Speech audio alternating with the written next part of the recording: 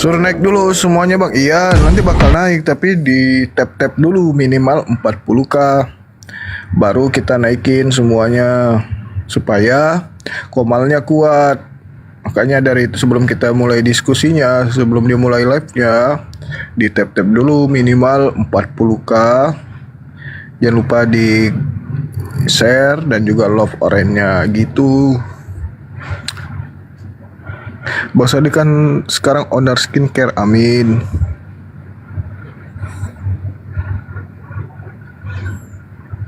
Nge-lag bang, masa?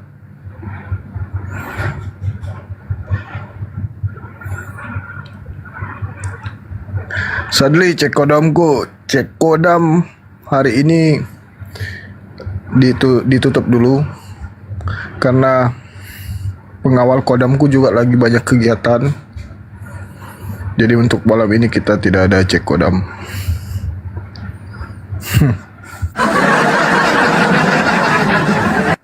Bang Sadli, skincare merek apa? Merek Design. Ini klik aja nih akun Bang Zuma Store. Bang mau tanya bagaimana tanggapan abang sama Mama Gupron? Apa tuh? Mama Gupron siapa? Bang kapan live-nya bang? Lah ini kan lagi live. Bangsat, orderan udah dikirim. Udah aman. Tapi guys ada satu orang belum aku kirim karena chatnya terhapus. Kayak mana itu? Dia pasang WA yang 7 hari itu otomatis terhapus kan. Waktu itu barang kita lagi nggak ready. Aku cari-cari lah nomornya itu, chatnya nggak ketemu. Bang kok bisa ganteng gimana bang pakai skincare? Bang kabarku di tempatmu oke kan? Oke. Guys sambil kita tunggu Bang Juma jangan lupa di tap-tap sampai 40k baru aku naikkan Bang Juma. Bang kapan diskusi? Di tap-tap dulu minimal 40k.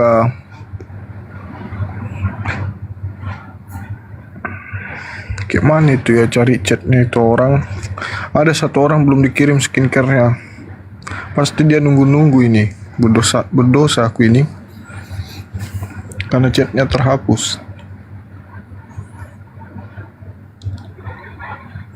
Ayo lo bang, tanggung jawab siapa? Nah itu dia masalahnya juga kalau dicek yang sudah kirim transfer.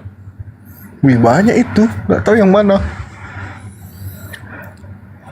Itu siapa yang naik Bang Host? Itu tempat online shop, belanja itu, akun untuk belanja.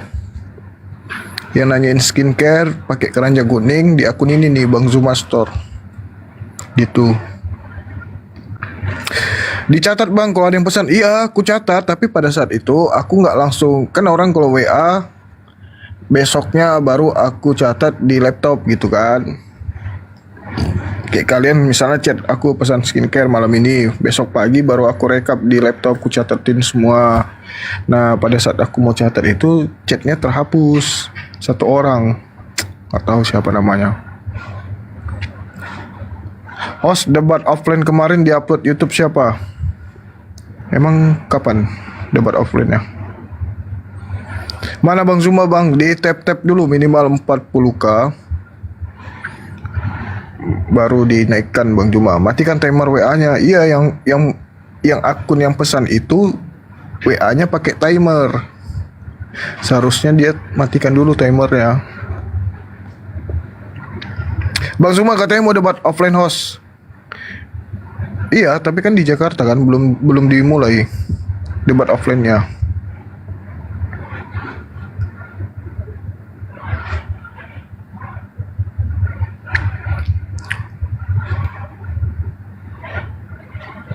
Sambil kita tunggu Bang Juma jangan lupa di tap-tap. Salam dari Jawa Tengah. Waalaikumsalam. Assalamualaikum. Waalaikumsalam.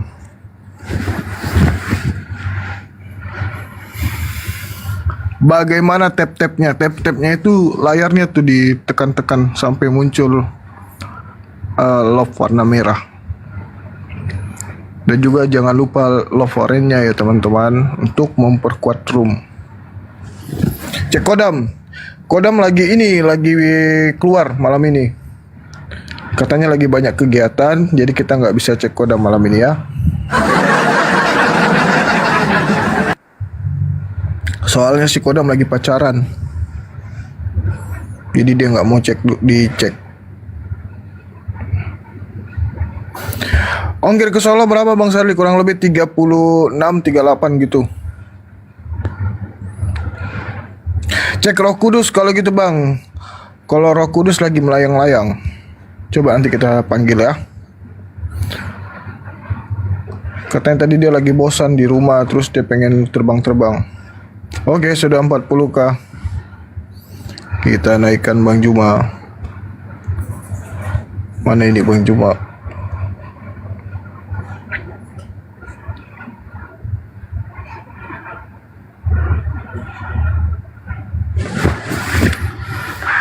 Request apa?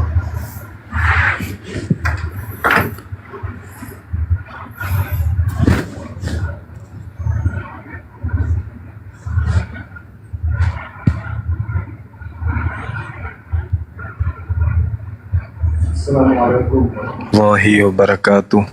Waalaikumsalam warahmatullahi wabarakatuh. Alhamdulillahi rabbil alamin. Wa bihi nasta'inu ala umrud dunya waddin. Asyhadu an la ilaha illallah wa asyhadu anna Muhammadar Rasulullah.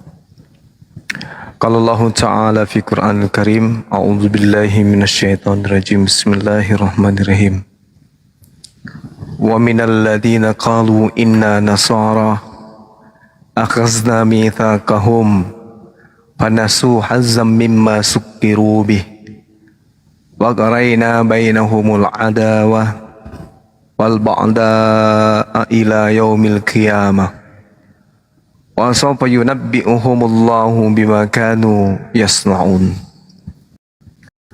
Ya ahlal kitab, qad ja'akum rasuluna yubayyinu lakum katsiran mimma kuntum tukhfuna minal kitab wa ya'funa an katsir.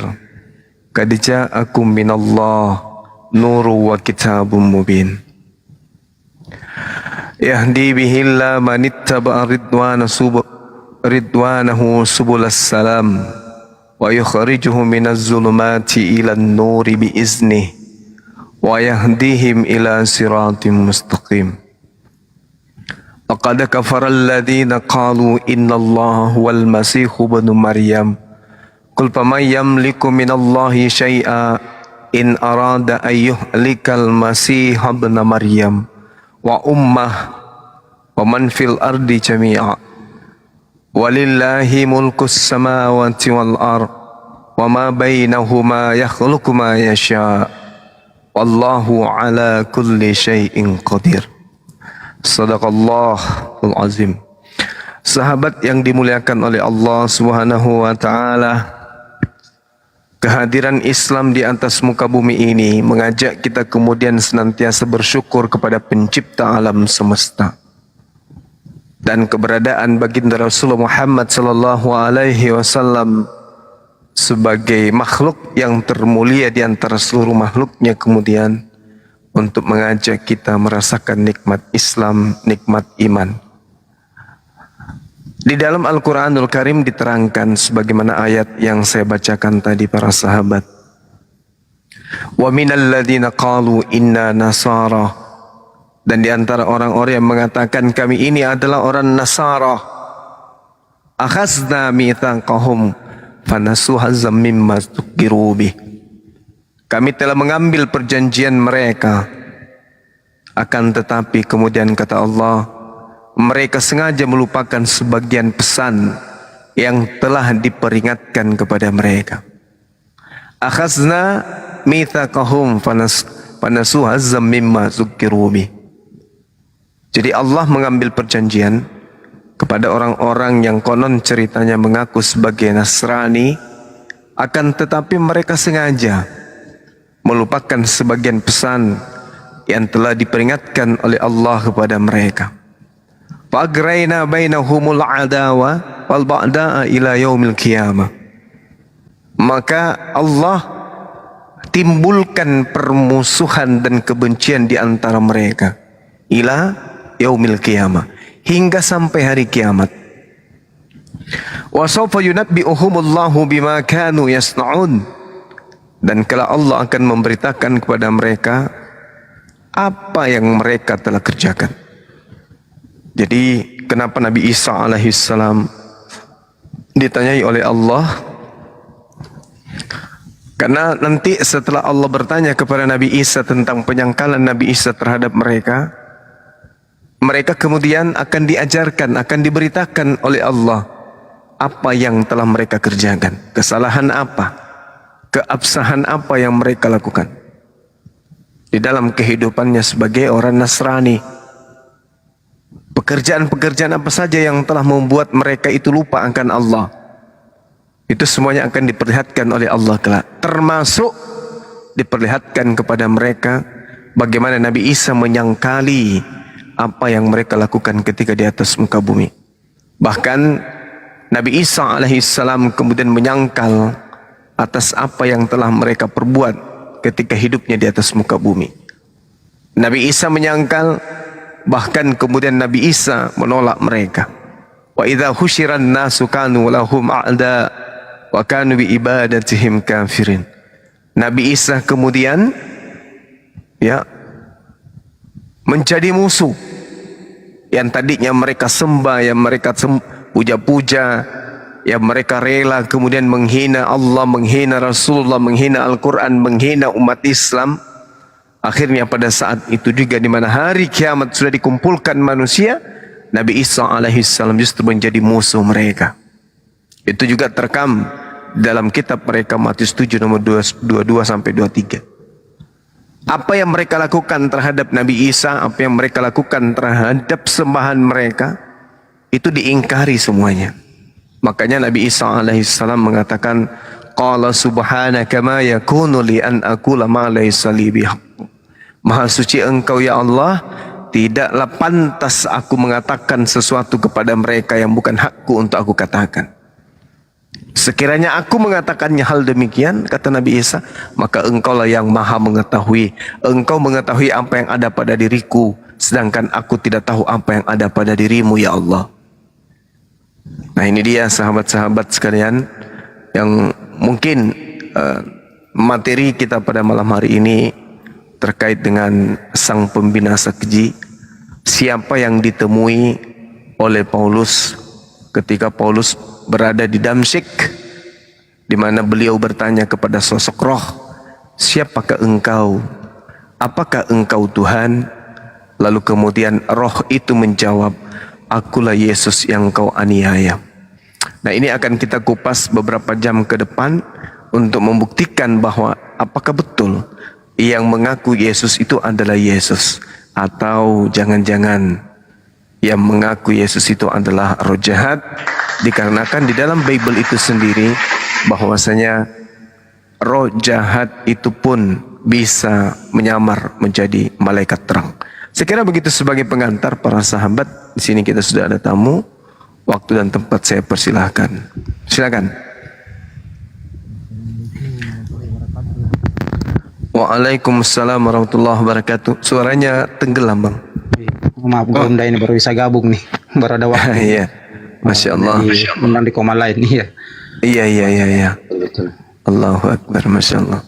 Jadi usaha kita pada malam hari ini adalah mencari secara mendetail siapakah roh yang datang kepada Paulus ketika dia menuju ke Damsyik. Saya kira menarik untuk kita kaji.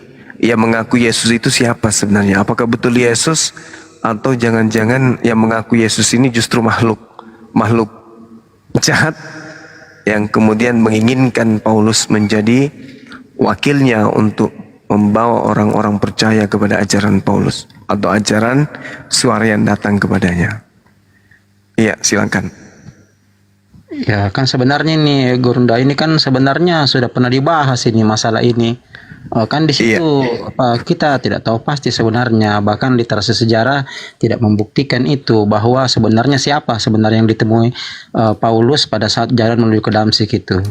Kan kalau kita lihat ini ada ketidaklarasan dengan sabda Yesus sendiri. Dan yang seperti kita tahu bahwa Yesus itu kan datang hanya 2 kali ke dunia. Sekarang Ya. pertanyaannya, kalau dia ketemu Paulus berarti kan datangnya 3 kali gitu loh. Iya, iya. Nah, kan betul. begitu. Nah, ini siapa yang bohong nih? Yesus apa Paulus? Kan begitu. Nah, Iya, kalau iya, kita iya. sekarang mengarah bahwa pembinasa keji itu maksudnya ternyata yang ditemui Paulus itu adalah boleh dikatakan iblis atau atau sesuatu mungkin yang yang bukan berasal dari Allah. Ini ada benarnya juga. Kenapa? Karena Paulus pada saat ketemu itu dia kan buta. Iya. Ya. Nah, sementara kan Bible juga menjelaskan bahwa ketika kita bertemu dengan Beelzebul atau ketemu dengan iblis, itu mata kita juga terhalang atau Buta. buta. Kan begitu. Jadi ini Iya, kita iya. tidak pasti apakah Paulus berbohong ketemu Isa atau memang dia betul-betul ketemu tapi mungkin bukan sosok Yesus itu. Karena tidak mungkin bagi Yesus untuk turun sampai 3 kali. Dia hanya turun 2 kali saja. Iya, iya, iya. Ya. Kita cari di Masya Allah. literasi sejarah manapun itu tidak ada itu Bang sebenarnya. Jadi antara dua aja nih, kalau bukan Paulus berbohong yang ditemui Paulus itu bukanlah Yesus. Kan begitu. Iya. Ini kita kaji sebenarnya. Iya. Ya, memang- Bang. Ya, Iya. silakan. Memang sangat menarik ya, karena di dalam pengajaran daripada kitab saudara Kristen sendiri, 2 Korintus 11-14, hal itu tidak usah mengherankan sebab setan pun menyamar sebagai malaikat terang. Nah, sedangkan Yesus ini kan cuman manusia. Kalau dia menyamar sebagai malaikat aja bisa, apalagi menyamar sebagai manusia. Karena di situ Yesus menjawab, suara itu menjawab, akulah Yesus, manusia yang berasal dari Nazaret. Artinya yang datang kepada Paulus ini itu juga adalah manusia, bukan malaikat, apalagi Tuhan. Itu dia. Nah, ini penting untuk dikaji. Mudah-mudahan ada saudara Kristen yang tertarik untuk naik ya membahas ini untuk mempertanggungjawabkan kemudian benarkah itu percaya adalah Yesus. Ya, silakan teman-teman Kristen yang mau naik. Ini sisa 2 slot untuk teman-teman Kristen ya teman-teman. Jadi buat teman-teman yang Muslim yang ingin naik nanti saja ya. Kita utamakan buat teman-teman yang Kristen. Kedua, kemarin aku ada di info sama Sultan. Katanya buat Oten yang diskusinya santun terus ada pintar-pintarnya walau sedikit, jangan lupa dikasih skincare katanya gitu. Apa itu istilahnya pinter-pinter walaupun sedikit maksudnya? Nah, itu info dari Sultan. Bang, kalau ada Kristen yang diskusinya santun terus ada pintar-pintarnya sedikit, kasih dia skincare ya bang katanya. Oke.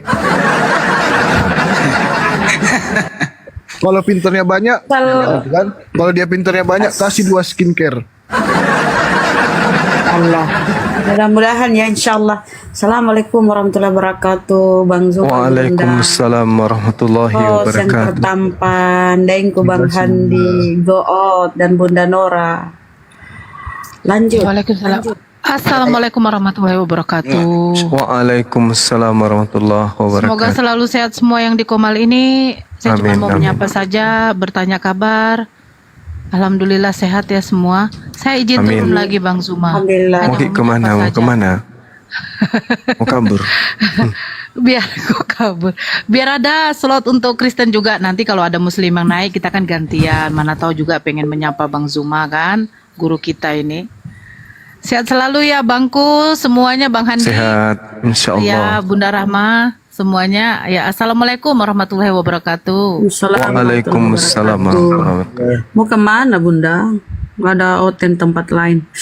Nah, kalau kita tadi menyambung tadi Bang Zuma Gurunda, karena itu bertentangan dengan kesaksian Yesus ya, bahwa Tuhan itu Yohanes 5:37 ya, Tuhan tidak bisa dilihat dan suaranya tidak bisa didengar. Tapi apapun itu ya, kita sapa dulu. Clayton D. Selamat malam. Assalamualaikum kalau Muslim, kalau Kristen. Selamat malam. Clayton. Clayton Dad, silakan dibuka mic-nya Bang. Ayo aku juga mulai membuka dong. Assalamualaikum warahmatullahi wabarakatuh. Waalaikumsalam. Hari ini alhamdulillah kita sehat semua. Cuman ada beberapa berita yang harus disampaikan kepada semua kaum muslimin dan muslimat. Bahwa kita ada berita tidak mengenakan begitu. Apa itu? Salah satu perangkat masjid yang kita cintai bersama berpindah tempat, yaitu Masjid Nur Maulidah. Perangkatnya untuk sebagai alat memanggil sholat atau ajan itu, atau yang disebut dengan pengeras suaranya, berpindah tempat. Tapi semua kata yang nggak apa-apa ya diumumkan ya Pak ya. Saya kira sudah aman, Kanda. Oh sudah aman ya. Sudah aman dan keamanan dari Cimory itu sudah mendapat indikasi pelakunya itu sudah bisa diketahui. Nanti kita berkabar. Oh siap. Iya. Tapi kita doakan saja yang bersifat demikian, semoga dosanya diampuni oleh Allah Subhanahu wa taala. Itu aja sih. Mungkin ketidaktahuannya aja saja ya. Itu sih. Amin amin ya rabbal alamin. Kedua ya turut berduka cita juga, akun saya 3 tewas hari ini. Ya itu aja sih keluh kesah saya. Ini akun baru, terima kasih. Lanjut kembali. Saya kira siapa meninggal. Baik Bang, kalau gitu kita sapa dulu, ini ada Bang 70. Selamat malam. Ya malam. Ya malam Bang. Bang 70 Kristen ya Bang? Udah sehat. Kristen. Oke Bang, ini ada Udah sehat penyampaian Bang. cara berpikir kalian semua ini. Apa? Iya, alhamdulillah Berpikir, sehat Bang. Tadi bahas-bahas Yesus, apa kalian tahu tentang Yesus? Dari mana kalian tahu kira-kira tentang Yesus? Dari kitab yang dari kitab yang diwariskan penjajah. Enggak, jangan dulu kau bilang aku penghujat. Terus bilang aku penghujat. Gimana Iya, kamu diskusi? sudah dijawab. Dari mana kita tahu tentang Yesus? Dari kitab warisan penjajah. Dah. Ada Gimana lagi? kau tahu dari warisan penjajah mana kira-kira? Ya, penjajah Belanda mewariskan kitab apa? Kok Belanda mewariskan kitab? Gimana? Lalu yang Gimana mewariskan Belanda mewariskan kitab? Belanda mewariskan kitab apa? Bahkan lembaga kitab Anda itu Belanda awal yang mewariskan mulanya. kitab. Coba Siapa pengetahuan yang dari mendirikan mana lembaga menjelaskan? Bible? Gini, kau Siapa dengar yang dulu, mendirikan? kau dengar dulu aku. Kamu yang Dengar, dengarkan dengar dulu saya, aku. Kenapa kamu yang kamu dengar saya, begini? kamu yang dengar Begini, saya, begini. kamu yang dengar saya, Kenapa kamu kamu tamu di begini? sini. Dengar dulu. Kau tamu di sini. Kau punya etika kau, ya? Saya tanya samamu, siapa yang pertama kali mendirikan lembaga Bible? Pribumi atau Belanda? Jawab.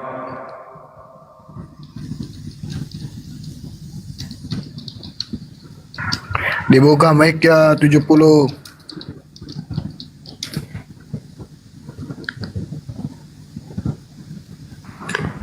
Jawab Pak 70.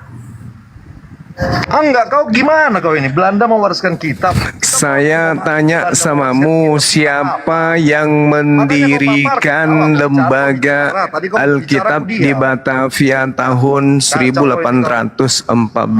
Cuplis, kutanya sopan ya kau, jangan kesurupan. Untuk membuktikan bahwa Belanda mewariskan kamu sebuah buku. Iya, kau paparkan Belanda mewariskan buku kitab. Kau bilang kau papar. Ya memang. Dari mana pengetahuanmu? Dari mana mengetahui itu Belanda mewariskan kitab? Jelas sekali pada tanggal 4 Juni. Diam. Gantian kita ngomong kan kamu bertanya, jadi gurumu menjawab. Pada tanggal 4 Juni 1814. Penyembah Yudas, diam. Pada tanggal penyembah manusia terkutuk, diam. Pada tanggal 4 Juni 1814 didirikanlah sebuah lembaga oleh Belanda bernama Stamford Raffles. Itu lembaga untuk terjemahan, Pak Bro. Ya, pandai kau kan? Pandai sudah kan? Pandai. Iya. Pandai. Nah, setelah diterjemahkan, Belanda kau bilang mewariskan kitab. Bahkan Belanda yang mendirikan lembaga kitab Anda Jangan itu. dulu kalian mute. Makanya Justru Belanda yang membuat lembaga Bible. Dengar. Kalau gurumu lagi ngomong, dengarkan. Jangan kebiasaan kalau makan anjing menggonggong, kamu dalam diskusi ilmiah pun menggonggong. Ganti-gantian kita, ya. Belanda mendirikan sebuah lembaga di Batavia, tepatnya pada tanggal 4 Juni 1814 Hijriah Masehi. Oke? Dan yang mendirikan itu adalah seorang gubernur jenderal Belanda atau Hindia Belanda bernama Stamford Raffles. Kan udah saya katakan samamu. Dari sanalah kemudian pertama kali pabrik Bible dalam bahasa Melayu itu disebar ke seluruh penjuru Nusantara. Jadi dialah yang kemudian yang mewariskan kepadamu Bible yang kau pegang sekarang itu dengan simbol Alkitab. Sampai sini paham? Jadi Belanda penjajah itu mewariskan kemudian Bible kepada Karisteng yang ada di Indonesia. Apa yang diwariskan Belanda? Bantah data itu, silakan. Bantah. Jangan cuma Apa yang curhat. diwariskan Belanda? Kau bilang kita. Jangan kau cuma curhat, kau bantah data saya. Silakan. Kalian mute terus. Entah gimana pun kalian mau diskusi nih, turunlah kau. Ya ini giliranmu, Cuplis. Para kali bah. Assalamualaikum warahmatullahi wabarakatuh. Waalaikumsalam warahmatullahi wabarakatuh. Waalaikumsalam Bang. Muslim ya Bang? Iya bang.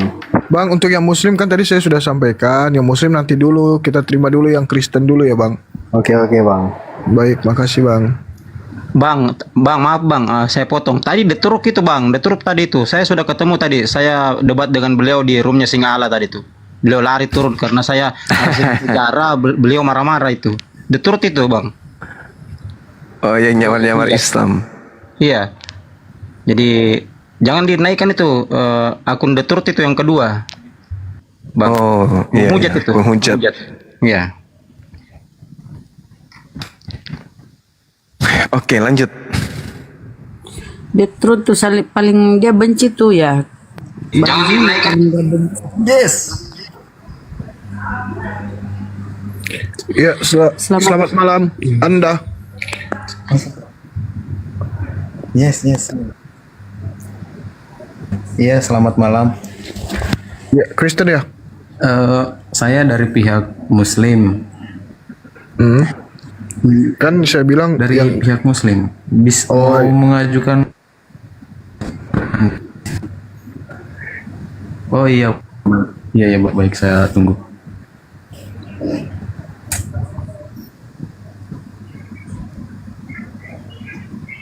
Ini belum saatnya Muslim bertanya Bang. Kristen dulu diskusi. Raden, selamat malam. Assalamualaikum. Kristen, Muslim. ini Raden Kian Santang Bunda. Jangan.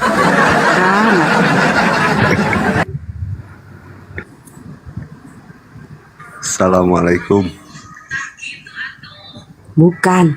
Waalaikumsalam warahmatullahi wabarakatuh. Bukan Kian Santang ini. Silakan Bang Raden. Sama Apa Bang yang Zuma disampaikan? nih. Oh ya, semua kita ngefans Bang. Silakan. Apa yang disampaikan? 1 menit Bang. Waktunya sekarang.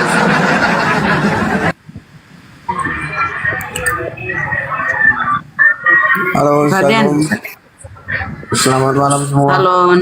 Ya, Kecantikan. malam pura-pura tahu Kristen ya? Iya, jelas lah dari sapaannya saja Kristen kan itu. Oh iya, benar. Halo, selalu Jawab lah kecantikan. shalom. Rasa Ya, toleransi. selalu kecantikan. Mau dicek akalnya Bang? Begitu kalau di. Assalamualaikum. Waalaikum. Zombie Muslim Kristen. Assalamualaikum warahmatullahi wabarakatuh. Waalaikumsalam warahmatullahi Zumbi wabarakatuh. Muslim ya? Nanti ya Kasih kita tahu sama Bang Zuma itu surat Al-Baqarah ayat 2 bacanya gimana? Soalnya saya dengar Muslim Kristen. Muslim. Muslim ya. Ya. Aduh, belum waktunya tanya jawab sekarang. Ada neoten lagi Ya, mau cuma diskusi ngasih Mbak tahu sebentar aja ya. kalau bacaannya itu salah. Za sama za itu berbeda. Oh iya. Oke. Jadi yang lain sabar. Coba Anda bacakan ke saya. Saya ingin dengar. Alif lam mim dzalikal kitabul la raiba fih. Alif lam itu berapa harakat? Berapa ketukan alif lam itu? Bisa Kok gitu, 5, Cak? bisa 4, bisa 6. Kenapa kayak gitu cara bacanya kalau kita? Kok beda dengan kaidahnya? Katanya bisa 4, bisa 5, bisa. Ya, tapi kenapa Anda membaca singkat? Katanya 5 sampai 6. Kenapa kaidahnya berubah?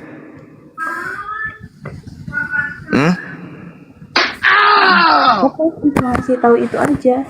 Iya, saya juga mengatakan itu. Cara membaca alif lam dan mim itu tidak begitu. Saya juga lagi belajar, cuma ngasih tahu. Kalau masih lagi belajar, Nazar. pada saat seperti ini nggak perlu ngajarin orang gitu.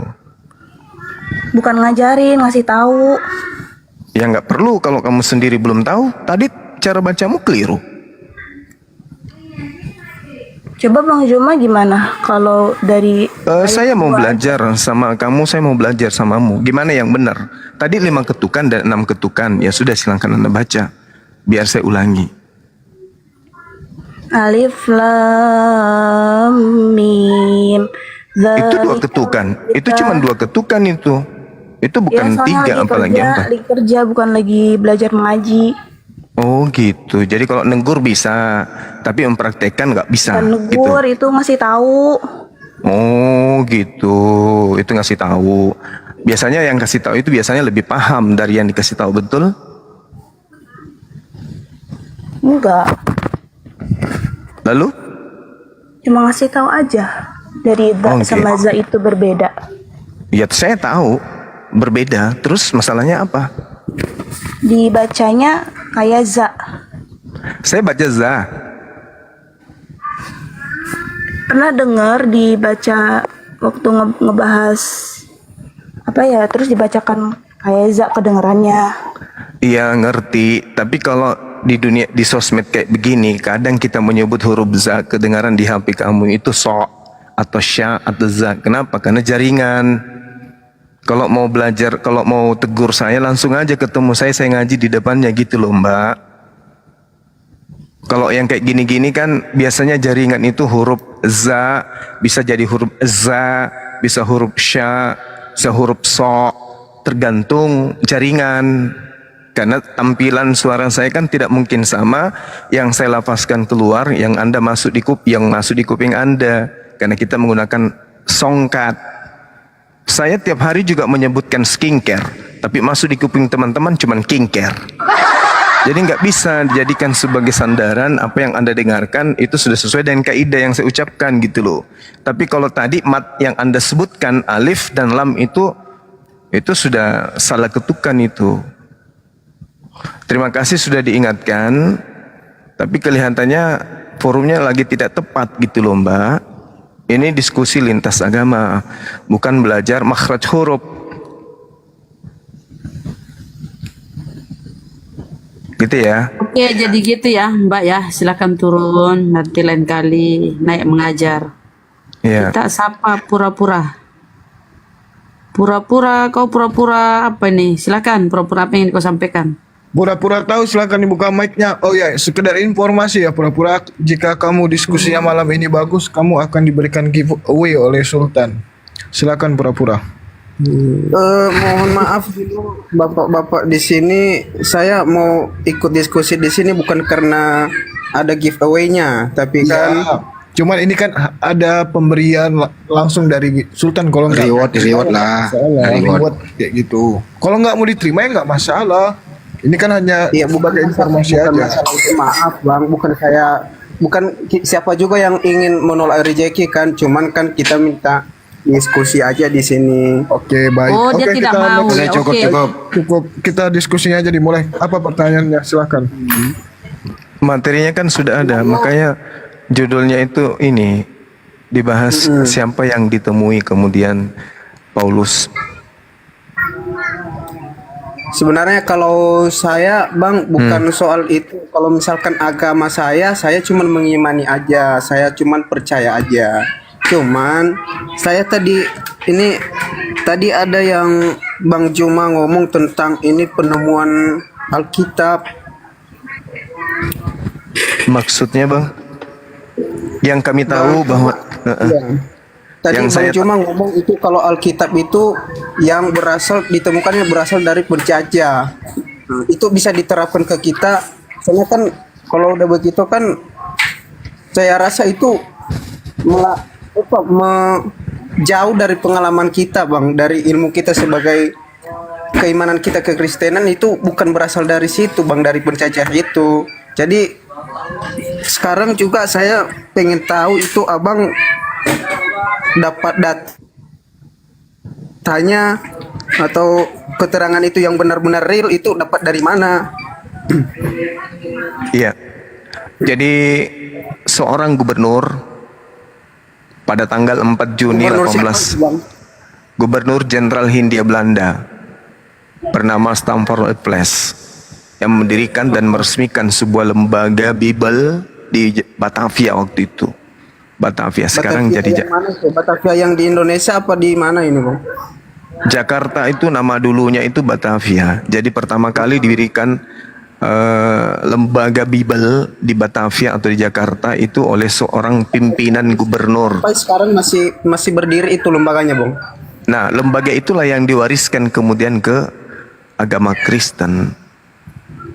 Enggak, maksudnya diwariskan diubah namanya apa gimana itu, Bang? Tetap aja tadinya lembaga Alkitab sama, hari ini juga begitu, lembaga Alkitab. Soalnya mohon maaf, Bang, kami sebagai orang Kristen itu kami baru kali ini mendengar pernyataan seperti ini, Bang. Jadi bukan kita mau ini, cuman kita pengen tahu itu, kita mau cari data-datanya itu seperti yang Abang bilang sekarang ini, karena kami butuh data-data seperti itu. Ya, jadi tak ajarin kalau gitu ya. Bukan masalah diajarin, bukan begini, Bang. Saya bukan mau diajarin di sini, cuman karena Abang ngomong begitu, kita bicara sesuai dengan real dan fakta data yang Abang terangkan ke kita. Soalnya Ya, kami mau mencari tahu juga, mau menelusurnya. Habis Abang kasih keterangan dari ke kita, kami nanti mungkin kami akan konfirmasi ke pendeta-pendeta ini. Soalnya kami tidak berterima kalau misalkan apa ini. Soalnya kan pernyataan ini baru kami dengar kali ini. ya, saya boleh bicara. Iya, silakan, Bang. Saya siap menunggu ini. Oke, baik. Jadi lembaga kitab Anda itu sebelum menjadi resmi lembaga Alkitab Indonesia, Anda harus pahami bahwa di Jakarta atau di Batavia waktu itu dibentuk satu lembaga Bible. Lembaga Bible ini kemudian bersamaan dengan pemahaman kita terhadap lembaga Alkitab Indonesia secara menyeluruh, dulunya itu hanya lembaga Alkitab Jawa. Itu didirikan kemudian oleh Stamford Raffles, seorang yang duduk sebagai jenderal. Oke? Jenderal siapa? Bukan jenderal Indonesia, tapi jenderal Hindia Belanda. Nah, ketika kemudian terjadi pertempuran atas nama penjajahan, Jakarta Raya atau disebut Jawa dan sekitarnya itu digantikan pendudukan Belanda pada tahun 1816 sampai 1817. Jadi kemudian lembaga yang tadinya bernama Lembaga Alkitab Jawa ini diganti namanya menjadi Lembaga Alkitab Hindia Belanda. Atau sebutan populernya adalah Lembaga Alkitab Batavia. Itu tahun 1816. Lalu kemudian jauh sebelum itu seorang pedagang POC bernama Albert Cornestrol yang atas biaya sendiri kemudian menerjemahkan atau menerbitkan Bible, Injil atau kitab yang Anda sebut Perjanjian Baru. Di antaranya dari 4 ini itu adalah Markus dan juga Matius. Markus dan Matius yang mana diterjemahkan kemudian ke dalam bahasa Melayu itu jauh sebelumnya. Pada tahun 16 tahun 1612 Masehi. Nah, dialah yang kemudian yang pertama kali menggunakan kata Allah dalam kitab Anda.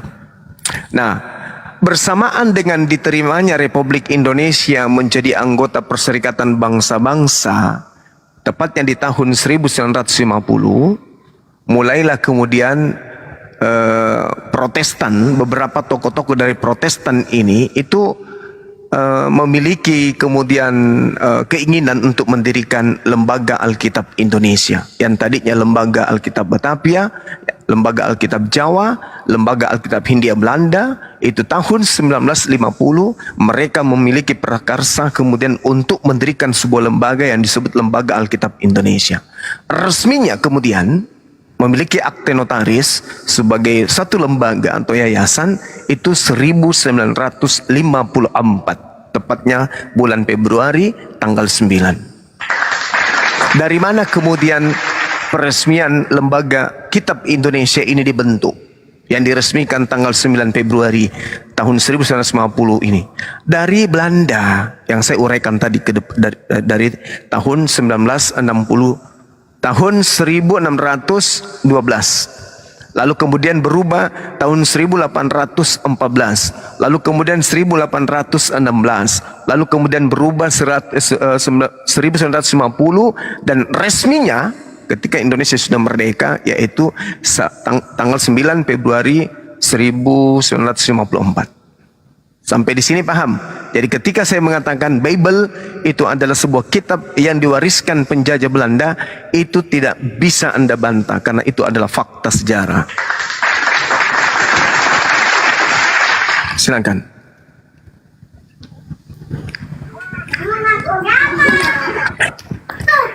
Udah cukup bang ngomongnya, nggak dilanjut lagi itu. Sudah. Nggak ada pelajaran lagi lain lagi dari abang itu selain itu. Sementara untuk itu kesimpulannya bahwa Belanda sebagai penjajah mewariskan Bible kepada Anda, lengkap dengan lembaganya atau yayasannya. Oh begini bang, mungkin Iya.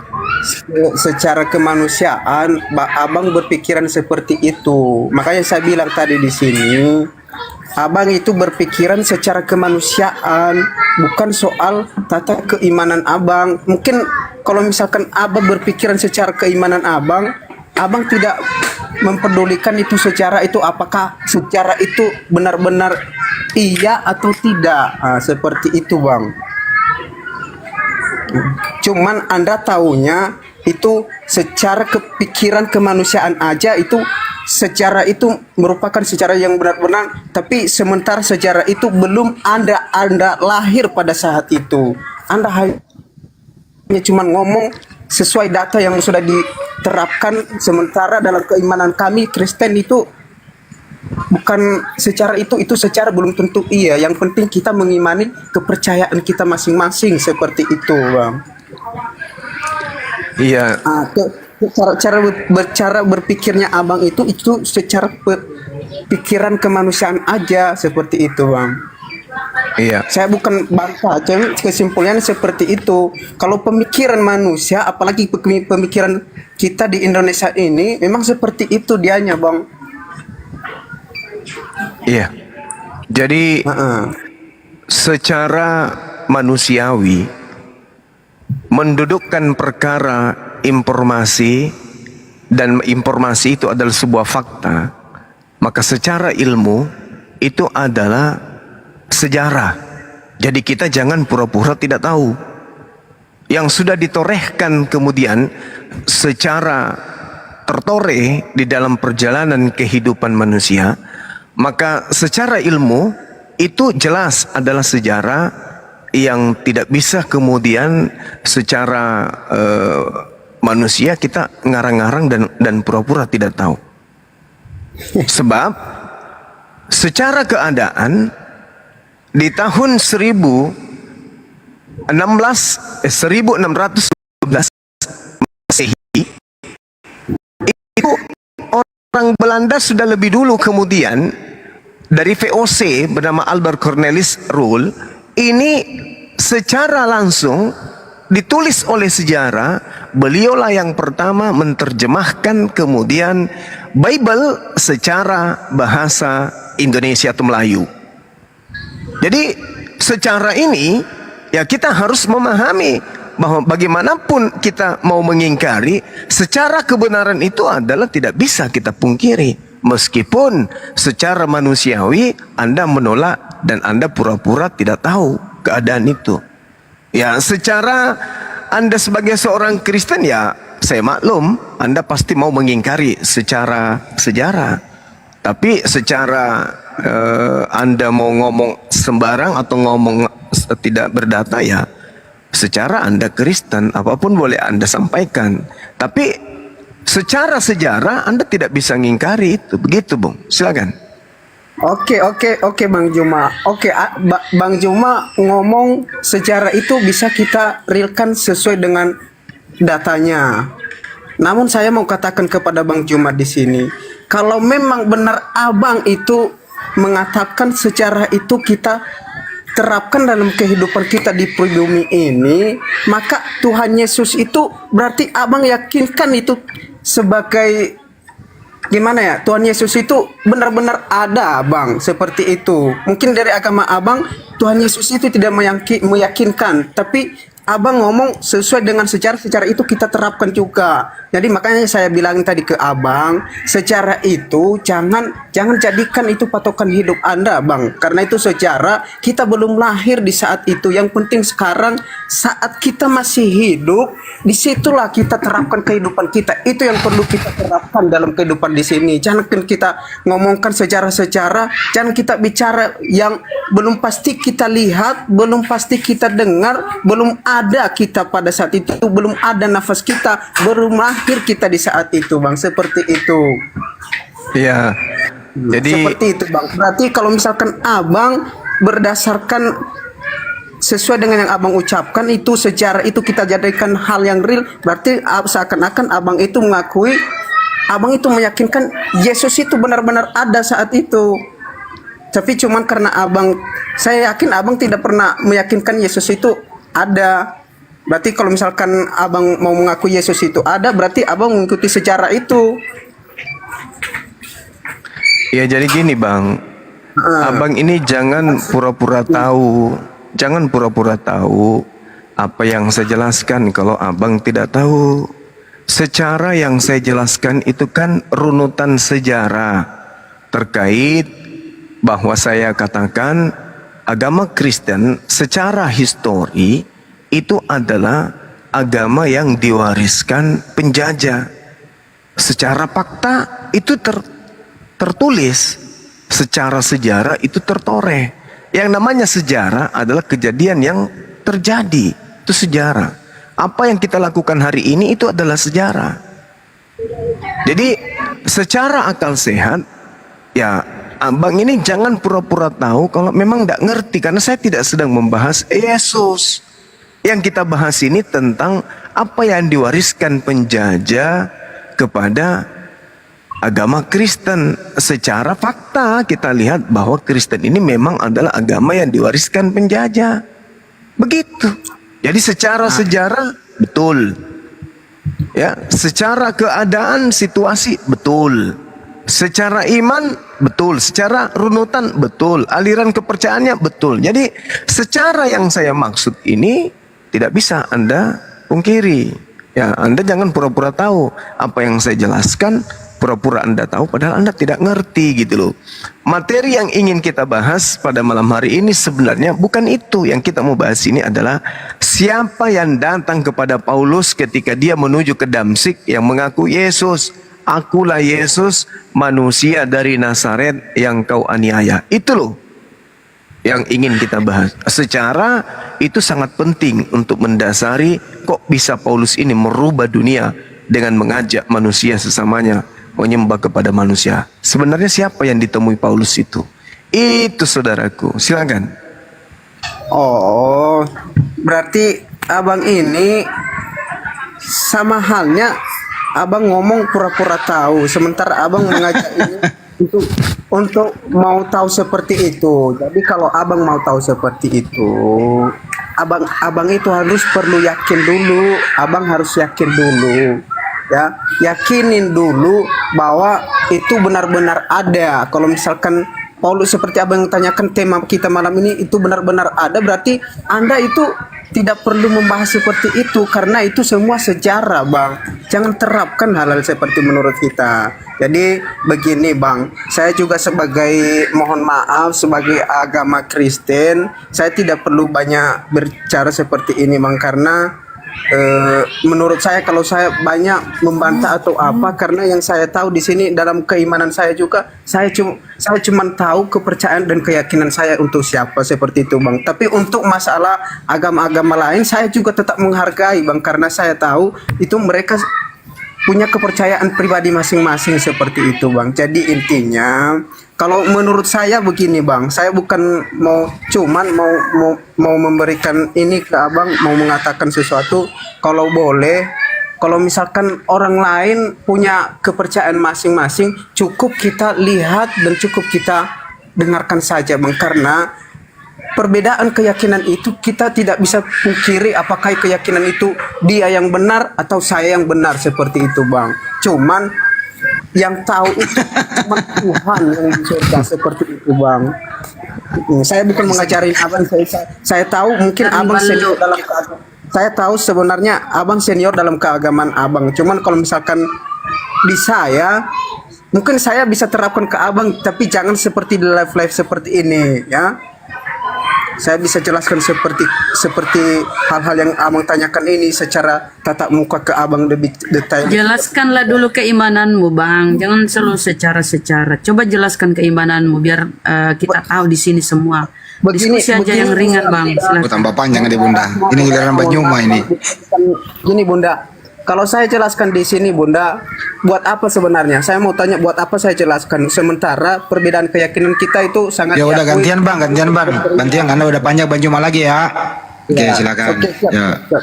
Ya. Iya, Kristen itu adalah agama syiar. Syiar artinya agama yang harus tablik, agama yang harus disampaikan kepada manusia. Mau dia agama Islam, mau dia belum beragama, mau dia Buddha, Hindu, yang jelas mereka punya kemudian menjadi Kristen. Di mana tertulis Markus 16. Barang siapa yang percaya Jangan baptis. terapkan ke saya tentang agama saya, Bang. Soalnya saya apapun yang abang jelaskan ke saya itu sama sekali saya tidak masuk akal, Bang. Karena itu yang abang jelaskan ke saya itu saya tidak berterima, Bang. Kecuali kalau orang yang menjelaskan ke saya itu orang-orang yang benar-benar sama keimanannya sama saya berterima, Bang. Makanya saya bilang saya tidak perlu. Ya udah dengerin dulu gantian dong, kan Banyuma belum kelar. Ya Banyuma kan belum kelar. Oke? Enggak, maksud saya, tapi jangan jelaskan tentang keimanan saya, Bang, atau kekristenan saya ke saya. Kalau misalkan kejelaskan ke abang, silakan saya tinggalkan live ini, baru abang jelaskan dan saya akan Ya keluar udah kalau begitu nanti Banyuma menjelaskan skincare aja. Udah Banyuma menjelaskan skincare aja deh. Iya. Nah, Jadi jangan dijelaskan, Bang. Saya di oke, jadi gini, Bang. Gini.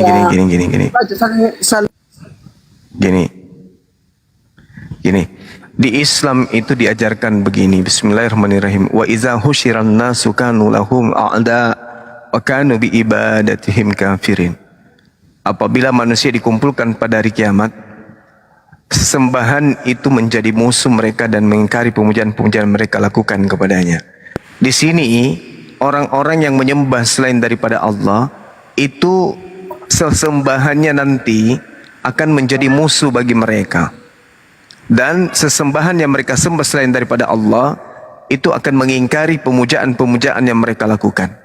Nah, kami tidak mau keturunan kami mengalami hal tersebut. Maka kami harus mengajarkan kepada mereka bahwa di luar Islam itu sesat, di luar Islam itu neraka. Itu faktanya. Sedangkan ada satu agama di luar Islam yang mengajarkan kemudian umat Islam untuk menjadi pengikut agamanya. Apa itu? Agama Kristen.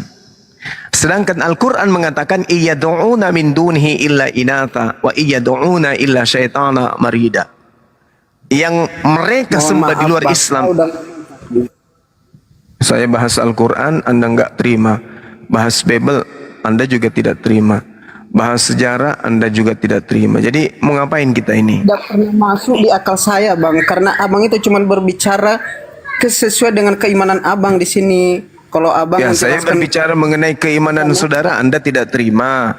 Bicara keimanan saya, Anda tidak terima. Jadi Anda maunya apa? Anda maunya apa? Bahas sejarah nggak masuk, bahas Kristen nggak masuk, bahas Islam juga nggak masuk. Jadi kita bahas apa? Kingker. ya udah, makanya dengarkan saya ngomong. Saya udah ngomong ke Abang, bukan. Ya udah, kita bahas aja deh bagaimana lulus emisi apa enggak gitu aja deh. Pak, gini, dengarkan dulu, Bang. Siapa Bang hostnya? Jangan dimati-matiin. Nah, gini, Bang. Saya cuma mau ngomong. Saya udah ngomong tadi ke Abang. Ya, jangan mubasir. Saya mau ngomong. Tadi sudah saya ngomong. Jangan mubasir. Langsung aja poinnya. To the point aja langsung. Ya, Anda mau poinnya ngapain? gini. Saya tadi udah ngomong ke Abang, makanya saya bilangnya buka sedikit telinga Abang. Saya udah Wih. ngomong, Abang jelaskan tentang agama saya. Wih, Saya baru berterima kecuali kalau yang jelaskan ke saya itu orang yang sama imannya kepada saya atau ini agama Kristen. ini Tapi kalau saya sudah dengar itu. Saya sudah dengar itu dan saya sudah dengarkan itu. Makanya Dan saya saatnya bilangin saya tadi, membahas agama diturunkan saya. ini karena mau menjelaskan agama. Terus saya harus menjelaskan apa, Cak Ayu? Saya harus jelaskan apa di sini? Kalau Abang mau Anda maunya, menjelaskan, saya udah Anda maunya saya menjelaskan apa? Struktur tanah aja yang layak dijadikan perumahan Banyumak itu aja nggak apa-apa. Nah, makanya Abang itu, Mending kita bahas perumahan kalau kita Anda mau- biar laku. Betul. Ya udah. Ini kenapa ini mic saya di op-opkan ini? Ganti aja yang lain. Nah, Iya, nggak ada baik seperti umpannya. itu. Makanya kalau misalkan kita itu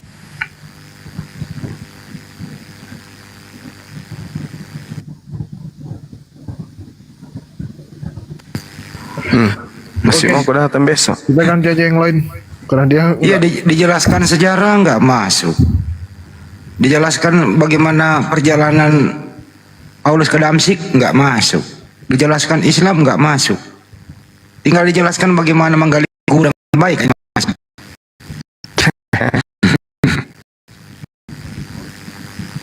Oke, next kita sapa dulu Bang Gian Kris. Selamat malam, Bang Gian Kris. Silakan kabar. Malam bang, Malam, gimana kabarnya Bang? damai sejahtera. Alhamdulillah, Kristen emang ya. Yo, Ya, ini ada malam ini ada Sultan kita Bang. Katanya kalau diskusinya bagus, nanti mau diberikan skincare. Abang berminat? Kalau nggak berminat sih nggak masalah. Saya berminat mau dapat hadiah atau enggak juga nggak ada masalah. Ya. Baik Bang, silakan Bang. Pertanyaannya apa? Mungkin kita lanjutkan diskusi yang tadi saja ya, bang. Siapa tadi?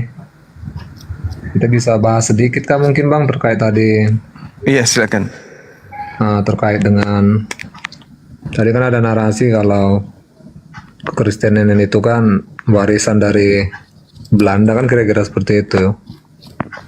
Mungkin bisa diulangi kah bang? Dasarnya apa ya dengan pernyataan itu? Ya, dasarnya bahwa penjajah memang memboncengi misionaris masuk ke Indonesia ini. Dan gereja-gereja yang berdiri itu kan kebanyakan peninggalan Belanda. Di kota saya ini banyak sekali gereja peninggalan Belanda, Bang. Artinya penjajah yang bernama Belanda itu mewariskan rumah ibadah. Dalam hal ini mewariskan kepercayaan yang sama seperti agama yang anut, yang saudara anut hari ini, gitu Bang. Oke, terus kalau abang sendiri, abang percaya nggak kalau orang Indonesia ada yang jahat, ada yang baik? Begitu juga dengan orang Belanda, ada yang jahat, ada yang baik. Abang setuju nggak dengan pernyataan saya? Kalau yang disebut penjajah itu kurasa nggak ada yang baik, Bang. Namanya penjajah. Kalau penjajah memberikan Bukan, satu maaf, buah. Bang. Saya nggak mengatakan penjajah, tapi orang Belandanya, bangsa Belandanya, bahwa di antara mereka itu ada orang yang baik, ada yang jahat. Artinya, kalau bicara penjajahan, di orang Belanda sekalipun, mereka ada yang tidak setuju akan penjajahan, tetapi ada juga warga negaranya yang setuju dengan penjajahan yang dilakukan di masa itu. Abang setuju nggak dengan itu? Bahwa ada warga negaranya yang baik, tidak setuju akan penjajahan, dan Kalau ada warga yang negara warga negara Belanda yang baik sudah pasti tidak ikut menjajah. Ini yang kita maksudin, yang menjajah ini, yang menjajah yang datang ke Indonesia sudah pasti tidak ada yang baik. Namanya penjajah.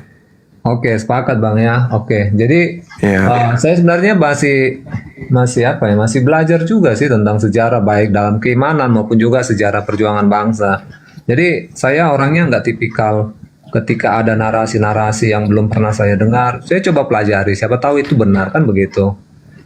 Di sini saya berbicara dengan informasi yang saya peroleh dengan akal saya.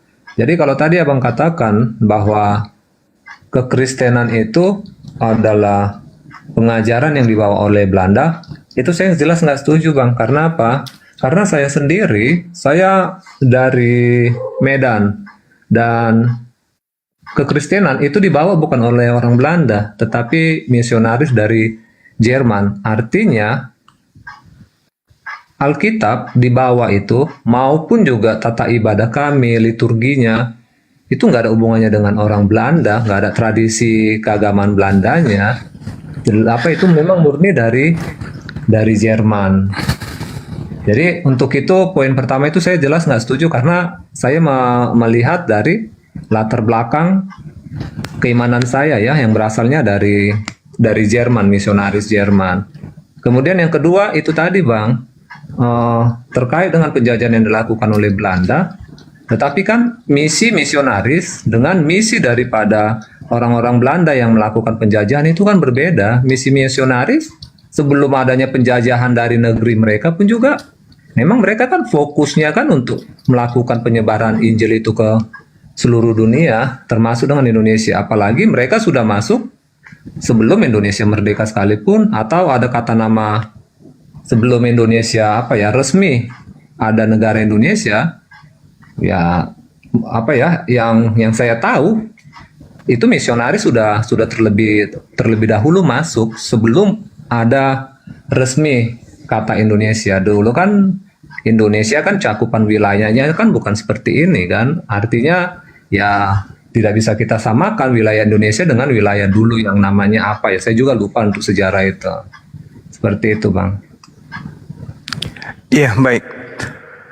Jadi kalau Anda mengaitkan dengan orang Jerman misalnya ya, orang Jerman yang datang mengajarkan Bible misalnya, ya kami umat Islam juga tahu itu. Orang Jerman dan orang Indonesia, dalam hal ini pribumi, kalau kita berbicara mengenai Indonesia hari ini, maka memang terjalin sejarah yang boleh saya katakan amat panjang gitu loh. Tapi yang perlu saudara garis bawahi adalah kedatangan orang Jerman itu dimulai pada abad ke-16. Mereka betul pedagang, tapi mereka menumpang di kapal-kapal Belanda atau kapal Portugis yang kemudian mendatangi wilayah-wilayah yang tadinya disebut dengan Hindia Timur.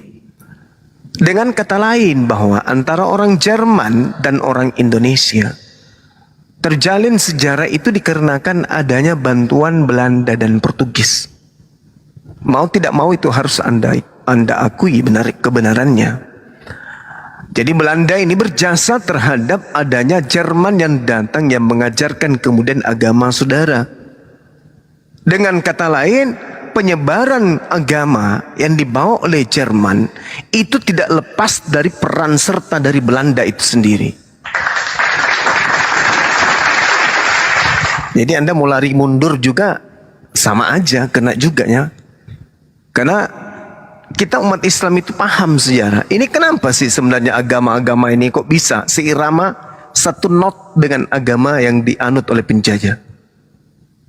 Nah, kalau seperti ini adanya, sekarang ini kita bertanya, ada tidak gereja yang kemudian didirikan oleh orang Jerman. Apa nama gerejanya? Kita ingin tahu. Silakan. Iya, saya berbicara di konteks wilayah saya saja, di Tanah Batak.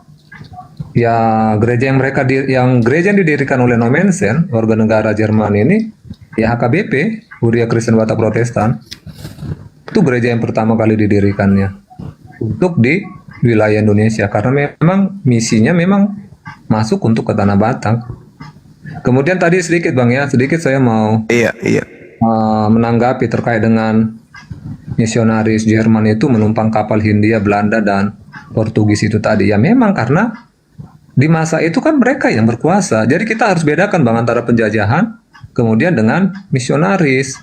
Jadi mereka nggak ada, maksudnya mereka nggak ada punya tujuan yang sama. Tidak, itu berbeda. Misionaris, penjajah yang itu pun juga penjajah di masa itu kan yang dilakukan Belanda itu kan membawa nama perusahaan ya. Mereka melalui perdagangan juga. Itu yang saya paham dari sejarah. Sekalipun ya, saya tetap tidak mendukung Belanda atas segala perbuatan yang dilakukan karena ya saya punya orang-orang tua dulu, kakek-kakek nenek saya dulu ya ikut mengalami penyiksaan itu tadi. Kalau saya mendengarkan ceritanya, tetapi kita harus kita harus bijak membedakan antara misionaris dengan penjajahan Belanda. Jadi ini tidak mereka tidak berboncengan. Ini punya misi yang berbeda-beda. Seperti itu. Dan misionaris itu sebelum ada niat daripada Belanda untuk menjajah Indonesia pun mereka sudah ada, dan mereka sudah lebih dahulu untuk memiliki tujuan melakukan misi penginjilan untuk di wilayah Indonesia. Hanya saja kebetulan bersamaan dengan penjajahan yang dilakukan oleh Belanda maupun juga Portugis. Itu sejarah yang saya baca. Ya,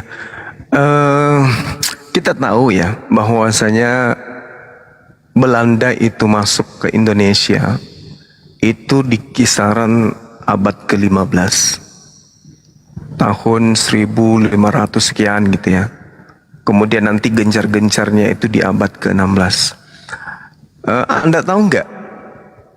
Pertama kali kemudian HKBP ini mendirikan gereja yang disponsori kemudian Jerman. Itu abad keberapa? Yang pasti tahunnya di tahun 1800-an. Ya, berarti Belanda lebih dulu masuk kan ke Indonesia. Iya, Ya, itu dia makanya. Nah sekarang pertanyaannya, ada nggak kerjasama antara Jerman dan juga Belanda dalam hal ini? Mereka tidak punya kerjasama, tapi terkait dengan mereka harus menumpang kapal untuk masuk ke beberapa daerah di Indonesia, ya memang karena yang menguasai di masa itu kan orang Belanda, dan mereka kan nggak punya permusuhan antara Indonesia dengan warga negara Jerman kan. Dan kebetulan juga orang Belanda juga kan mereka mayoritasnya Kristen, tetapi kita nggak bisa melihat bahwa penjajahan itu mewakili daripada pengajaran dari agamanya. Enggak. Sampai sekarang sendiri pun kita lepas dari penjajahan, bukan berarti orang Kristen tidak ada yang melakukan penjajahan secara ekonomi kepada sesamanya orang Kristen, kan bukan berarti. Jadi kita nggak bisa memandang bahwa sikap yang dilakukan orang Belanda itu mewakili daripada pengajaran orang Kristennya. Jadi ketika orang Belanda dengan orang Jerman, para misionaris maupun juga misionaris yang lain, ada misionaris orang Belanda, ketika mereka diberi izin, diberi tumpangan kapal, tetapi kan mereka bukan mempunyai misi yang sama kan, misi yang sama, ayo kita menjajah, sekaligus kita menyebarkan agama Kristen. Enggak seperti itu. Karena kalau mereka punya iman yang teguh, mereka pasti tidak akan melakukan penjajahan, karena dalam pengajaran itu sendiri pun kan dilarang kan untuk melakukan pembunuhan, penyiksaan kan dalam pengajaran Kristen. Jadi itu menurut saya itu dia nggak sejalan. Hanya saja kebetulan sampai sekarang pun sama seperti di Papua Bang, ada pesawat misionaris di Papua, karena saya juga di Papua ada pesawat misionaris, ada namanya Cessna, ada apa lagi, ada apa ya, ada beberapa yang saya tahu. Itu pesawat ini memang milik misionaris dari ada yang saya tahu itu masih ada yang dari Jerman, ada juga yang dari mana ya, beberapa negara. Mereka masuk pedalaman-pedalaman untuk melakukan misi misi pengajaran tentang kekristenan lah ke daerah-daerah pedalaman. Jadi mereka punya pesawat. Terus siapapun bisa memakai pesawat ini. Terus apakah itu berarti ketika orang ada memakai pesawat ini itu adalah antek-antek daripada ini para misionaris atau bagaimana?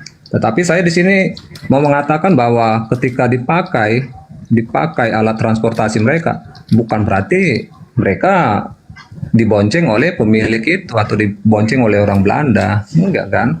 Enggak seperti itu. Iya, iya. Mungkin ada pandangan dari teman-teman yang lain, silakan. Sedikit ya. Iya. Sedikit ya, izin ya Bang Zuma, Ding. Apapun itu Bang, kalau kita baca sejarah ya, kita ada 3G ya. 3G yang dibawa penjajah ini 3G. Yaitu gold, glory, atau gospel dan glory. Kejayaan, kekayaan dan agama. Dia membawa misi. Ini berhubungan dengan bersambungnya perang salib ya. Mereka memang berkeinginan selain menjajah, mengambil hasil bumi jajahannya, dia ingin meluaskan penyebaran Kristen ke seluruh dunia. Ya, gitu Bang. Jadi ingat itu 3G. Iya.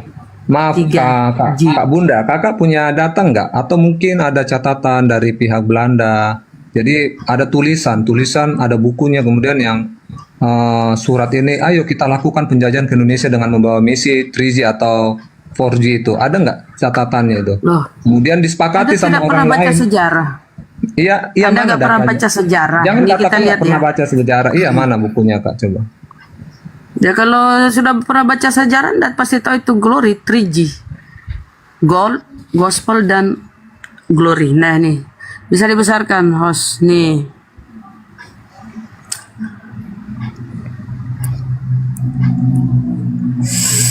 Ilustrasi arti gold, aduh kecil tulisannya ya. Glory, gospel. Ini Yakub, ini orang Kristen punya ya. Jadi itu bukan rahasia, itu sudah bukan disembunyikan itu. Gold, glory, gospel merupakan semboyan kemenangan yang dibawa oleh bangsa Eropa tatkala melakukan penjelajahan samudra. Sejak abad ke-15 Masehi, bangsa Eropa telah melakukan penjelajahan samudra. Mereka mengusung misi gold, emas, gospel, to Bible ya, glory, kejayaan. Yang kemudian memunculkan praktek imperialisme serta kolonialisme. Oke. Dalam situs e-modul kemdikbud.go.id, semboyan 3G, ini 3G ya Bang ya, memiliki arti masing-masing, yaitu gold berarti mencari kekayaan dengan cara berdagang, gospel artinya penyebaran agama ya, penyebaran agama gerejawi, dan glory yaitu mencari kejayaan dengan meluaskan wilayah jajahan. Oke? Ini sejarah. Jangan cuma dengar khotbah Bapak Gereja, perkaya literasimu dengan baca-baca sejarah bangsa ini ya, bahwa kita 350 tahun dijajah oleh Belanda. Misi apa mereka yang dibawa itu 3G. Gold, glory, ya gold, gospel dan glory. Maaf Kak, yang saya tanya itu di mana ada catatan buku dari Belanda? Ini. Enggak, bukan itu. Ini kita kan bicara tadi kan konteksnya masih terhadap Dari penjajahan Belanda. Indonesia. Emang kita harus ke Belanda.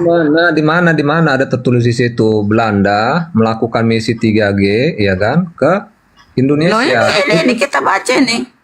Di mana? Di mana ini tadi? Belandanya saja tidak ada tertulis, Indonesianya juga nggak ada tertulis. Terus kau pikir siapa yang membawa Kristenmu itu agamamu masuk ke Indonesia? Kamu pikir Begini, siapa ya. yang bawa? Kemudian, enggak, itu yang pertama. Enggak, Yang saya kedua, tanya, kamu enggak adakah literasi lain bahwa yang membawa agama Kristen usah pemakan babi ya.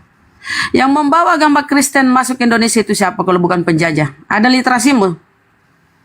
Tolong kalau ada. Misalnya Enggak, begini, pedagang-pedagang dari mana? Kakak harus Saya minta membedakan. literasimu. Saya Kakak harus- minta literasimu. iya, izinkan saya bicara. Ini kan saya ada data. Ini kan ini data, udah data. Mana ini data, datanya? ini Nggak ada, udah nggak ada data. di situ Belanda menjajah Ini. Indonesia Terus dengan mana sebab- datamu? Nggak ada. Mana datamu Belandanya di situ? kalau Mana di situ Kristen itu Indonesianya? dibawa oleh siapa? Kalau bukan penjajah. Siapa yang bawa Itu Kristen tuh? Itu bukan data yang Siapa valid. membawa Kristen? Nih kita lihat Saya ya. minta data Siapa yang membawa valid dan Kristen? yang lebih spesifik. Saya Mana? Data valid bertanya, dan siapa spesifik. yang membawa Kristen masuk ke Indonesia kalau bukan penjajah Belanda? Siapa? Ada Saya literasimu?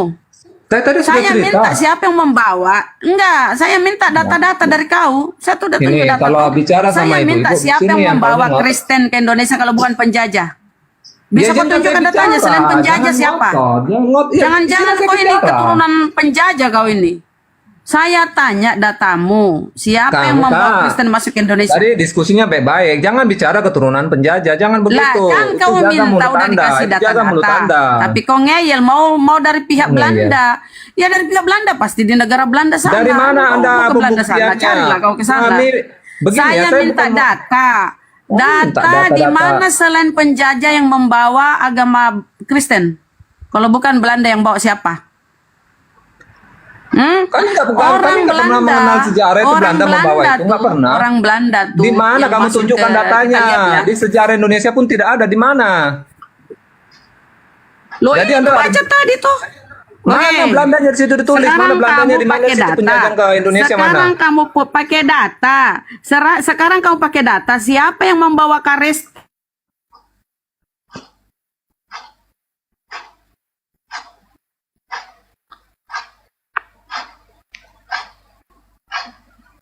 Mengelak ya, kau malu mengakui kalau agamamu dibawa penjajah. Sekarang tunjuk data siapa yang bawa agamamu itu, pemakan babi. Itu tunjuk datanya. Bukan masalah malu-malu. Pembuktianmu dengan mana? tidak mau. Kalau kau mengingkari, kalau kau Oke. mengingkari, kalau penjajah yang membawa data-data Gini, kita gantian bicara ya. Silakan kakak bicara. Nanti kasih saya waktu bicara. Iya. berteman Silakan kau ya, bicara. Nanti silakan. saya Tunjuk bicara. data. Gantian. Tunjuk datamu. Silakan.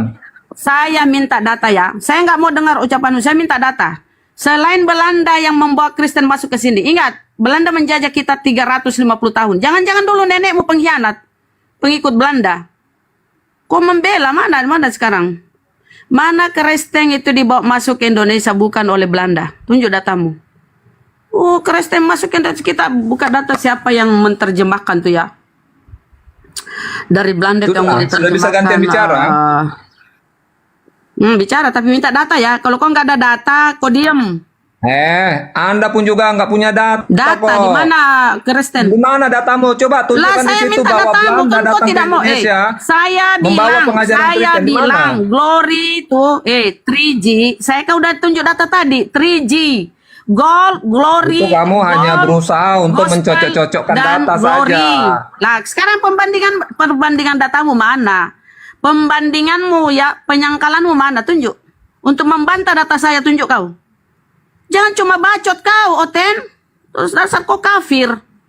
Belanda yang membawa agamamu masuk ke Indonesia. Sudah mulai 350 tahun goncang kita kok. Itu dijajah. karena Anda sudah mulai goncang kenapa kau makanya Anda Kenapa ngomong kau sudah Kristen?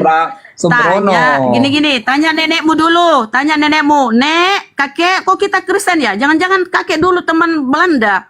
Jangan-jangan dulu kakek berkhianat terhadap bangsa ini. Kamu gini. Kakekmu. Gini kalau Enggak, tanya. kalau Anda Tanya kau ngotot nenekmu, enggak. Tanya nenekmu Ini dulu. malas. Jangan-jangan kau nenekmu dulu. Kenapa gini? Kakek, kok kita bisa Kristen ya? Padahal Kristen Anda itu itu masuk di Indonesia nampak di bawah oleh diskusi Belanda itu nggak penjajah. berbobot, ngerocos terus. Tanya Enggak dulu berkelas. nenekmu. Anda diskusinya nggak Kakekmu. berkelas. Silakan Anda bicara. Kok nggak ada data, Diskusi Anda kok nggak bisa berkelas. Itu pembuktian? nampak Anda sudah mulai Ya, kebingungan. pembuktianmu Itu sebagai mana? bukti orang Kalau bukan kebingungan. Belanda yang membawa Jadi ngerocos Kristen. saja. Woi, pembuktianmu, kafir. Pembuktianmu mana kalau bukan Sudah Belanda mulai yang membawa mengkafir-kafirkan orang Kristen? coba. Anda juga Ya, dalam memang iman kau kami kafir. Anda kafir, tapi Ya, nggak aku perlu kita kafir. mengkafir-kafirkan. Ya kau kafir itu Ya menutup kamu diri juga kayak kau kafir ini. juga. Di Alkitab Loh, juga ada saya istilah malah, kafir, tapi nggak kau perlu itu kata kafir, kau curi, masuk ke dalam Bibelmu. Kafir itu menutup diri. Sekarang penyangkalanmu mana? Kau bantah data saya. Sekarang tunjukkan mana datamu. Kalau Kristen itu bukan dibawa oleh penjajah. Kamu suruh Kristen pembuktian itu agamamu ya, pemakan babi dibawa Nih, penjajah. ngerocos nih. Belanda. Jadi kalau orang-orang sudah 350 mulai tahun kita kebingungan, dijajah Belanda, diskusi, Belanda itu begini, agamamu ngerocos dibawa oleh terus. Belanda penjajah. Tunjuk Ngerocos datamu kalau terus. kau menyangkal, kan simple toh. Ada datamu, kalau bukan Belanda yang membawa. Tunjuk datamu siapa yang membawa kira-kira. Anda tidak tahu malu, nggak punya data, ngerocos tunjuk data terus, nggak lah. pernah Kau yang mengizinkan tidak bicara. tahu malu. Justru Coba kau kasih malu waktu saya 1 mengakui menit kalau saja, 60 detik. penjajah itu Kamu yang membawa. Kau 1 malu menit toh? saja. Kau malu Itu toh mengakui nampak kalau ketakutan agamamu Anda dibawa untuk penjajah. berdiskusi. Saya tanya Silakan kenapa Anda kau bisa merocos Kristen? saja. Saya tanya kenapa kau bisa Kristen? Nenekmu dulu atau kakekmu dulu itu pengkhianat, berteman dengan Belanda, makanya kau Kristen. Anda kalau nggak tahu sejarah Ya, dalam kehidupan kenapa? keluarga Coba kami, alasannya kenapa kau Anda jangan Kristen? Kenapa? ngerocos. Saya tanya kau kenapa Anda bisa jangan kau Kristen, ngerocos. kau makan babi? Saya tanya dulu, kan nggak ada kau jawab. Mulut Anda itu penuh Kenapa fitnah. kau bisa Kristen? Harusnya Tunjuk host, datamu, kenapa kau Anda bisa tidak boleh Kristen? masukkan orang-orang seperti ini. Saya Bang Zuma tanya tadi itu kau, masih kok santun, kau bisa sopan Kristen bicara. itu loh, padahal Ini orang-orang kayak begini. Kristen itu Kristen pemakan babi Etika kayak kau ini bicaranya dibawa pun oleh tidak ada. penjajah. Tidak punya bukti, tapi menuduh orang jadi keturunan kau daripada harus terima penjajah. ya, kau Padahal harus dia nggak punya terima. bukti. Nggak boleh bisa diskusi kau seperti ingkar itu. Nggak bisa Nggak diskusi bisa seperti kau itu. tolak-tolak itu. Kita bicara Nggak usah itu kau malu-malu harus mengakui bahwa berdasarkan data. memang Kristen dibawa oleh Belanda penjajah. Anda tidak 350 tahu tahun malu, kita Anda perempuan dijajah. tapi mulut Anda Ya, itu justru jahat sekali. justru Anda itu yang tidak tahu malu. Anda tidak tahu malu. Ya, dulu nenekmu itu kakekmu mungkin ya pengkhianat. Kenapa kau bisa Kristen? Itu Tanya kan sudah nenekmu jelas dulu, Anda kakekmu, memfitnah. tanya. Anda nggak punya di mana datanya? Anda tunjuk punya data coba sejarah nggak pembuktiannya. terhadap keluarga saya? Oke, dari mana Tidak kau bisa ada, kan? Kristen? Anda Dari mana kau bisa memfitnah. Kristen? Anda tidak tahu malu. Dari mana kau bisa Kristen? Anda tidak tahu malu. Dari mana kau bisa Kristen ini? Dari mana kau Kau bisa tinggal Kristen? buka di Coba. Google kalau saya Kristen. Yang Dari membawa mana kau bisa penginjilan Kristen di ini? tanah Batak Kalau bukan penjajah kau ikuti. itu Oh, dasar agama penjajah itu kau. bukan Kau orang babi. Belanda. Lanjut Anda yang buka lain di lah. Google, tinggal buka Mau saja protes. siapa Malu misionaris yang masuk malu tanah kalau Batak. agamamu dibawa penjajah, malu ya. Kasihan Kok kali malu? malu dia. Malu. Ya kenapa Anda pun bisa juga Kristen? bedakan penjajahan dengan Ya, misionaris yang dilakukan malu dia Belanda kalau supaya agamanya Anda dibawa cerdas. penjajah. Udah dijelaskan tadi. Supaya otak Anda berkali-kali nggak pas hanya penuh menyangkal. dengan caci maki, fitnah. Kau tolak tadi Seperti itu. data 3G ya. Tapi kau tidak punya data pembanding. Penyangkalannya Wah, mana? sudah mulai Anda kebingungan Anda. Wah, Orang kalau sudah ngerocos, kebingungan begini pemakan ngerocos babi nggak kau. ngasih waktu bicara. Iya karena dulu Saja. nenekmu itu kakekmu kira-kira dulu itu tanya kakekmu, kek, kok kita bisa Kristen, kek? Jangan-jangan kita Wah. dulu ini pengkhianat terhadap bangsa ini. Tidak, Jangan-jangan kita tidak bersekutu malu Kristen, penjajah. Ya tanyalah itu kenapa? Masa kok nggak penasaran? Kok saya ini kok bisa Ya. Kristen? Dari mana Anda saya sudah bisa kalah Kristen? diskusi. Oke, saya turun Bang host kalau nggak ada begitu. data. Terima Ya, saya kasih. tanya kau, kenapa kau bisa Kristen itu? Makan babi kenapa? Tanyalah. Dasar kafir laknatullah lah kau. Luar biasa ini. Jadi yang perlu Mohon saya maaf, sampaikan di lanjut. sini, iya nggak apa-apa. Kalau saudara-saudara kita yang dari Batak kemudian dari Medan ya Sumatera Utara bicara mengenai sejarah, boleh jadi yang menyebarkan agama di sana itu bukan Belanda, bisa jadi itu adalah orang Jerman. Tapi bukan berarti orang Jerman ini adalah orang baik-baik dalam skala penjajahan. Hanya saja setelah pembagian wilayah, Indonesia tidak termasuk bagian wilayah jajahan Jerman. Memang wilayah Indonesia itu adalah setelah mereka bagi, wilayah Indonesia itu adalah wilayah yang menjadi wilayah jajahan Belanda. Jadi Jerman kemudian tidak punya jatah untuk itu. Jerman hanya mendapatkan jatah mengajarkan agamanya. Namun bukan berarti Jerman itu orang betul, bukan penjajah. Jerman dan Belanda itu sama-sama sadisnya di dalam penjajahan. Oh, sama-sama seram, sama-sama ganas, sama-sama pasukan yang berdarah dingin, penghisap darah. Hanya saja bukan Indonesia wilayah jajahan mereka, tetapi adalah wilayah yang dikenal dalam sejarah seperti Austria maksud saya, Czechoslovakia, Polandia, Norwegia, Denmark, Belgia, kemudian termasuk Belanda juga pernah dijajah oleh Jerman. Kemudian apalagi Togo, Somalia, Kenya, Nigeria, Republik Afrika Tengah, kemudian termasuk Inggris dan Amerika juga pernah dijajah oleh Nazi Jerman. Artinya bahwasanya antara Belanda dan Jerman itu sama-sama pembawa agama, tapi sama-sama juga sebagai negara atau bangsa penjajah, saudara. Jadi orang Kristen yang ada di seperti yang diterangkan tadi oleh saudara kita, bahwasanya mereka KBP ini itu tidak dibawa oleh Belanda, ya sama aja. Kenapa saya katakan sama aja? Karena Jerman juga adalah penjajah berdarah dingin, pembunuh berdarah dingin. Berapa banyak kemudian sejarah yang ditorehkan saat orang Jerman menjajah bangsa-bangsa yang saya uraikan tadi. KBP boleh bangga karena di bawah Jerman yang bukan menjajah Indonesia. Tapi jangan lupa, Jerman itu agama yang bangsa yang cari 11-12 dengan Belanda yang sadis sekali. Itu sadis sekali itu. Di tempat lain mereka menjajah, kemudian di wilayah lain dia menyebarkan agama. Nah, jadi dua-duanya ini adalah agama penjajah sadis. Belanda dan Jerman ini sama-sama.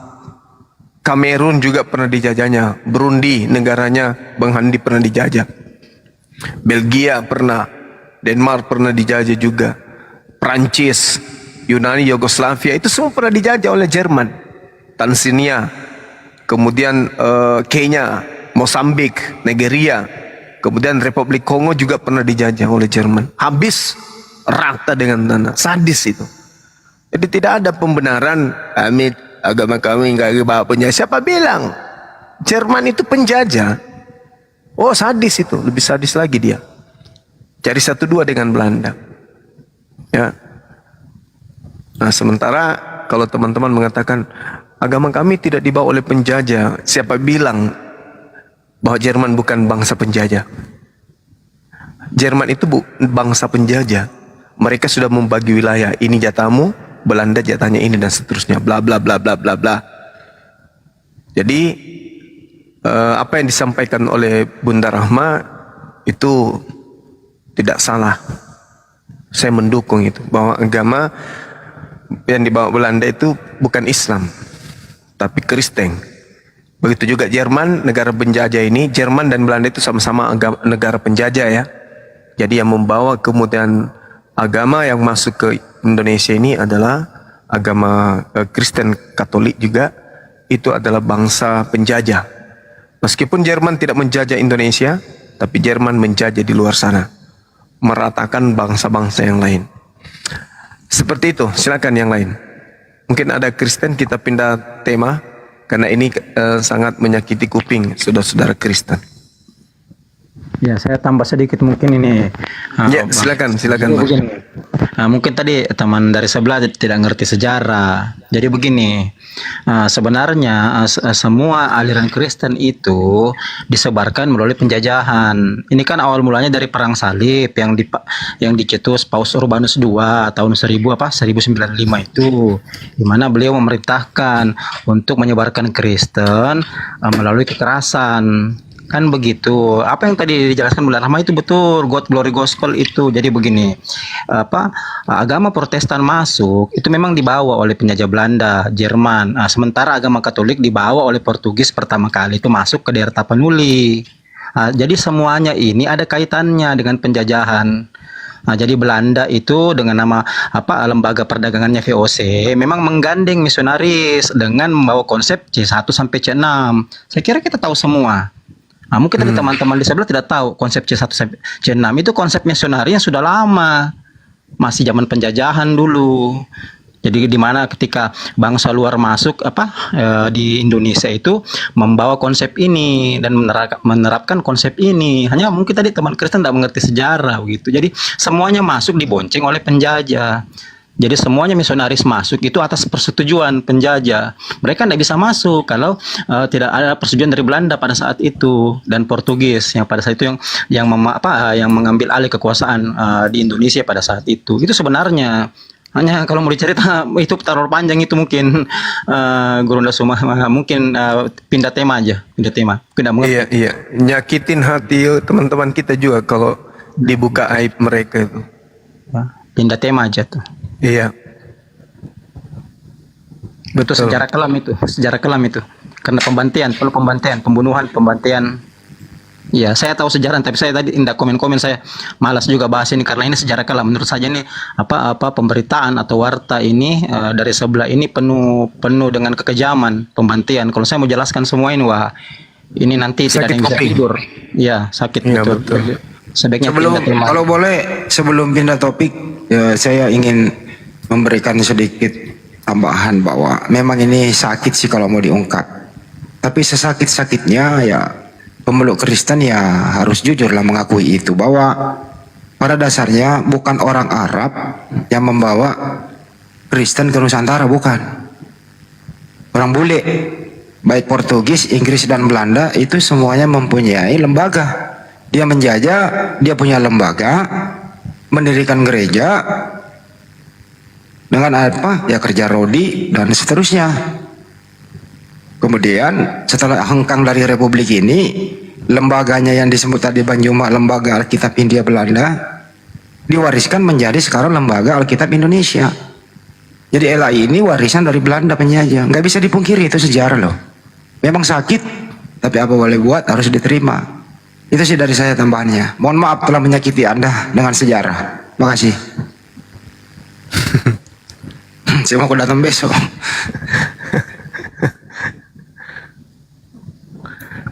Ayo silakan, mungkin masih ada hoten buat dinaikkan. Mungkin tadi teman-teman di sebelah itu masih di bawah. Nanti DM saya Bang. Kalau Abang DM saya, nanti saya jelaskan semua sejarahnya. Saya tuliskan Abang itu sejarahnya semua. Supaya Abang nggak kaget-kaget ya. Kan begitu. Silakan lanjut. Pindah tema aja, Bang. Oke, next kita sapa Jafat Mikael, tapi dia lagi nggak di tempat ini. Halo Java.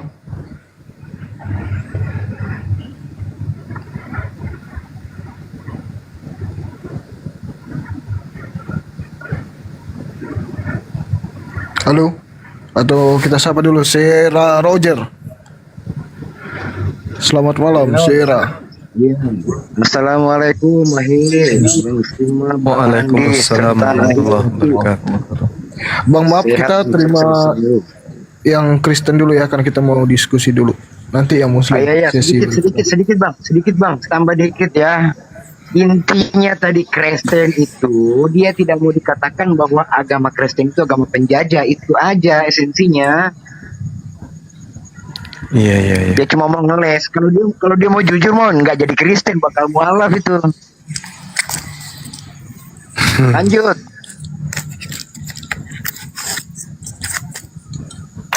Ya oke Bang ya, terima kasih Bang. Selamat malam. Assalamualaikum. Next, Bayona Burju. Halo. Ya, halo. Kristen ya Bang? Halo. Halo juga, Bang. Assalamualaikum warahmatullahi taala wabarakatuh. Waalaikumsalam warahmatullahi wabarakatuh. Waalaikumsalam warahmatullahi wabarakatuh.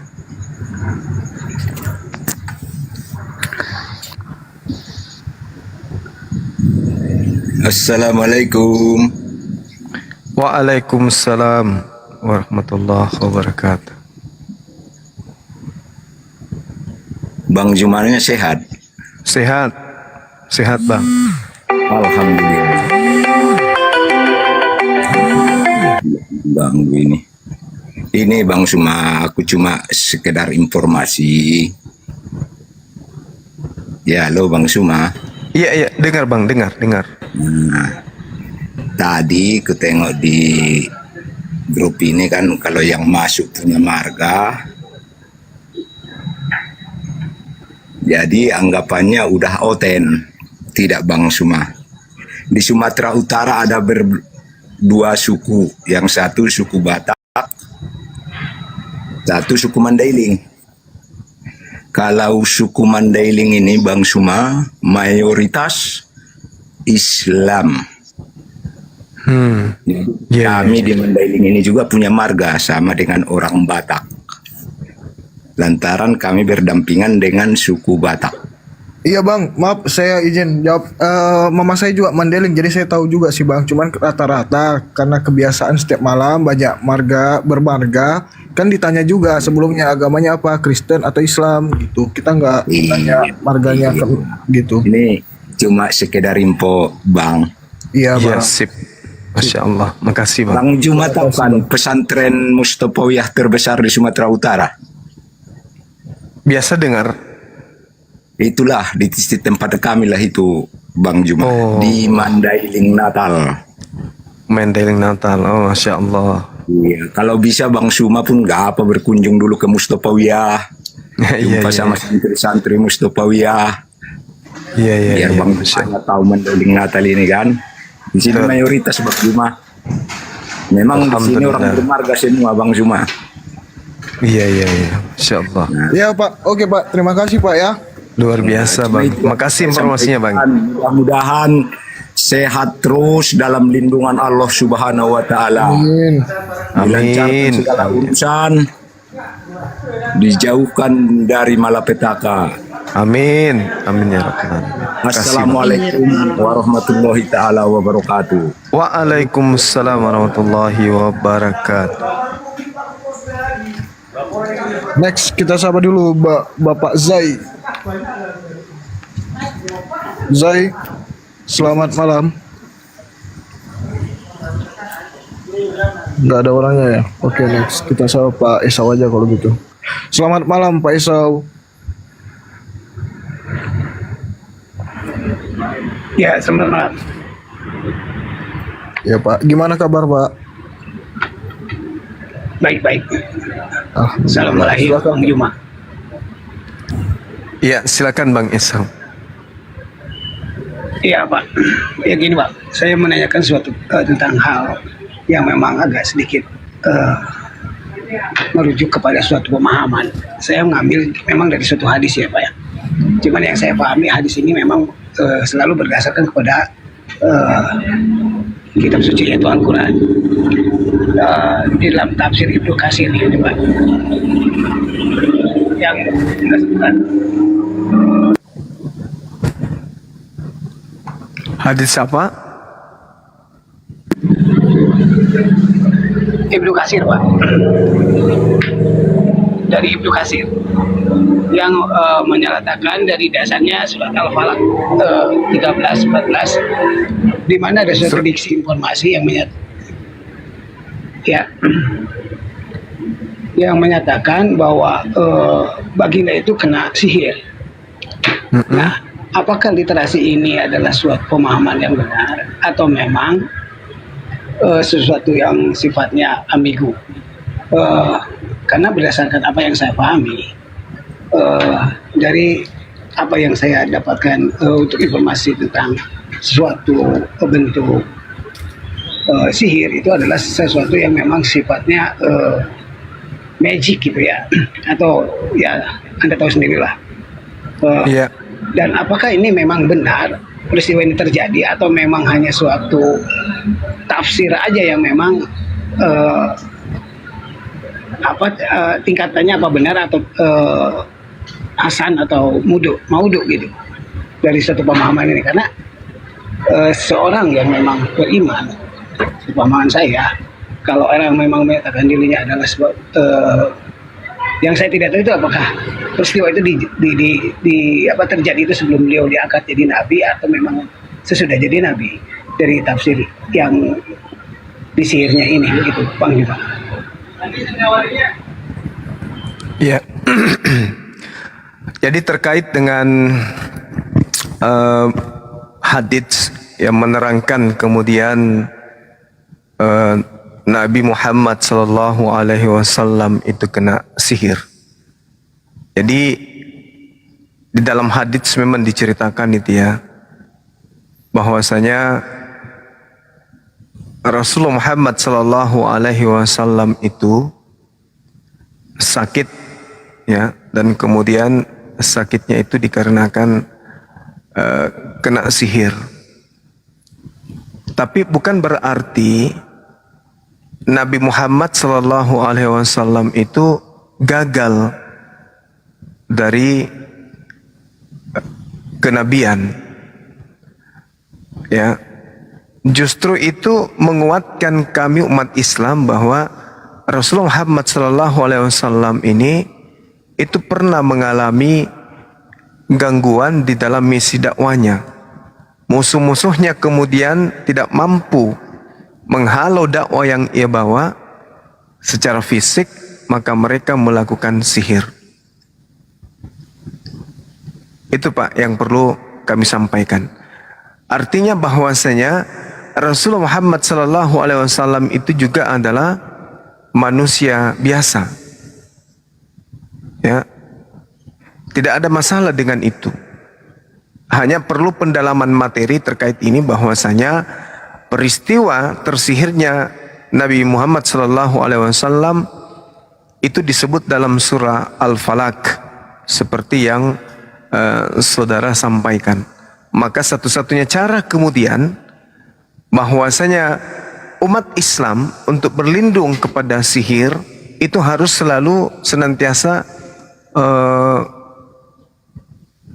berlindung kepada Allah. Itu Pak. Rasulullah SAW itu kena berdasarkan dengan Al-Quran surah Al-Falaq di ayat ke-4. Jadi itu nggak ada masalah. Justru dengan adanya keadaan itu, Allah kemudian mewahyukan surat tersebut bercerita tentang bagaimana Rasulullah Muhammad SAW kena sihir. Jadi kena sihir itu tidak menggagalkan kemudian kenabian beliau.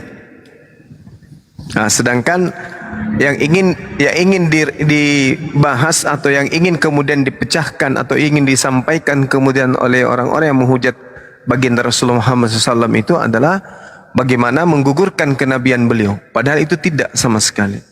Qul a'udzu birabbil falaq. Katakanlah wahai Nabi Muhammad, aku berlindung kepada Tuhan yang menguasai waktu subuh atau fajar. Min syarri ma khalaq, dari kejahatan makhluk yang diciptakan. Wa min syarri ghasiqin idza waqab, dan dari kejahatan malam apabila telah gelap gulita. Wa min syarri naffatsati fil 'uqad, dan dari kejahatan perempuan penyihir yang meniup pada buhul-buhul talinya. Wa min syarri hasidin idza hasada, dan dari kejahatan orang yang dengki apabila ia dengki. Jadi hikmat terjadinya kejadian itu adalah supaya kami umatnya itu harus betul-betul tidak memandang remeh, tetapi menyadari akan adanya kejahatan yang senantiasa mengintai. Jangankan kepada kami, kepada Rasulullah Muhammad SAW saja itu kena. Maka kami harus senantiasa berserah diri kepada Allah. Makanya ayat ini menjelaskan kul a'udzu birabbil falaq. Katakanlah wahai Nabi Muhammad, aku berlindung kepada Tuhan yang menguasai subuh atau menguasai waktu fajar. Dari mana? Dari kejahatan makhluk yang Dia ciptakan. Wa min syarri ghasiqin idza waqab, dan dari kejahatan malam apabila gelap gulita, dan dari kejahatan manusia. Wa min syarri naffatsati fil 'uqad, yang kemudian manusia yang dalam hal ini adalah para penyihir yang meniup pada buhul-buhul talinya. Jadi nggak ada masalah bang.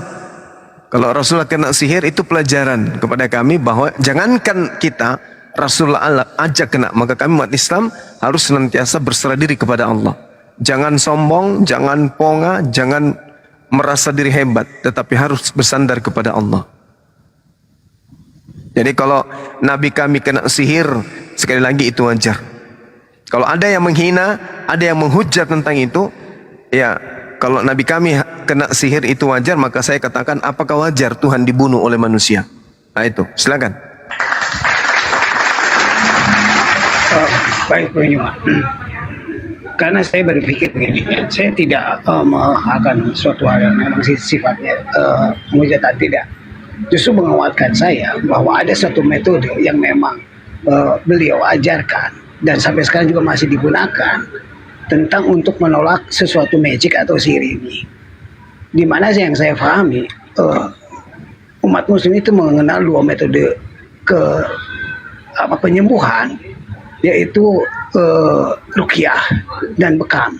Nah, saya titik tolaknya ke ruqyah. Nah, kenapa? Ini adalah suatu literasi yang memang untuk menghalau serangan sihir atau magic yang sama setan lah atau jin. Apakah ini menyangkut hubungannya ke sana tentang metode suatu penyembuhan melalui bacaan di suatu pemahaman di Quran, begitu Pak Bang Juba? Iya, kalau metode penyembuhan itu juga sudah ada dalam Islam itu Bang, sudah diajarkan. Ruqyah itu sudah ada, sudah diajarkan memang. Maka salah satu hikmah itu tadi, betul, adalah pengobatan dengan cara ruqyah untuk mengusir roh jahat pada diri manusia.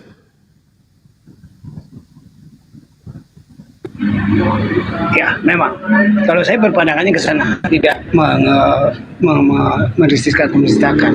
Karena itu ada suatu cobaan di mana seorang pemimpin, apalagi siksa baginda, pasti adalah yang berniat. Jangan kan menyihir, membunuhnya pun banyak, cuman gagal semua. Mungkin ya, karena memang Elohim melindungi dengan beberapa sifatnya yang agung. Cuman pertanyaan saya hanya yang berdasarkan kepada literasi, bahwa sihir ini pasti akan terkalahkan oleh metode yang memang baginda ajarkan atau memang saya akan tanyakan dengan metode ruqyah ini. Karena metode itu yang saya pahami datang dari Jazirah Arab. Jadi saya hanya sedikit menanyakan apakah literasi tentang sihir ini ternyata diobati oleh satu metode tentang ruqyah. Hanya itu yang saya jadi pertanyaan, karena ada beberapa rekan kami di sini yang memang spesialis dalam ruqyah. Beberapa informasi yang saya sampaikan terjadi sesuatu yang memang terhadap Rasulullah atau baginda tentang sihir yang terjadi pada beliau yang dilakukan oleh pihak Yahudi. Mungkin itu aja Bang Juma yang saya pengen tanyakan dari suatu literasi hadis, karena hadis ini saya takutnya hadis palsu, makanya saya tanyakan karena Bang Juma lebih paham. Hanya itu Bang. Iya. Iya baik. Namun perlu juga saya sampaikan di sini ya, bahwasanya terkait hadits yang menceritakan Rasulullah kena sihir itu kan hadisnya itu jatuh pada posisi hadis ahad. Ya, hadis ahad ini sendiri dalam kaidah ilmu hadits itu tidak bisa dijadikan sebagai dasar dalam persoalan-persoalan akidah. Sehingga ada beberapa ulama kemudian yang menyatakan dengan pasti bahwasanya terlindungnya Nabi dari pengaruh sihir terhadap akal beliau itu jelas merupakan persoalan akidah yang tidak bisa dibantah kecuali dengan sesuatu yang meyakinkan. Artinya kalau sihirnya itu membuat kemudian akalnya rusak atau terganggu, itu mustahil. Karena dalam aspek ini Rasulullah kemudian adalah satu-satunya manusia yang diutus untuk menjelaskan Al-Quran. Jadi kena sihirnya, kalau misalnya ada orang yang mengatakan kena sihir sampai dia ada gangguan kejiwaan dan seterusnya, itu mustahil. Kenapa? Karena hadis ahad hanya menghasilkan perkiraan. Perkiraan itu artinya azan bagi orang yang menganggapnya sahih. Sementara bagi orang lain yang memiliki bukti bahwa hadis ahad tersebut tidak sahih, maka golongan ini kemudian sama sekali tidak bisa menjadikan hadis tersebut sebagai hujjah apapun yang terjadi terhadap diri Rasulullah. Ya, maka karena itulah kemudian sihir itu ada, dan kemudian pernah Rasulullah Muhammad SAW itu disihir. Ya, bukan berarti saya mengatakan bahwa Rasulullah Muhammad SAW kena sihir menggugurkan kenabian beliau. Jadi menurut saya hadis tentang tersihirnya Nabi Rasulullah Muhammad SAW ini adalah hadis ahad. Jadi sedangkan hadis ahad ini tidak bisa dijadikan dasar dalam persoalan-persoalan akidah. Seperti itu bang. Jadi tak ada masalah terkait dengan Rasulullah dengan sihir tersebut. Justru manfaat daripada informasi yang muncul kemudian terkait dengan surah Al-Falaq ini menjadikan umat Islam sebagai pelindung, ya, sebagai pelindung dari syaitan dengan merujuk kepada keberadaan Allah dengan membaca ayat-ayat dari surah Al-Falaq. Makanya di Islam itu dianjurkan sebelum tidur dan sesudah bangun tidur dianjurkan membaca Qul huwallahu ahad, Qul a'udzu birabbil falaq dan Qul a'udzu birabbin nas untuk perlindungan kepada segala sesuatu yang jahat kepada Allah. Demikian bang. Oh, baik. Terima kasih informasi Bang Jumat. Jadi artinya pengobatan atau penyembuhan secara ruqyah itu memang benar adanya ya. Dan memang itu secara informasi kesejarahan itu ada sebagai pengusir orang-orang yang memang terkena gangguan jin. Hanya itu yang saya aman tentang dari surat Al-Falaq itu. Ya, baik. Terima kasih Bang Iqbal. Ya, salam alaikum. Silakan.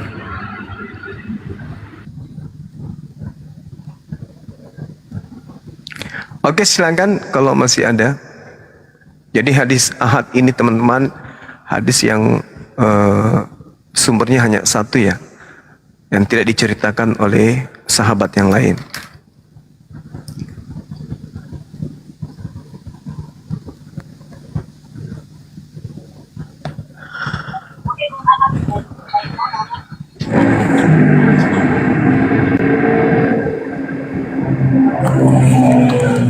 Next. Assalamualaikum warahmatullahi wabarakatuh. Waalaikumsalam warahmatullahi wabarakatuh. Oh, udah turun sih itu. Aku mau bertanya. Salam kenal Bang Zuma. Saya ini salam kenal. Nonton setia Bang Zuma ini. Alhamdulillah.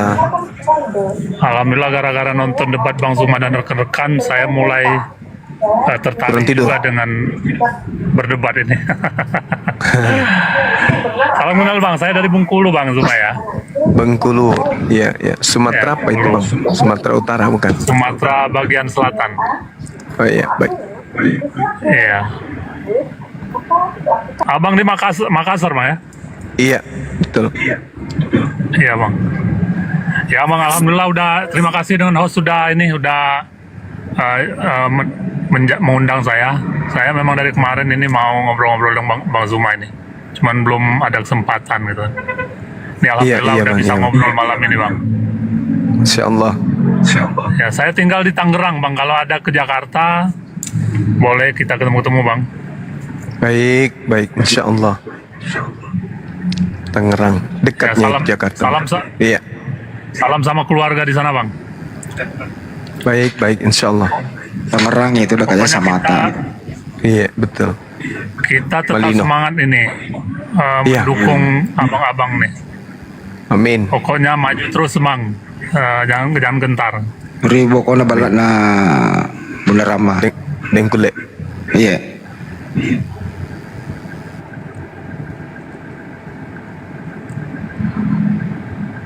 Mungkin itu aja Bang untuk sementara. Salam kenal dari saya Bang ya. Sama-sama Saya nyimak aja dari bawah. Mas kasih sehat selalu Bang. Ya Bang. Salam kenal semuanya untuk debater Muslim di sini. Iya. Baik.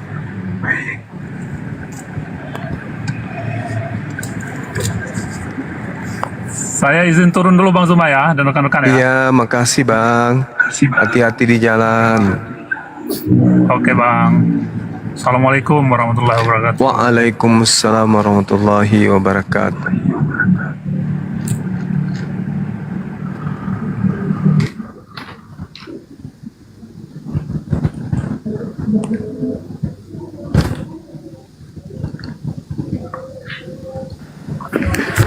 Next, kita sapa Anda. Anda Kristen atau Muslim? Baik Bang, saya Muslim. Cuman ada beberapa pertanyaan yang saya ingin ajukan kepada Bang Zuma, mungkin sebagai seorang muslim yang baik, atau mungkin saya selama ini saya lihat dari ceramah-ceramah Bang Zuma atau debat-debat yang telah dilakukan, mungkin ilmunya cukup banyak mengenai soal agama, terutama Islam itu sendiri. Saya punya pertanyaan tentang konsep syahadat, Bang. Begini, syahadat itu sendiri merupakan kesaksian kita bahwasanya tidak ada Tuhan selain Allah. Namun perlu kita ketahui lagi bahwa syahadat itu kan kita bersaksi. Sebagaimana kita ketahui syahadat bersaksi itu kita harus sebagai saksi, kita harus menyaksikan suatu perkara itu atau melihatnya, paling tidak merasakan suatu peristiwa itu.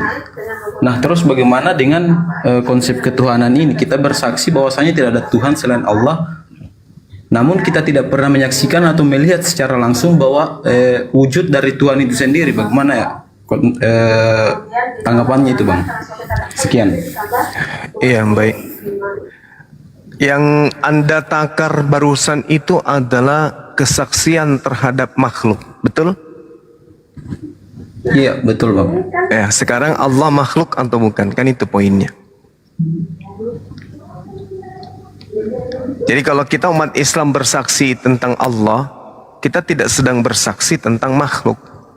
Jadi tidak bisa kita samakan antar bersaksi akan adanya makhluk dengan bersaksi akan adanya Sang Khalik.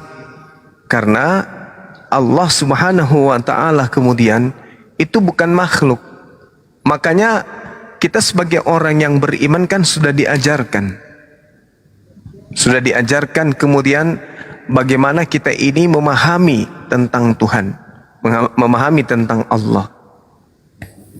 Di dalam Al-Quranul Karim sudah dijelaskan kepada kita bahwasanya kita sebagai umat Islam harus memahami bahwa Allah itu laisa kamitslihi syai'.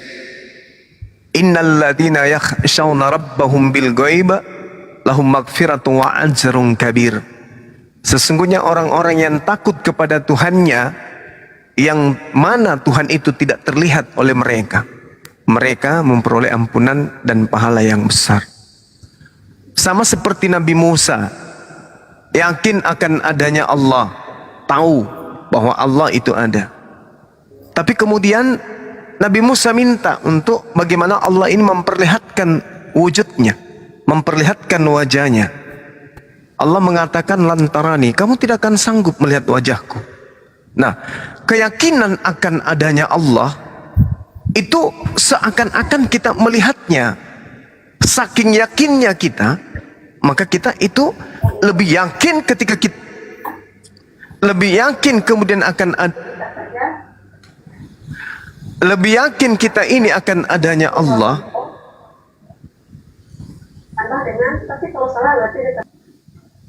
dibandingkan kemudian terhadap sesuatu yang ada di penglihatan kita. Seperti misalnya kecantikan. Kecantikan seorang itu bisa nampak oleh wajah, tapi itu pudar. Berarti kesaksian kita itu masih lemah nantinya ujungnya. Saya bersaksi orang ini cantik, tapi bisa mudar. Apa itu? Rupa-rupanya kesaksianmu itu sekarang nggak berlaku lagi. Kenapa? Dulu kau bersaksi wanita ini cantik, sekarang jelek mukanya. Itu bisa memudar. Tapi orang beriman, kesaksian akan adanya Allah itu tidak pernah pudar. Kenapa? Allah tidak akan pernah berkurang sedikit pun. Allah tidak akan mengalami sedikit pun kekurangan. Oleh karena itu kemudian persaksian umat Islam itu tidak sama persaksian tentang makhluk. Innama tunziru man ittaba dzikra wa hasyar rahmana bil ghaiba. Sesungguhnya engkau hanya memberi peringatan kepada orang-orang yang mau mengikuti peringatan, yang takut kepada Tuhan yang Maha Pengasih, walaupun mereka tidak melihatnya. Nah, itu poinnya, itu di situ. Kita bersaksi bahwa Allah itu ada, seyakin-yakinnya. Karena kenapa? Alam semesta ini ada, diri kita ada. Makanya di Al-Quran surah Fussilat itu dikatakan sanurihim ayatina fil afaqi wa fi anfusihim.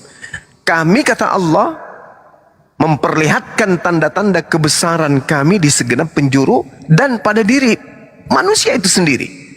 Jadi dengan melihat diri kita ini, kita sudah yakin Allah itu ada, maka kita bersaksi Allah pasti ada, tidak mungkin tidak. Maka keyakinan Islam harus akal dan hati, kalbu. Nah, sekarang apakah keberadaan sesuatu itu, ini masih tataran makhluk, apakah keberadaan sesuatu itu harus nampak oleh mata? Tidak. Contoh, kita mengakui adanya rasa manis, kita mengakui adanya rasa pahit, kita mengakui adanya rasa pedas, sakit dan seterusnya. Adakah di antara kita yang bisa menunjukkan wujud daripada rasa manis itu? Tak ada. Apakah berarti rasa manis itu tak ada? Tidak mungkin, karena setiap saat kita merasakan adanya rasa manis. Begitulah Allah. Begitulah Allah. Orang yang imannya kuat dengan yakin sepenuh hati, Allah itu ada, maha menyaksikan, maha melihat, maha mendengar, maka meskipun dirinya sendiri, mereka takut bermaksiat. Kenapa? Mereka yakin dengan sepenuh hati bahwa Allah melihat dirinya. Mereka yakin sepenuh hati apa yang dibisikkan kebusukan dalam hatinya didengarkan oleh Allah. Maka orang yang benar-benar bertakwa kepada Allah menjaga kalbunya dari niatan yang jahat. Kenapa? Karena dengan niat jahat dalam kalbu Allah tahu.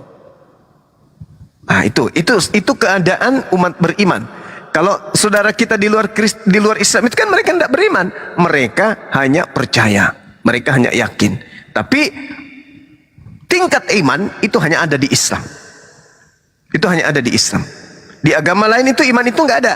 Kalau ada orang Kristen mengatakan kami beriman, itu cuma ikut-ikutan. Iman itu hanya ada di Al-Quran. Di kitab mereka itu nggak ada. Nah, sehingga ketika umat Islam bersaksi tiada Tuhan selain Allah, karena Allah itu tidak makhluk, bukan makhluk, laisa kamitslihi syai', maka umat Islam mempersaksikan adanya Allah meskipun Allah itu tidak makhluk, bukan makhluk. Makanya orang bertakwa itu menjaga diri, lisannya, menjaga perbuatannya dari hal-hal tercela. Kenapa? Karena mereka yakin bahwa Allah itu ada. Nah, yang paling dekat pada diri kita adalah akal. Saya bersaksi bahwa saya punya akal. Salah tidak? Betul. Saya bersaksi saya punya akal. Nah, orang akan mencari, mana akalmu? Mana akalmu? Saya kok tidak melihat. Di mana akalmu? Kau bersaksi ada akalmu, sementara kamu tidak melihatnya. Apakah berarti orang yang tidak melihat akalnya tidak tak ada?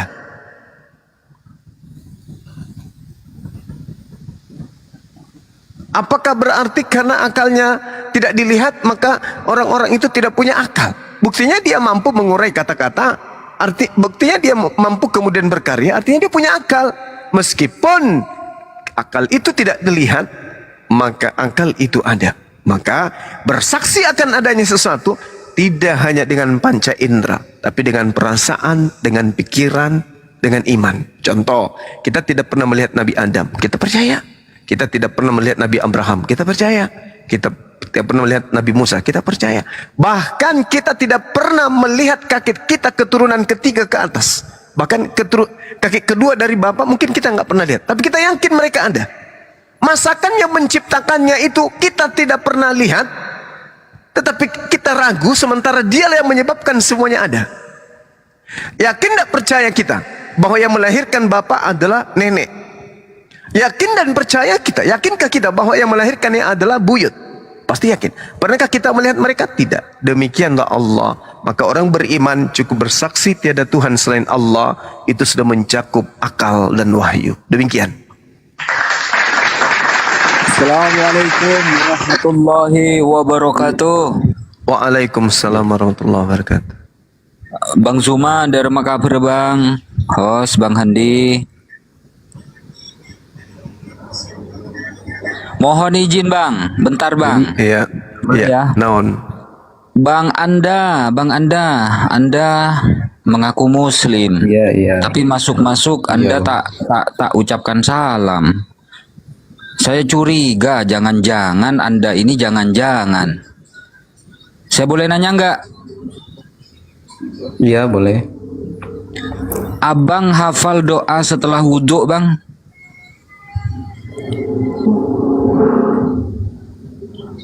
Bagaimana? Abang hafal doa setelah wudhu?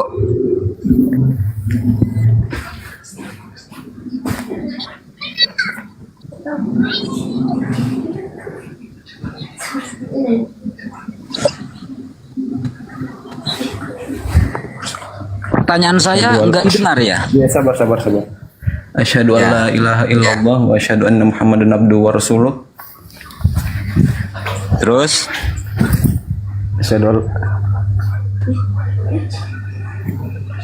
Asyhadu an la ilaha illallah wahdahu la syarikalah wa asyhadu anna Muhammadan abduhu wa rasuluh.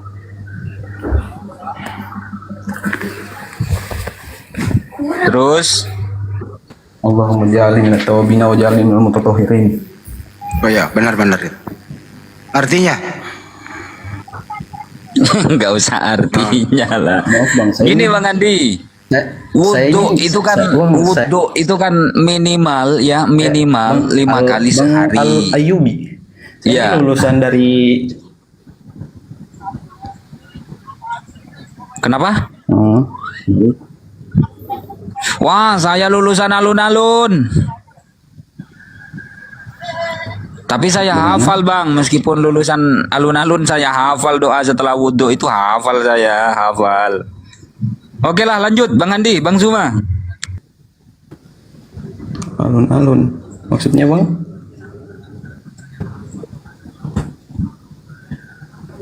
Saya ini lulusan dari pondok pesantren Bang. Kalau mau diuji soal juga insya Allah saya bisa. Cuman di sini posisinya saya agak gugup. Pertanyaan saya itu bukan berarti saya ragu, bukan berarti saya ada maksud lain atau bagaimana. Saya cuman mau mempertanyakan apa yang menjadi kebiasaan saya. Kan biasa diskusi bareng teman-teman saya soal konsep ketuhanan atau konsep apa yang terkait ketuhanan. Pertanyaan-pertanyaan itu ya yang saya ingin sampaikan di forum ini. Mungkin Sudah kiranya sudah Bang, signal Anda merah itu loh. Pada kami bisa pecahkan masalah kami itu. Ya, karena ini diskusi lintas agama ya Bang. Ya, makasih ya Bang. Kurang jelas ya kita. Dia signal Anda merah Bang. Iya, sama-sama. Ya. Sangat disayangkan ya, mengaku lulusan pesantren ditanya doa setelah wudhu, kan mudah toh, dibaca setiap hari 5 kali itu minimal. Asyhadu an la ilaha illallah wahdahu la syarikalah wa asyhadu anna Muhammadan abduhu wa rasuluh. Allahumma ja'alni minat tawabin waj'alni minal mutatahhirin waj'alni min ibadikas salihin. Itu 5 kali minimal dibaca setiap hari. Lanjut Bang Zuma.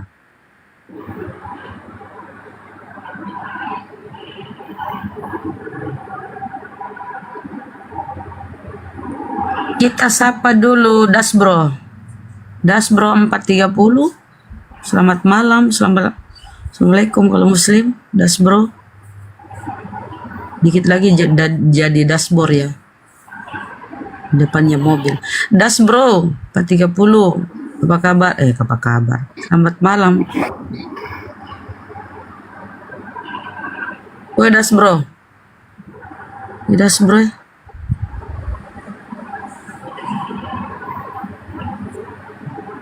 Dia tidur kali ya? Dasbro, dashboard mobil. Dasbro 430 monitor. Udah tidur kayaknya. Baru jam berapa sekarang? Jam 10 lewat. Balai Simang, selamat malam. Assalamualaikum kalau muslim. Balai. Kalau balai itu ikan. Balai Simang. Iya, malam. Kristen muslim Bang? Kristen. Namamu kok balai? Tempatku tuh balai ikan. Lanjut, apa yang kau sampaikan?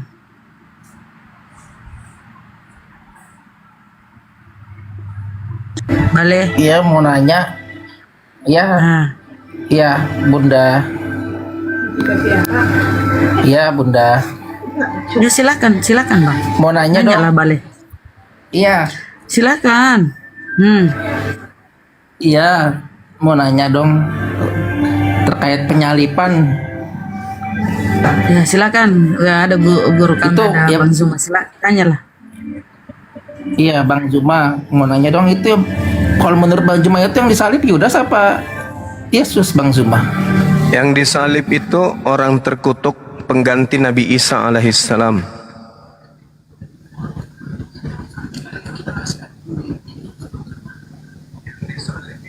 Kenapa dibilang orang terkutuk, Bang?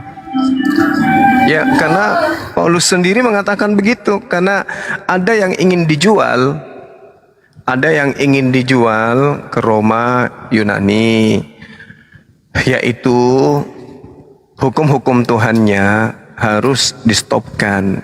Karena kalau hukum Tuhan itu tidak di-stopkan, maka orang Roma, orang Yunani tidak akan pernah bisa menerima ajarannya. Begitu.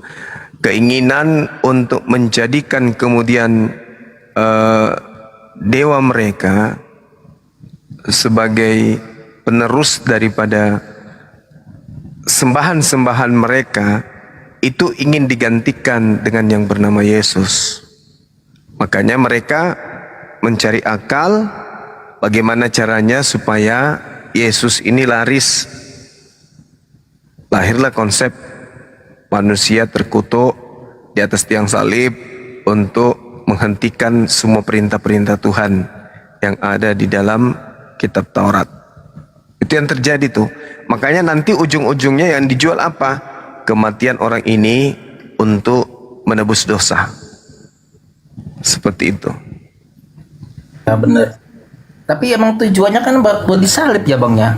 Kan dia pernah diperintahkan sama Allah Bapa kan, emang dia tujuannya untuk menyelamatkan manusia kan, Bang. Seperti itu.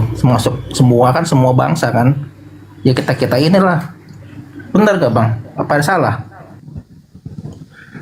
Tidak ada Tuhan mengajarkan menghapus dosa dengan itu. Gak ada Tuhan mengajarkan menghapus dosa dengan mengorbankan manusia. Itu konsep yang muncul belakangan, yang dijual ke Roma, Yunani. Itu konsep belakangan. Tanpa penumpahan darah itu tidak ada penebusan dosa kan, Bang? Kata siapa? Kalau menurut doktrin. Iya, itu kan doktrin, itu dogma. Nah, itu dogma. Di Yahudi itu penumpahan darah hewan untuk penebus dosa. Di Kristen penumpahan darah manusia untuk dosa.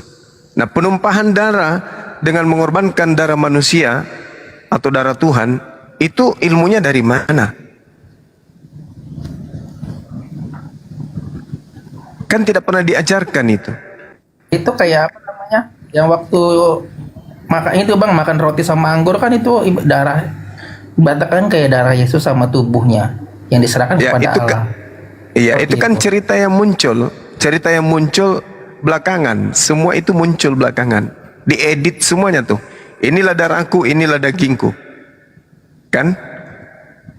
Untuk apa Yesus berbicara kayak begitu? Sementara di dalam Yeremia 1 nomor 2, perintahkanlah kepada orang Israel apabila mereka hendak mempersembahkan persembahan kepada Elohim, hendaklah dia mempersembahkan dari hewan ternak, kambing, lembu. Gak ada manusia.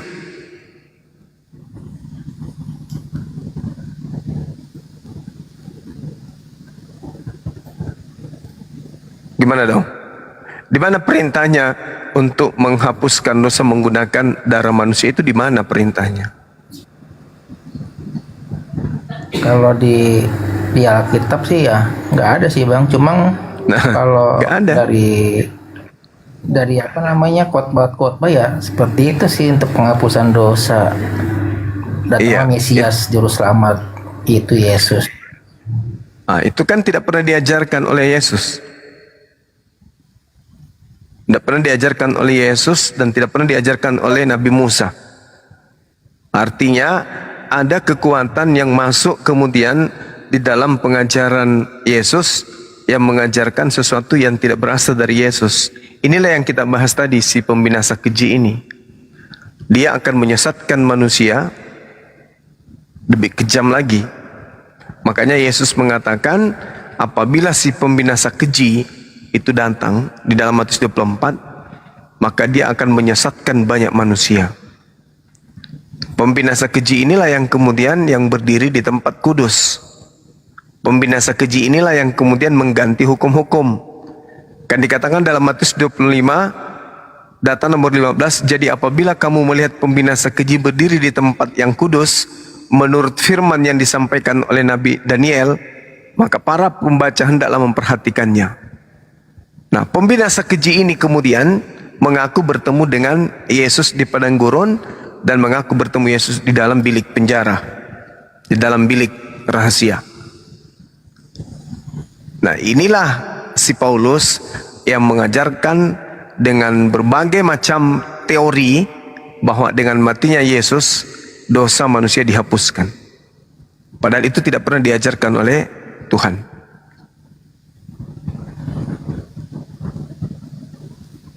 Ya, tapi kenapa Paulus bisa dipakai sama Yesus ya bang? Untuk mendapatkan jalan kebaikannya. Inilah yang kita cari tadi. Siapa yang datang kepada Paulus ketika dia mengatakan, siapakah engkau Tuhan?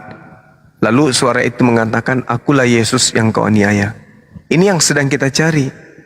Dari mana kemudian alasannya sampai kita bisa tahu bahwa yang mengaku akulah Yesus, manusia dari Nazaret yang kau aniaya itu?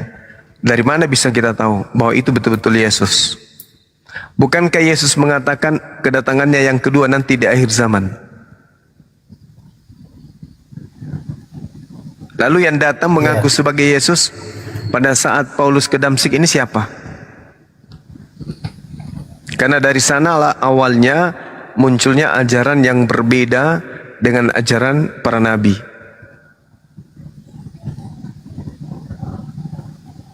Yang datang siapa tuh bang waktu berjumpai Paulus? Pokoknya Yesus itu bang yang datang cahaya. Mari kita buktikan bagaimana caranya. Damsik. Bagaimana caranya kita bisa tahu bahwa yang datang kepada Paulus itu betul-betul Yesus? Itu gimana caranya?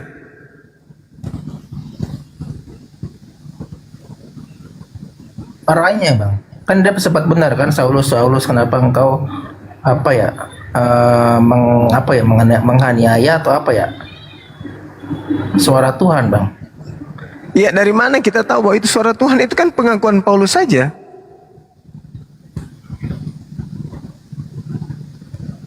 Ya iya sih, mungkin nggak semuanya kita gambarkan itu Yesus sih, tapi dia benar suara sih kalau di dalam cerita ya bang ya. Kalau saya melihatnya, Paulus ini adalah utusan iblis. Kalau saya melihatnya gitu. Kenapa saya mengatakan demikian?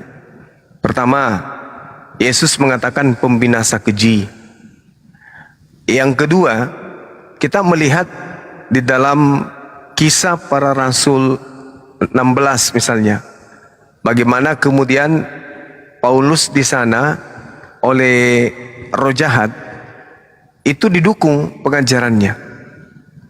Di Kisah Para Rasul 16 ini, di situ iblis memproklamirkan kerasulan beliau.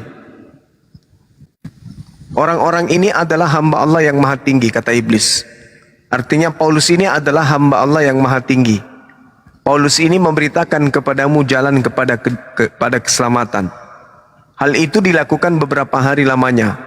Tetapi ketika Paulus tidak tahan lagi akan gangguan itu, ia berpaling dan berkata kepada roh itu, demi nama Yesus, aku menyuruh engkau keluar dari perempuan ini. Seketika itu juga keluarlah roh jahat itu.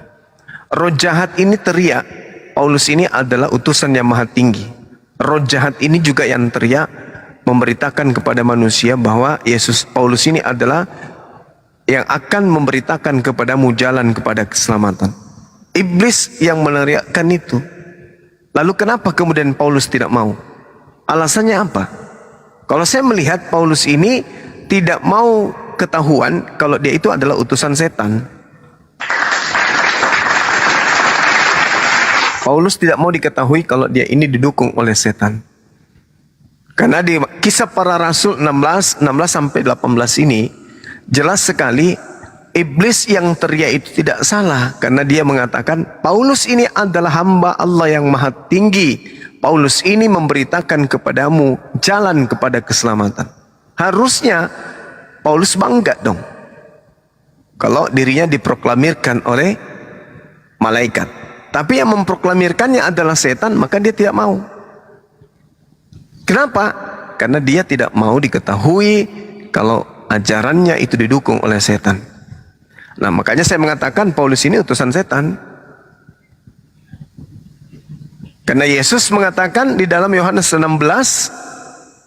nomor 7, yang datang dia harus pergi, sebab kalau dia tidak pergi, roh kebenaran itu tidak akan datang. Berarti yang datang setelah Yesus terangkat ke langit bukan Yesus, tetapi roh kebenaran. Tapi faktanya Paulus mengaku bertemu dengan Yesus. Nah, Yesus mengaku di data Matius 24 nomor 27. Di situ Yesus mengatakan bahwasanya kedatangannya yang kedua ditandai dengan adanya sinar yang akan terbit dari timur sampai barat. Itu jelas itu. Sehingga saya mendapat kesimpulan bahwasanya yang datang kepada Paulus di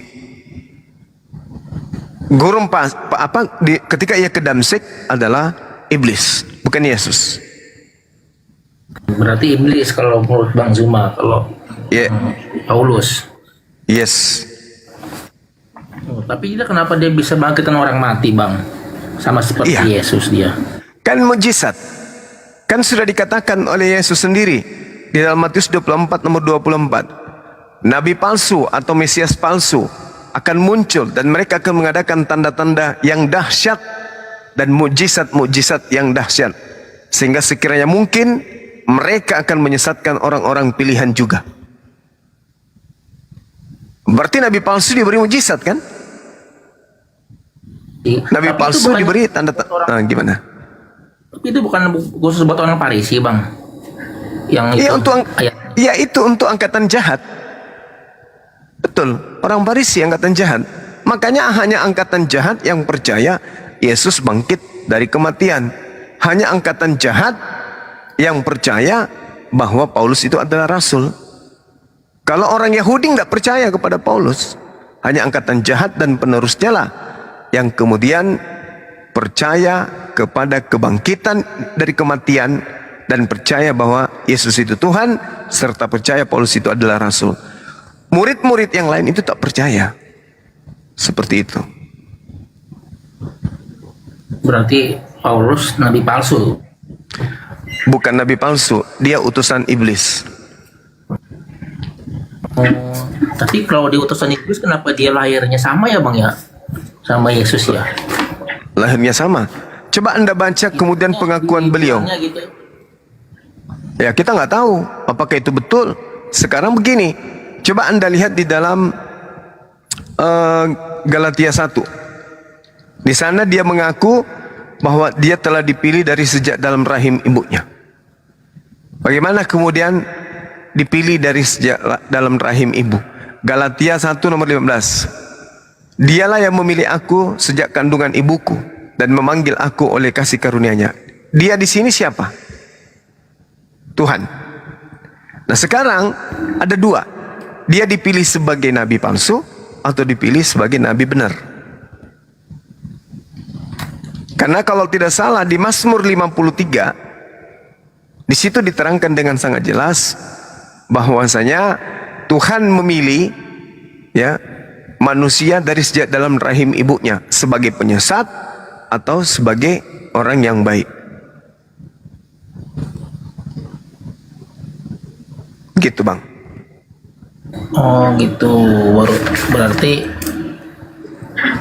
Paulus itu berarti masuk ya ini nabi palsu yang apa namanya, tanda jahat ya, Bang ya? Iya. Bukan tanda Yunus apa? Iya, tanda Yunus. Oh, tanda Yunus. Tapi kalau tanda Yunus itu bukannya bicara tentang ini bang, hari bang, terkait tanda Yunus itu angkatan jahat apa angkatan baik itu maksudnya tadi Bang Zuma bilang, aku catat tadi. Iya, angkatan jahat itu datang kepada Yesus. Angkatan jahat ini minta satu tanda dan tidak akan diberikan tanda kecuali tanda Yunus.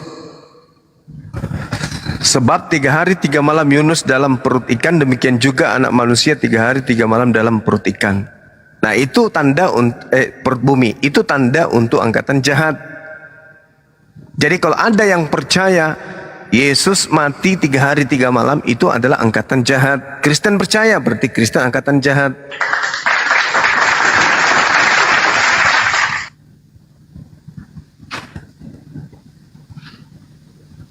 Berarti kita dibohongin Paulus gitu bang? Gimana? Berarti kita dibohongin Paulus gitu? Itu pasti, karena tujuan iblis itu adalah menyesatkan manusia.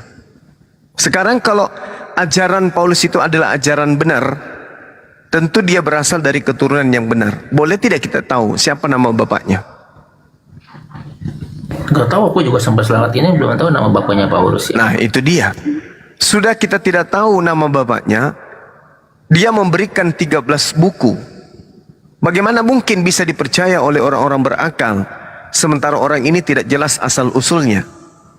Tiba-tiba saja mengaku bertemu dengan roh di padang gurun. Tiba-tiba saja dia melantik dirinya menjadi rasul. Tiba-tiba saja dia menulis buku dengan tangannya sendiri, lalu mengirimnya kemana-mana dan mengatakan dia menerimanya dari Yesus. Coba Anda baca Galatia 1 tuh, Galatia 5, Galatia 1 sorry. Dia mengaku menerima firman dari Yesus. Sejak kapan Yesus datang kepada dia? Jadi saya katakan yang datang kepada dia itu adalah iblis, bukan Yesus. Karena Yesus nanti datang di akhir zaman. Kan dia sudah mengatakan, Yesus sudah mengatakan, camkanlah aku telah mengatakannya kepadamu. Apabila ada orang berkata, Yesus ada di padang gurun, jangan kau percaya, jangan kau pergi ke sana. Apabila ada Yesus dalam bilik, jangan kau percaya, sebab kedatanganku nanti ditandai seperti kilat yang menyambar dari timur sampai ke barat. Berarti Yesus belum datang. Berarti yang datang kepada Paulus bukan Yesus. Nah, yang datang kepada Paulus itu siapa? Yang mengajarkan dan merombak semua ajaran Tuhan.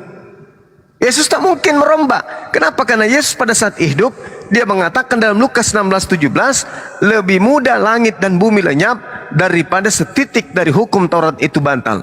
Bahkan dalam Matius 5 nomor 19, barang siapa yang meniadakan hukum Taurat meskipun yang paling terkecil, lalu mengajarkan kepada orang lain, maka dia akan menempati neraka. Nah, Paulus mengajarkan itu. Dengan matinya Yesus di atas tiang salib, dia telah membatalkan segala hukum Tuhan, yaitu Taurat dan segala perintah yang ada di dalamnya. Artinya, yang dinubuatkan kemudian oleh Yesus sebagai pembinasa keji adalah Paulus. Coba kita baca ya, sebentar ya. Saya bacakan apa yang kemudian ditorehkan oleh Yesus di dalam Matius 25 nomor 15. Apa yang dikatakan? Jadi apabila kamu melihat pembinasa keji berdiri di tempat kudus, menurut firman yang disampaikan oleh Daniel. Berarti Daniel yang menubuatkan akan datangnya pembinasa keji. Tanda-tandanya apa? Menentang kemudian firman yang maha tinggi. Kita lihat dalam Daniel 9:27. Raja itu akan membuat perjanjian untuk menjadi berat bagi banyak orang selama satu 7 masa. Pada pertengahan 7 masa itu ia akan menghentikan korban sembelihan. Nah, siapa di antara tokoh yang memberhentikan persembahan kurban hewan, menggantikannya dengan persembahan kurban anak manusia di atas salib? Itu siapa? Yang kedua, Daniel 7 nomor 25. Dia sang pembinasa keji ini akan mengucapkan perkataan yang menentang yang maha tinggi dan menganiaya orang-orang suci. Dia berusaha mengubah hukum. Ini siapa ini pelakunya? Pembinasa keji yang duduk di tempat kudus, yang tadinya yang nyata menentang perkataan yang maha tinggi hanya Paulus. Yang menganiaya murid-murid Yesus hanya Paulus. Yang mengubah hukum-hukum Tuhan hanya Paulus. Siapa lagi? Kita tidak bisa mencari siapa pelakunya kecuali Paulus. Daniel 12 nomor 11. Sejak dihentikan korban sehari-hari dan ditegakkan dewa-dewa, tuh, ditegakkan dewa-dewa, ditegakkan teos-teos.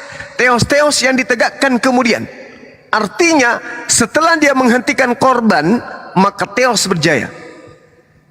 Maka Yesus dikatakan jelmaan teos. Ketika teos yang berjaya berarti lari kepada agama paganisme Roma. Betul saja, agama Katolik Roma mengajarkan tentang konsep Paulus yang diajarkan kemudian. Apa kata Paulus? Siapa yang berkata mulutnya dengan berkata bahwa Yesus adalah Tuhan, maka dia akan diselamatkan. Seperti itu adanya.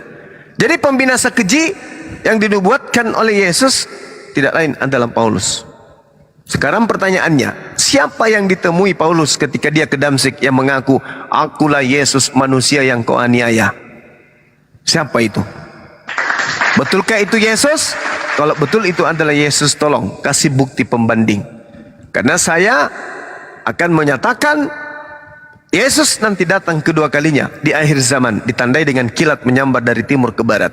Berarti yang datang kepada Paulus itu bukan Yesus. Lalu siapa? Itulah yang masuk ke dalam diri Paulus mengajarkan kalian agama Kristen. Selamat menikmati.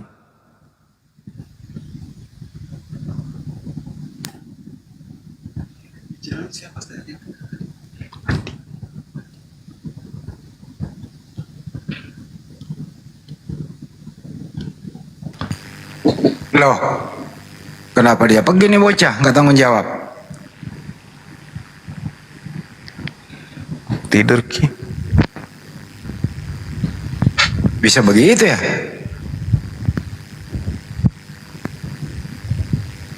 Ya kan pergilah, minimal pamit gitu loh. Waduh, nggak dapat reward dong. Dikasih reward loh, biar ganteng muka lo, biar blowing mau dikasih skincare juga. Duh. Tadi yang mau nantang-nantangi Banjuma di bawah siapa namanya? Minta naik. Ajak debat Banjuma lu main ketik-ketikan. Gimana ceritanya? Duh. Parah lu. Saya Pak. Teman-teman, ini channel YouTube saya diserang cyber lagi. Kejam kali ya. Iya, kau bisa begitu ya? Itulah Bang Andi. Kau bisa begitu. Tapi alhamdulillah admin sudah tangani Bang Andi. Alhamdulillah. Alhamdulillah. Admin sudah tangani. Itu juga banyak. Komen tadi habis semuanya. Tinggal 2-3 orang. Tadi juga dilaporin di channel saya, channelnya Banjuma. Ya ntar saya bilangin gitu. Iya. Mau serang channel, hati-hati aja teman-teman. Sering ini bang, sering ganti password bang. Gak ada masalah. Iya, pokoknya kalau ada sesuatu yang mencurigakan langsung aja ganti passwordnya. Kasih kan ada pemberitahuan ke HP, nggak bisa dia itu. Iya. Teman-teman yang ada yang spam. Jadi Bang Handi, teman-teman kalau ada yang mengaku-ngaku Muslim terus dia spam mengirim pesan berulang, itu segera diingatkan ke kita ya.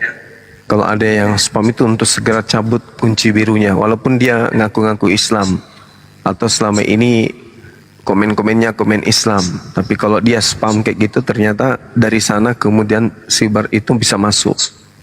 Ada tadi yang spam masjid ya, gambar masjid dan gambar love itu mungkin dari sana masuknya. Hati-hati aja teman-teman. Jadi tolong diingatkan kalau ada spam itu untuk kemudian segera dicabut kunci biru, tenggelamkan. Iya benar, dicabut aja. Kalau ada yang berulang-ulang ya itu di delete aja udah. Iya. Walaupun yang tidak dapat kunci biru, Bang Andi. Betul. Kan ada moderator utama. Moderator utama itu bisa menghapus moderator biasa. Kan ada dua tuh, ada moderator utama, ada moderator biasa. Gitu. Sama di channel aku ada yang utama, ada yang biasa. Ya. Jadi yang utama itu bisa mendelete, bisa nge-kick moderator biasa. Itu perbedaannya.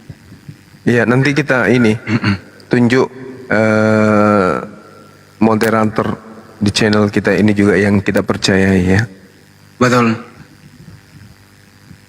Ya, itu model standar. Ya. Ada yang moderator yang gitu. Enggak, maksudnya yang mengkick kalau sudah ada spam di sini. Spam itu adalah yang copy paste itu doang yang diulang-ulang. Nah, itu nggak boleh.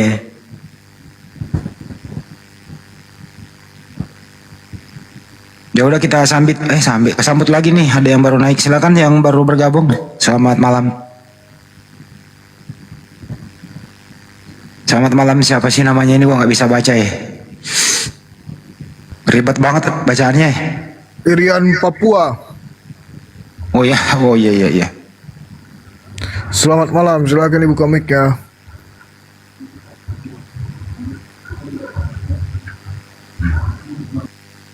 Nggak mau bicara dia.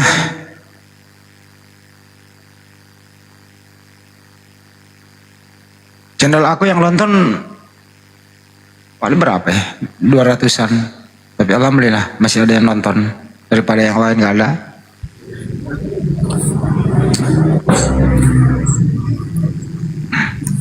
Assalamualaikum. Waalaikumsalam warahmatullahi wabarakatuh.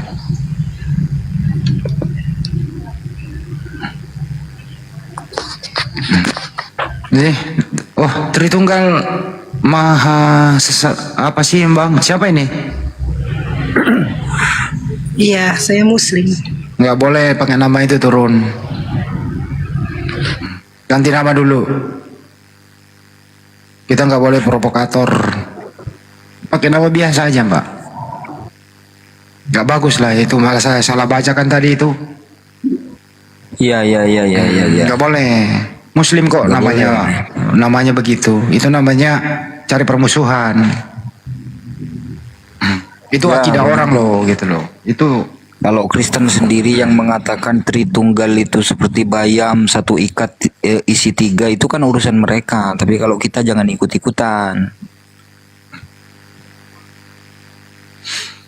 ganti namanya dulu ya Mbak, baru naik. Tolonglah diganti ya, jangan jadi provokator gitu.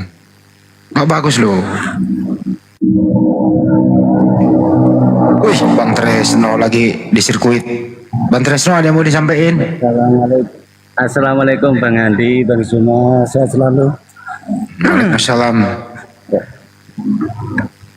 Aku seneng yang itu loh, yang jadi jurinya itu loh, seru sekali, itu aja sih. Udah, aku nyimak di bawah aja Bang Andi. Yo, kasih berisik Bang, waduh. Iya, pinggir jalan. Ya, pasti sakit kupingnya orang yang pakai handsfree itu.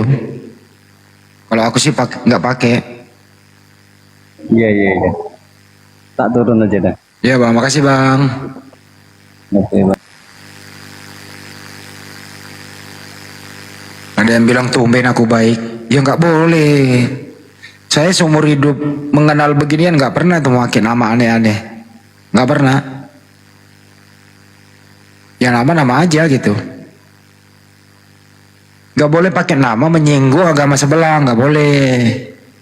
Apa bedanya kita sama mereka kan saya gitu.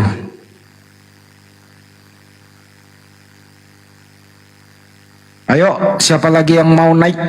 Tadi di bawah ada yang mau lawan Banjoma debat katanya, tapi nggak minta naik ya. Yang komen di bawah kok dipercaya. Iya teman-teman, kita itu ndak boleh ngasih nama-nama yang aneh-aneh lah. Kalau umat Kristen sendiri yang mengatakan Tritunggal itu kembar siam tiga, nempel-nempel, terus kembar dampit, ya itu urusan mereka, bukan urusan kita. Seperti JT kan bilang Bang Andi, itu urusan mereka. Assalamualaikum bos. Waalaikumsalam warahmatullahi wabarakatuh. Bang Juma, selamat malam nih. Iya bang, iya bang. Oke. Malam. Ini kan saya deket apa areal komplek Kristen. Saya di Cianjur nih saya nih. Oh iya bang, Cianjur. Ya di Cianjur. Sumatera Barat. bukan Sumatera Barat, Cianjur Jawa Barat. Oh. Ayah naon Kang? Ayah naon Kang Joni? Mau nggak? Sebutkan saya Tede. Ya jika berkenan gitu ya. Jika berkenan pihak Bang Juma dan kawan-kawan meluncur nanti di darat, kita bisa urhendak bisa di darat begitu Bang. Nah, ini udah nggak jelas ini daerah saya udah semeraut ini. Ya kan abang ada di situ Bang, di Cianjur mah. Iya, tapi saya kan bisa dalil itu. Dari situ dia Cianjur ada Majelis Ulama Indonesia kok Cianjur. Banyak ustadz di Cianjur. Nah, maksudnya bukan sama hal sama orang mui-mui macam jenengan harusnya gitu. Ya mereka memang ngapain Bang? Maksa orang murtad gitu? Ya intinya begitu. Cuman kan banyak misionaris di sana ya. Iya, wah, saya juga kemarin hampir rame Bang saya di situ. Mereka ini terang-terangan. Jadi dia tuh istilahnya ngebujuknya tuh cara diam-diam Bang. Cara diam-diam. Oh, nggak terang-terangan berarti ya? Nggak terang-terangan. Kalau terang-terangan bisa kena takut juga dia gitu. Cuman kalau bisa pihak abang turun gitu, survei gitu. Nanti ada saya di situ. Udah Bang, aku udah sering ke Cianjur kok Bang. Malah ada teman kita namanya Erik tuh mualaf dari Cianjur. Terus kemudian alhamdulillah saudaranya udah mualaf gitu loh. Iya kan. Aku udah 3 kali ke situ Bang. Saya kan radius ke Calincing tuh kan ya. Saya mah kan di Cipatat sini deket gereja Pasundan situ tuh di Indosakti di Raja Mandalanya kalau saya kan. Tapi nggak terlalu kejauhan. Makanya waktu lihat Bang Juma ke Pasir Putih tuh tahu waktu itu bulan berapa tuh? Januari kayaknya Bang. Iya saya komen nggak tembus gitu ya di di YouTube kalau nggak salah kan saya ini penggemar Bang Juma kalau di YouTube ya. Suka mantau terus tiap malam gitu. Cuman ya kalau angka baiknya kapan-kapan datang. Insya Allah udah cukup ya Bang. Insya Allah kami akan sering-sering ke sana kok Bang. Intinya abang kan udah di sana. Ya buatlah semacam organisasi kepemudaan Islam yang terafiliasi dengan Majelis Ulama Indonesia Cianjur. Ya teruslah berdakwah. Imbau kepada anak muda itu HP-nya dipakai mendengarkan ceramah Ustadz. Jangan kebanyakan duduk termenu main slot. Kan itu abang di sana Bang. Nah, gitu loh Bang. Udah digerakkan semua pemuda semua. Di sana ada api nggak Bang Andi? Insya ada teman-teman kita. Cuman dia kan nggak bisa kalau dia tidak berorganisasi gitu loh. Kan masuk daerah api Jawa Barat. Cianjur Bandung cukup jauh juga Bang Juma. Ya suruh hubungi aja kemudian api Jawa Barat untuk bikin ranting atau cabang gitu ya, Bang Andi. Bagus. Iya. Biar saya gabung gitu di situ. Betul. Hubungi api. Ya, itu di Jawa Barat itu di mana? Di Bandung alamatnya di mana? Jadi saya bingung juga Buta nih. Di mana coba? Di Samarinda Bang pusatnya. Oh Kalimantan ya. Enggak. Abang kan bisa masuk ada tuh api Jawa Barat tuh sering live tuh api Jabar ya sering-sering di sana koordinasi ngobrol apa aktivitas apa program gitu loh Bang. Ketik di bawah aku disuruh sama Bang Suma untuk naik gitu. Nanti sampaikan bahwa Bang Suma minta supaya kita bikin cabang gitu. Iya jadi saya di bingung. Samarinda. Jadi bingung kalau nggak ada macam wadah gitu ya. Nggak ada wadah jadi saya aja sepak terjang sama rekan. Oh jangan Jangan secara pribadi bang, harus yayasan supaya dilindungi.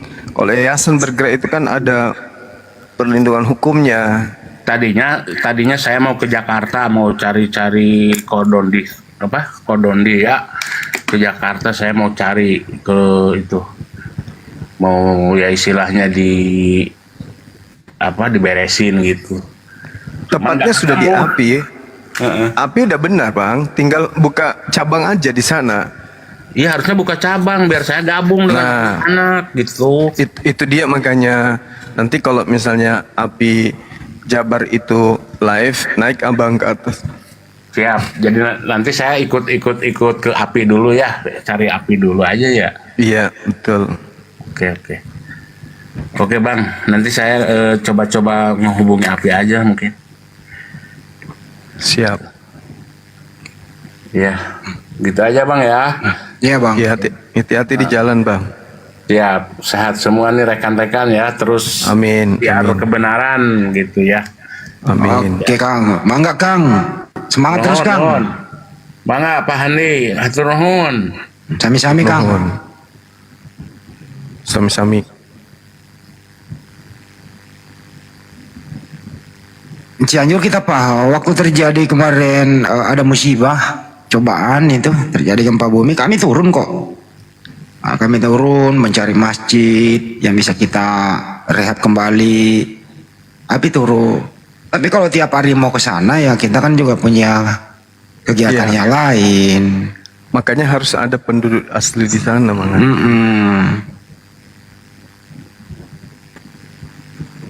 Kecuali mereka buka cabang di sana. Betul. Kecuali duit saya sudah sekitar ya 5 miliar aja lah. Nah, udah bisa lah saya berhenti kerja. Ya saya kerjanya motor saja ke sana kemari kan gitu. Ya, kita kan juga punya keluarga, Bang. Saya tinggal di sana gimana ceritanya? Kan gitu. Jadi mestinya kita berkolaborasi, kerjasama yang baik. Itu aja sih. Tapi saya heran loh Bang Zuma. Karena gini. Mereka apa ya? Kayaknya maksa banget gitu kan, ingin memurtadkan umat Islam. Sedangkan ujung-ujungnya gereja yang satu jiwanya dicuri oleh gereja yang lain. Jadi rebutan nanti. Oke, kita sambut lagi dulu ya. Aminkan saja ya, saya dapat rezeki, bisa ada transportasi bolak-balik. Ya enggak, saya bergerak di bidang dunia nyata aja lah kan gitu ya. Insya Allah seminggu saya tinggal di Cianjur, semua kelar semua gitu ya. Ya Rabbal Alamin. Paling bagus kalau ini Bang Andi.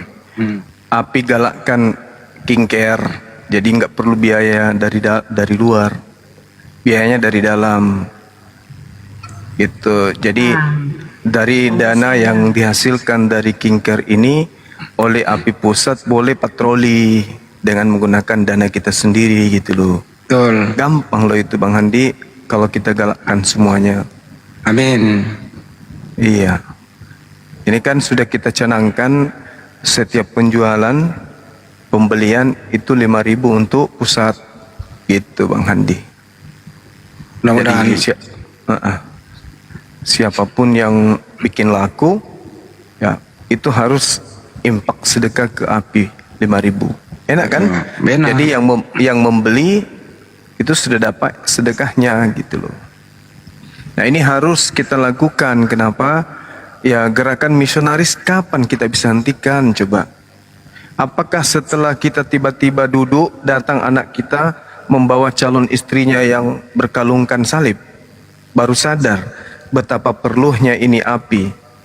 Apakah nanti setelah tiba-tiba muncul orang datang, sepupu atau saudara datang nangis ke rumah karena anaknya tiba-tiba murtad, baru kita mau peduli gitu?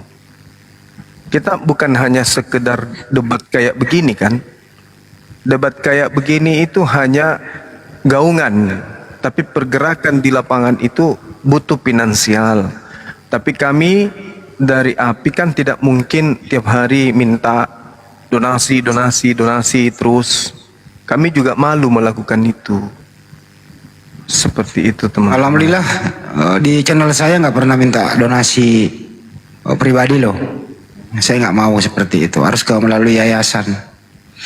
Iya. Saya dulu kalau ada rezeki itu Mbak Juma muter loh sampai ke Malang loh ya. Sampai ke Malang, ke Rumah Kiamat. Bayangkan itu perjalanan seperti apa. Putar Pulau Jawa, ke Blora, ke Jepara.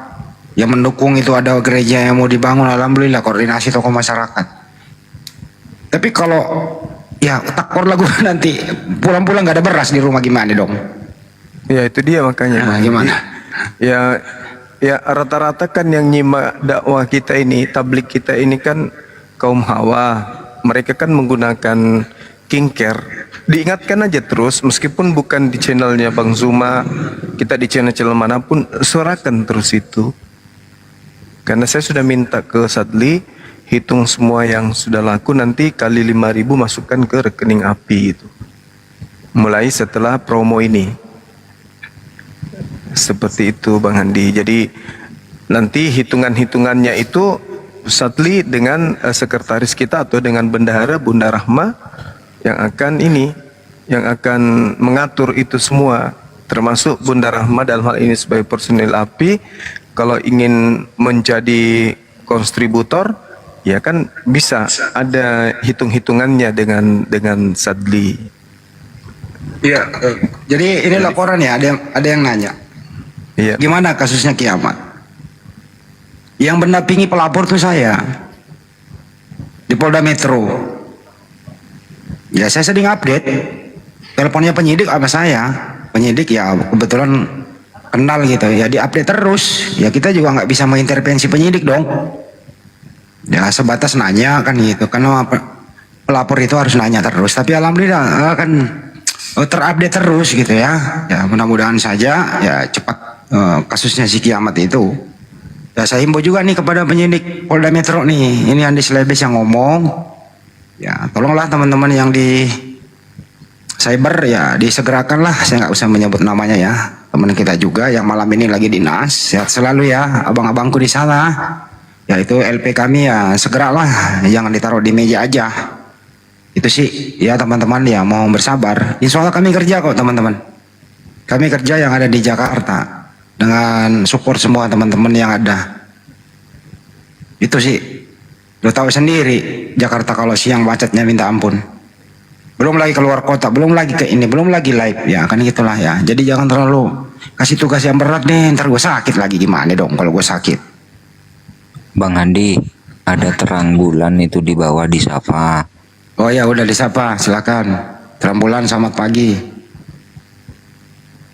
Kok terang bulan? Pagi Bang Andi. Pagi Bang, ada yang mau disampaikan Bang? Yang disampaikan ada. Apa tuh Bang? Dan saya mau berdebat, nggak perlu saya berdebat. Yang saya mau sampaikan gini, sudah berapa orangkah yang mu'alaf dari channel ini atau dari perdebatan ini? Udah nggak kehitung Bang jawabannya? Oh, udah nggak kehitung ya? Ya.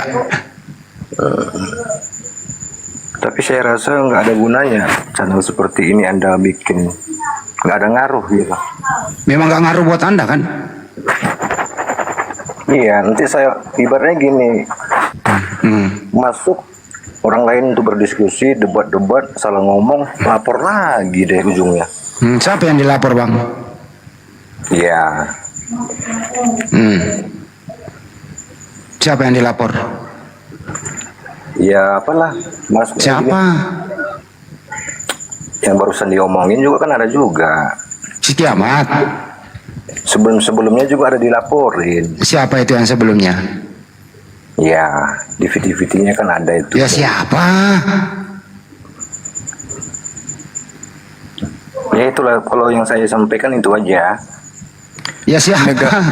Negara kita ini negara hukum, bro. Jadi ketika kemudian kita menghujat, menista, ya wajarlah diproses.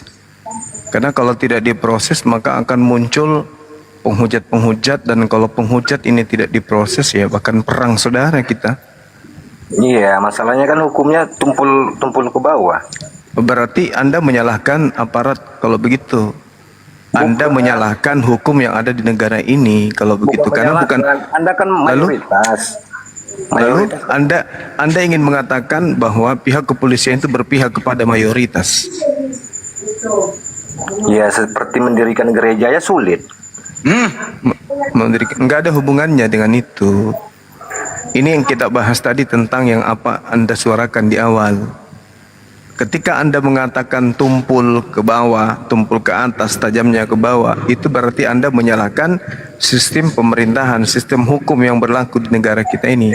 Artinya Anda memfitnah pihak kepolisian telah melakukan ketidakadilan, kan gitu.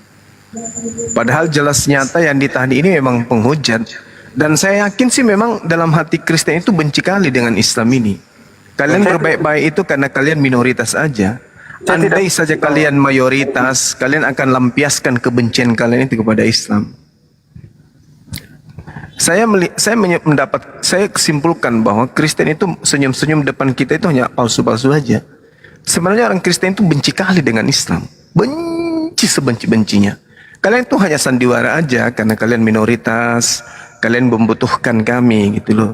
Karena tidak akan mungkin ada interaksi yang menghasilkan dari hal finansial kalau tidak dengan umat Islam yang ada di Indonesia ini. Itu fakta. Kalian itu benci kali dengan kami sebenarnya. Andaikan bisa kalian itu isap darah kami, kalian isap. Cuman karena negara ini negara hukum, sampai kalian itu ya seperti hormat, sopan, senyum sama kami. Padahal sebenarnya darah kalian itu mendidih setiap kali lihat Islam. Tidak ada seperti itu, nggak ada Bang Zuma, nggak ada. Enggak, saya bohong kalau tidak. Itu fakta, itu fakta. Itu fakta. Terlihat ketika kalian mayoritas. Itu fakta. Dan terlihat ketika kalian melihat ada umat Islam di tengah-tengah kalian. Dan posisi kalian itu banyak. Kalian mayoritas, nggak usah terlalu jauh deh.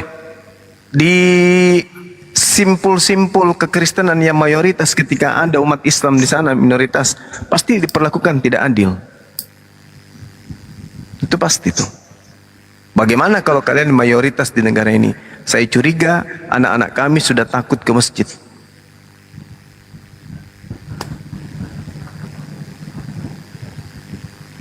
Buktinya juga tadi Anda masuk nggak ada gunanya channel ini, kata dia. Apa maksudmu nggak ada gunanya channel ini?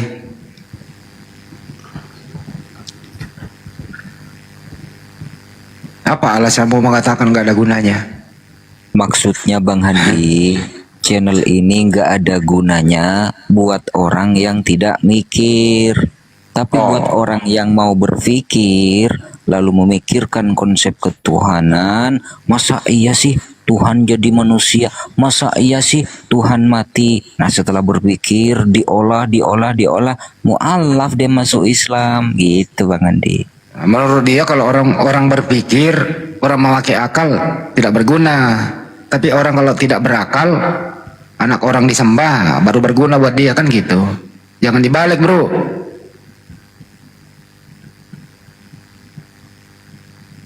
Yang paling parah itu loh, kamu loh itu. Mendiskreditkan penegakan hukum di Republik ini. Apa tajam ke atas, tajam ke bawah, tumpul ke atas. Siapa yang Anda laporkan? Anda nggak mikir berapa orang yang telah diproses oleh pihak yang berwajib dari orang Kristen? Ada yang buron 2 orang loh. Ada yang buron 2 orang. Apa kerja kalian? Bukan cuma 2 Bang, banyak. Malah orang-orang pendeta di sini di Indonesia menemui mereka ke luar negeri. Untuk apa? Ngopi bareng. Dijadiin bapak donatur pula lagi. Buronan itu loh, Mabes Polri. Ya, kabur kan kamu? Enggak, jatuh dia. Enggak kuat mendengar kebenaran ya gitu jadinya. Iya. Justru kami itu melapor karena ingin menegakkan hukum. Menegakkan hukum itu tidak perlu melanggar hukum, nggak boleh. Kita main hakim sendiri gitu loh. Yang nggak enak itu Bang Andi ketika dia mengatakan hukum di negara ini itu tumpul sebelah. Buktinya banyak penegakan, banyak praktisi hukum dari orang-orang sebelah juga banyak. Tajamnya ke bawah katanya. Artinya yang dituduh itu bukan umat Islam, yang dituduh itu aparat. Hati-hati loh. Jadi kalau nggak menguasai ilmunya ya yang bicara lah. Katanya gereja sulit dibangun. Siapa bilang? Di Papua orang bangun gereja, waduh gampang banget. Di NTT bangun gereja yang gampang banget. Di Manado bangun gereja ya gampang. Siapa bilang sulit? Ya sulitnya itu kalau tidak ada orang Kristen di situ yang stay berdomisili di situ, lu bangun gereja ya sulit. Karena udah jelas hukumnya harus ada 90 orang Kristen yang stay di situ.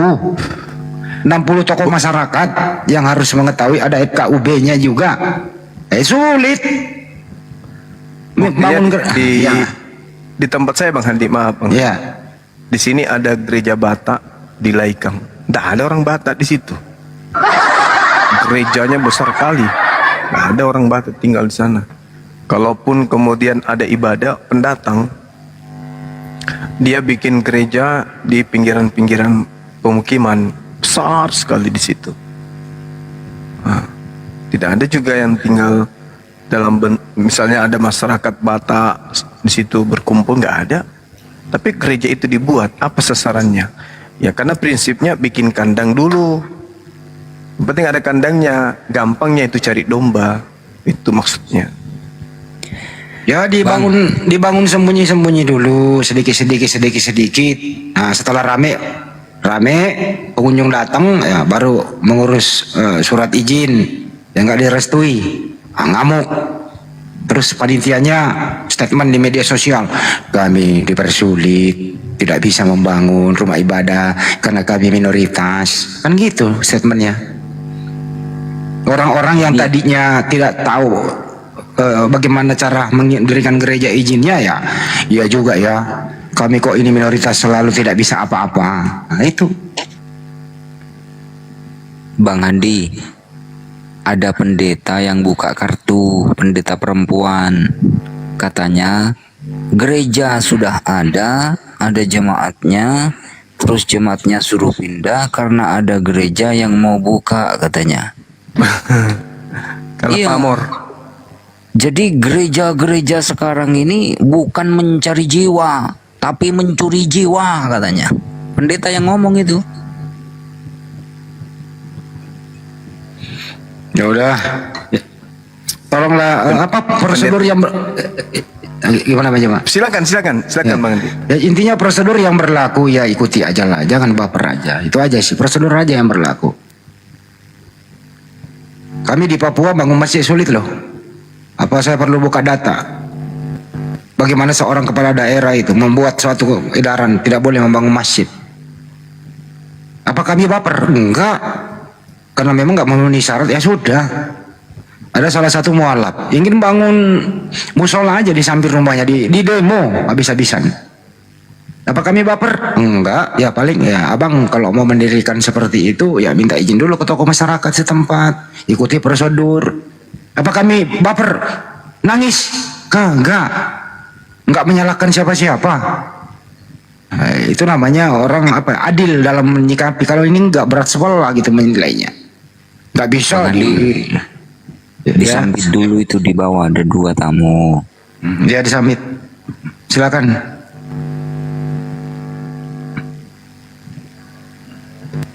Ini netizen di bawah ini kayaknya lu aja jadi host. Kita paham ada loh. Japar silakan, selamat malam.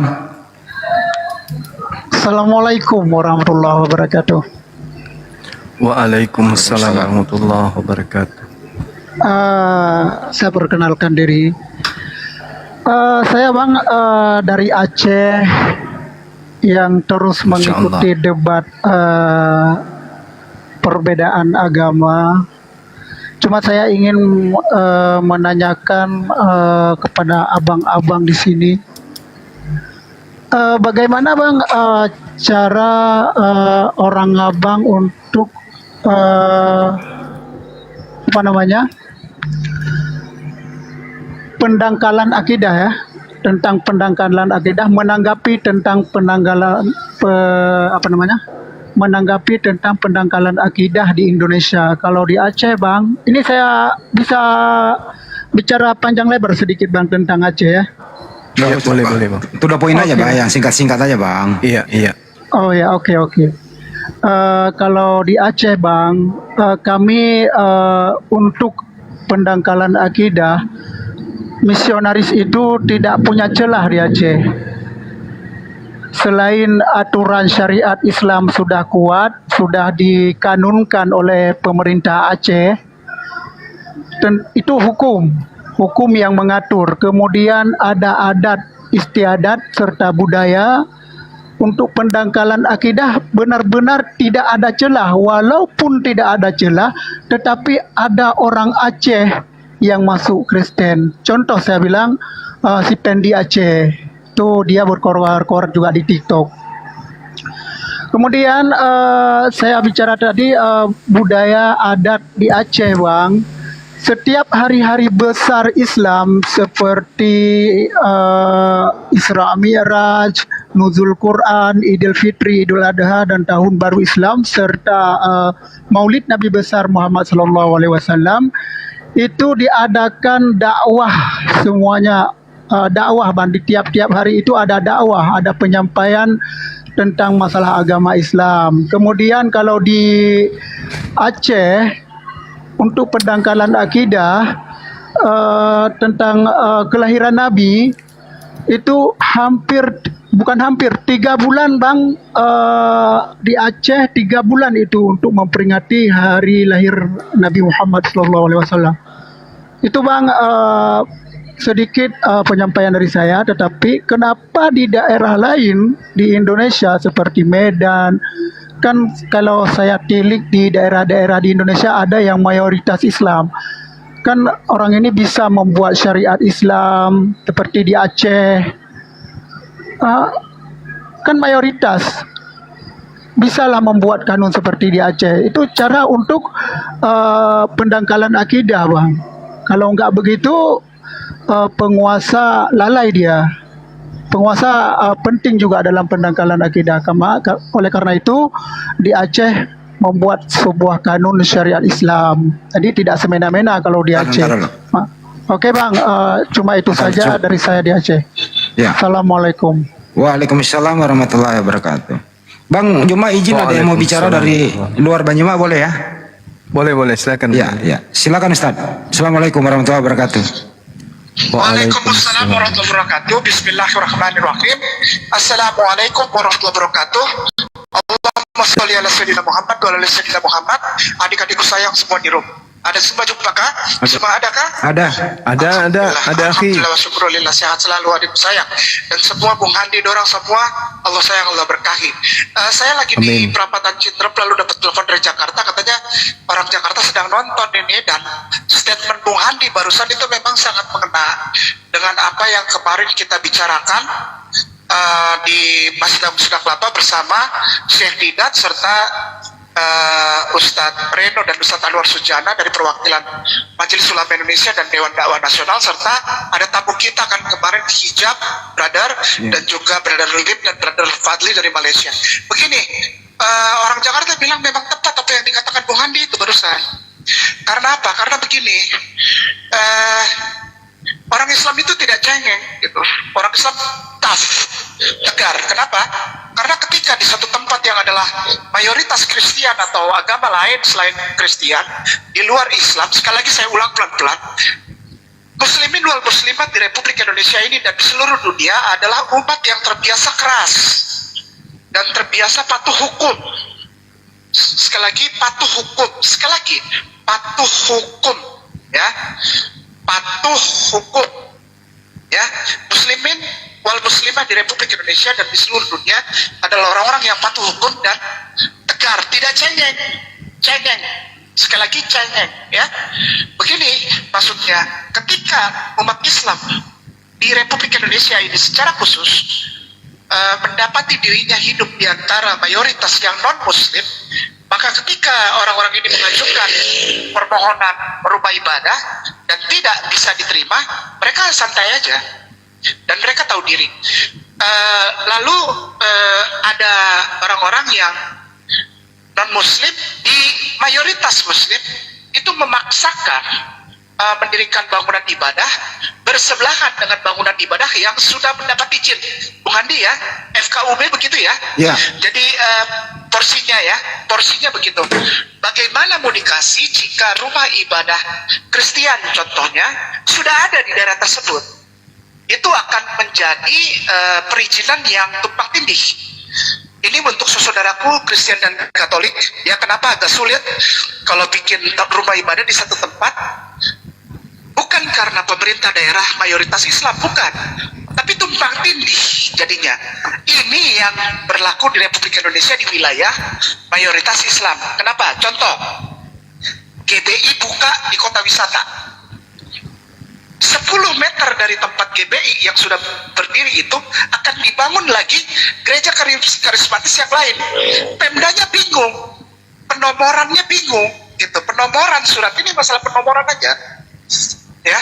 Penomoran suratnya bingung dan jemaatnya juga ketika ditanya ini siapa aja yang pelayanan, lalu yang mengisi ibadah, lalu jemaatnya domisili di sini atau tidak, itu akan tumpang tindih.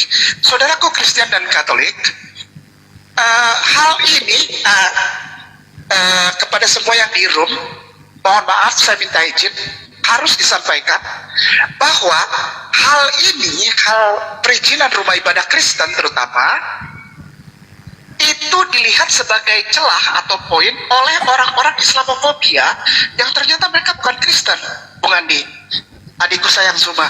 Jadi bukan Kristen ini yang bergerak sekarang, yang bikin rame masalah ini bukan Kristen. Kenapa?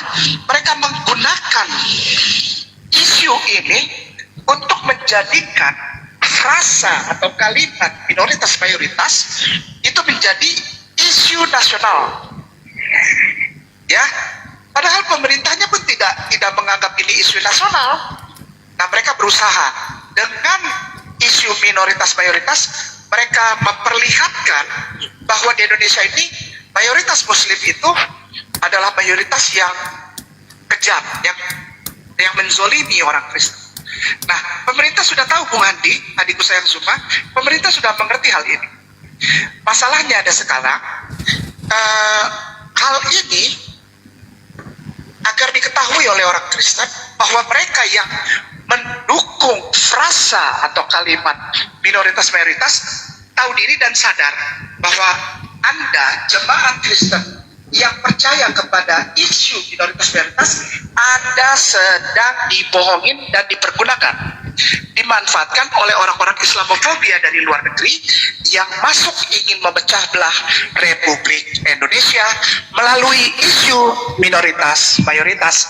Sekali lagi, mari kita tempatkan isu ini kepada tempat yang proporsional dan tidak terbakar, terutama saudaraku sayang Kristen dan Katolik, agar juga saran ketika Anda mau menjadi subscriber dari satu channel Kristen, lihat dulu, ini bukan mengajari, terserah mau ikut atau tidak. Pesan pemerintah adalah tidak bisa Bung Handi dan adikku sayang Zuma, tidak bisa pemerintah istilahnya memban secara permanen Komal atau channel Kristen menghujat. Kenapa? Karena ketika masuk ke ranah media internasional, maka itu ada kekuasaan kebebasan berbicara itu, hukum itu Bung Andi, kebebasan berbicara, sehingga untuk meredam serta menghilangkan insya Allah channel-channel penghujat Islam ini, caranya cuma satu, membangun kesadaran saudara kita tersayang Kristen dan Katolik bahwa mereka sedang mendukung pemecah belah yang bukan Kristen. Sekali lagi, saudaraku sayang Kristen dan Katolik yang ada di room, silahkan sebarkan ini. Ketika Anda mengikuti satu channel Kristen yang menjadi penghujat Islam, Anda mengambil bagian dalam porsi isu nasional. Apa itu? Memecah belah bangsa dengan isu minoritas mayoritas. Bung Handi, adik sayang Zuma dan semua yang ada di room, Allah sayang, Allah berkahi. Terima kasih banyak, saya sudah menyampaikan amanah dari Tebet, Jakarta Pusat, Tebet itu Jakarta Selatan. Kepada semuanya, Allah sayang, Allah berkahi. Allah membalas semua kebaikan perjuangan antum semua dengan keberkahan, kerahmatan, kesehatan, kesuksesan, serta rizki dari tempat yang tidak disangka-sangka bagi semua yang ada di room, para mujahid bersama keluarga, kolega, serta jamaah. Barakallahu fikum, jazakallahu khairan, billahi taufiq wal hidayah. Wassalamualaikum warahmatullahi wabarakatuh. Waalaikumsalam warahmatullahi wabarakatuh. Warahmatullahi wabarakatuh. Masya Allah. Beliau pasti lagi di jalan itu. Iya, dia selalu memantau di luar itu. Allahu Akbar. Semoga Allah merahmati, memanjangkan umur beliau. Amin. Amin, amin ya Rabbal Alamin. Dan lucunya juga gini, Bang Zuma, Bang Handi. Kristen itu kan banyak denom, banyak aliran, ya kan? Katolik, Protestan, karismatik, saksi Yehova, apalah segala macam tuh dia namanya Advent. Tuh mereka beda-beda tempat ibadah loh. Jadi kalau mereka masing-masing ingin mendirikan, setiap denom ingin mendirikan, padahal standar untuk pemenuhan berdirinya sebuah gereja kan udah ada aturannya. Ya kan mereka itu harus cerdas. Karena mereka ini pikirannya sudah apa ya, menuhankan manusia aja mereka masih abad 21 masih melakoni itu. Ya, jadi standar pendirian gereja itu kan ada, sudah dapat izin. Denom kalian tuh banyak loh. Protestan itu nggak boleh bergereja di gereja Katolik, nggak boleh pokoknya kalian tuh nggak bisa, harus punya gereja masing-masing. Dan puluhan ribu denom tuh, kalau di Indonesia tuh berapa puluh denom ya. Jangan lucu kalau kalian masing-masing denom ingin jemaatmu cuman 5 ekor, bukan ekor ya, karena walaupun mereka domba. Cuma berapa orang tapi mau gereja. Lucu kalian tuh. Di tempatku nih ya, udah puluhan tahun tuh ada gereja satu nih. Bunda Rama bukan kalian ya. Bunda Rama bukan kalian yang lucu, Bunda Rama yang lucu. Ada di tempatku Bang, Deng, gereja satu ya, jauh tuh dia jauh dari tempatku sih, udah lama itu. Yang datang itu dari luar, jauh sekali mereka berjalan jauh mereka, dan muka-mukanya itu ya bukan muka-muka dari sini, muka-muka dari pendatang gitu loh. Muka-muka Flores Latator ya, yang hidungnya rata-rata mancung ke dalam. Jadi lucu lah mereka, ku tengok ya tuntutannya ya. Itu aja kira-kira ya. Macam-macam yang minoritas belagu. Lanjut Bang. Masalahnya Bunda Rahma ibarat tokoh kelontong. Seperti itulah adanya. Jadi kalau misalnya Bunda Rahma buka toko, saya juga datang ke situ buka toko, kan nggak ada salahnya toh. Sama-sama kita mencari keuntungan. Ini yang disifati oleh mereka. Karena gereja itu menghasilkan. Nah, ada gereja di situ, saya mau coba dirikan, ya persaingan bisnis. Saya masalah jemaat nanti, yang penting saya bangun dulu tempatnya, kandangnya. Masalah jemaat kan keberuntungan. Misalnya saya bangun kandang di sini, besok hari masuk domba 200. Kan untung bagi saya. Itu di situ bedanya dengan masjid. Jadi latar belakang mendirikan masjid dan latar belakang mendirikan gereja itu jelas sangat berbeda. Itu yang perlu dipahami. Betul Dai. Latar belakangnya iya. Kalau masjid dibangun kan nggak ada unsur bisnis. Tapi kalau yang itu yang dibangun kan kota. Ah itu dia. Ya buktinya ada sudah kita lihat bagaimana pendeta rebutan mimbar. Saya belum pernah melihat penceramah rebutan mimbar, nggak ada itu. Nggak mungkin itu terjadi. Karena di situ tidak ada fulus. Assalamualaikum. Waalaikumsalam. Waalaikumsalam. Wabarakatuh. Ini dulu nih, hacas 1, 2, 4, 3. Ya silakan. 1, 2, 4, 3 apa itu Bang? Assalamualaikum warahmatullahi wabarakatuh. Waalaikumsalam. Waalaikumsalam warahmatullahi wabarakatuh. Sehat-sehat selalu Bang Zuma, Bang Handi. Amin, alhamdulillah. Abang-abang dan ibu-ibu ya. Saya sebenarnya sudah lama ikut ya Bang Zuma.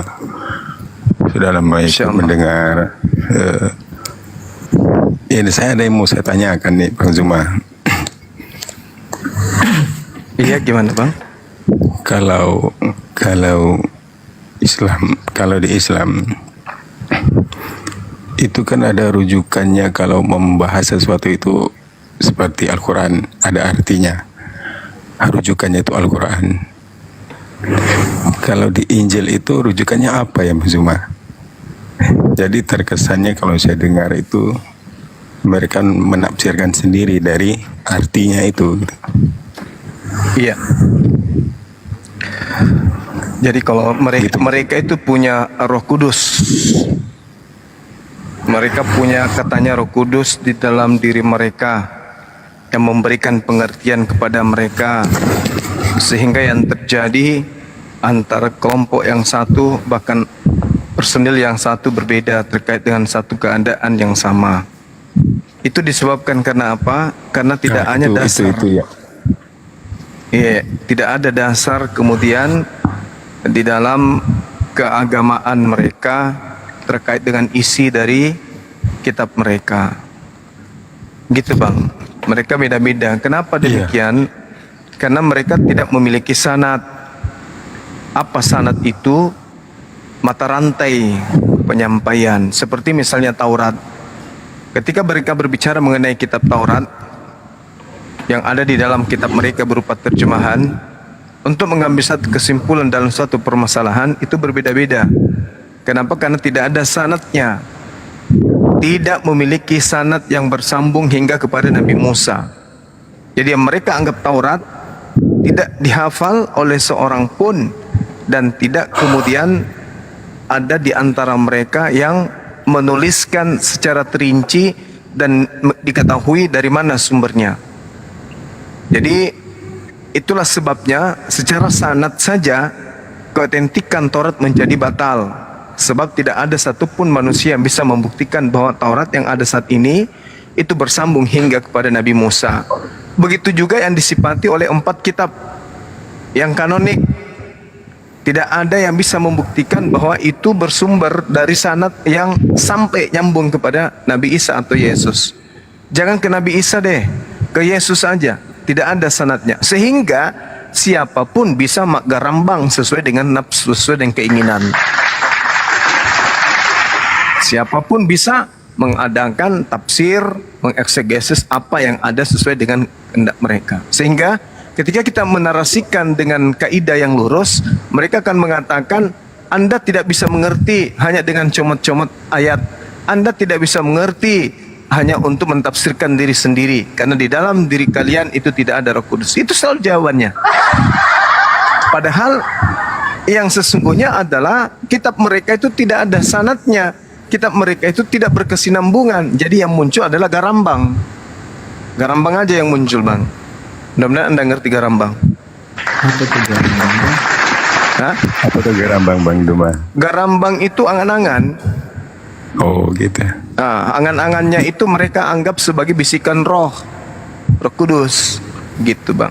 Berbeda dengan kita, jangan coba-coba berbicara tentang sesuatu kalau tak ada ilmunya, tak bersanad, akan dipretelin sama orang-orang yang benci dengan kita. Saya Bang semua bercerita tentang sesuatu, keseleo sedikit, udahlah. Karena kenapa? Karena ilmu Islam itu betul bersanad. Ilmunya itu bersanad, artinya ilmu yang kita uraikan itu harus punya dasar dari atas, dari orang yang lebih dulu. Nah, orang yang lebih dulu ini sampai kepada baginda Rasulullah Muhammad SAW. Kalau mereka tidak, mereka itu garambang saja, seenak perut, gitu Bang. Gitu. Ya benar Bang Zuma. Jadi kalau di Islam itu punya alarmnya bila seseorang itu salah menyampaikan sesuatu, tidak berdasarkan hadis, tidak berdasarkan apa yang sebenarnya, alarm itu langsung berbunyi. Jadi begini Bang Zuma, selama ini kan Bang Zuma, Bang Andi dan yang lain itu menjelaskan suatu pokok bahasan itu, dan sementara teman-teman Oten ini mengartinya berbeda-beda. Dan saya selalu mengikuti itu, tidak dapat memahami ya. Mungkin mereka sementara yang Zuma terangkan itu jawabannya memang itu saja. Maksudnya sudah jelas gitu loh. Misalnya kalau kita kita ada panduan, kita ada Al-Quran, artinya ini, kan begitu. Nah gitu maksud saya. Iya, Bang Zuma. betul. Baiklah Bang Zuma. Terima kasih Bang. Dan semua saya ucapkan terima kasih ya, semoga sehat-sehat selalu dalam lindungan Allah Subhanahu wa taala, berkah selalu Bang Zuma dan teman-teman yang lainnya. Amin. Assalamualaikum warahmatullahi wabarakatuh. Waalaikumsalam warahmatullahi wabarakatuh. Waalaikumsalam. Bang Zuma, apa kabar? Baik, alhamdulillah, masya Allah. Alhamdulillah. Bang Handi juga apa kabar? Alhamdulillah baik. Saya dengerin Bang Handi dari pagi ini kayaknya masih aja sampai malam. Iya. Bang Zuma, saya mau nanya nih. Iya. Kita tuh punya nggak sih penelitian? Maksudnya bukan penelitian, maksudnya secara statistik gitu ya. Orang yang ngikutin diskusi-diskusi seperti ini terus jadi mualaf gitu, terus dibanding dengan orang yang murtad masuk ke yang lain gitu, ke Kristen gitu, ada nggak kayak gitu secara statistik?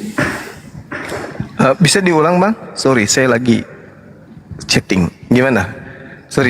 Iya. Gimana? Apa? Kesimpulannya aja langsung. Iya, penelitian secara statistik orang yang murtad sama orang yang jadi mualaf dengan mendengarkan debat-debat seperti ini gitu. Ada nggak? Setahu saya ya, itu alhamdulillah. Pertama yang mu'alaf itu jauh lebih banyak, murtad saya belum pernah dengarkan. Dan yang kedua, yang rada-rada mau mu'alaf itu juga jauh lebih banyak. Membisikkan ke saya, chatting ke saya, nelpon ke saya, WA ke saya, Bang, saya sudah yakin Islam itu benar. Cuman kayak mana kalau saya masuk, diusir di rumah, sekolah saya gimana, kuliah saya gimana, dan seterusnya, bla bla bla bla.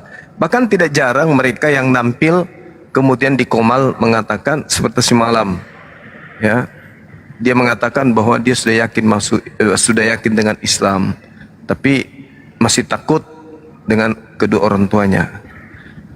Banyak yang kayak gitu. Tapi kalau yang didengarkan murtad itu saya belum pernah dengar. Murtad karena mendengarkan debat itu belum pernah saya dengar.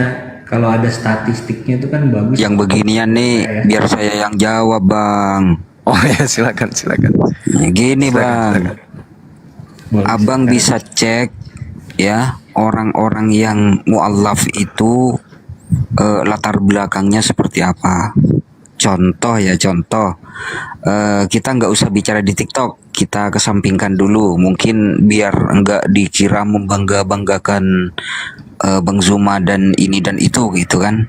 Cek aja di Mu'allaf Center Yogyakarta misalnya. Itu kapan hari? Beberapa hari yang lalu itu ada sarjana ada dokter S2, lulusan S2 sekarang menempuh S3 masuk Islam dari Kristen. Coba kita bandingkan Bang dengan orang yang mengaku-ngaku sebagai mantan Islam. Assalamualaikum. Coba cek aja kesaksiannya seperti apa. Rata-rata apa? Rata-ratanya bermimpi didatangi Tuhan, kakinya kotor, tubuhnya kotor, dia cuman pakai kolor. Itu kan di luar apa ya? Ada gak bekas masuk akal. paku. Ya kan ada juga yang gitu kan, bersaksi ada bekas paku. Betul. Iya. Orang-orang mereka tuh gimana ya, cuma berdasarkan sama iman gelap gitu. Bang Angin lain kali kalau masuk semangat dikit suaranya. Siapa? Saya bang? Iya. Semangat tuh bang, saya dengerin abang dari pagi, tadi pagi udah kecil masuk maksudnya. Komal, terus pindah ke sana. Oh sorry, ini biasalah. Lagi begadang nih bikin laporan. Jadi terima kasih banyak ini udah ditemenin sambil bikin laporan, sambil minum kopi juga. Iya bang, semangat terus bang. Siap. Temani kami terus. Selalu jangan didukung, bang. Selalu jangan didukung. keluar dari barisan. Nggak. Oke, mantap.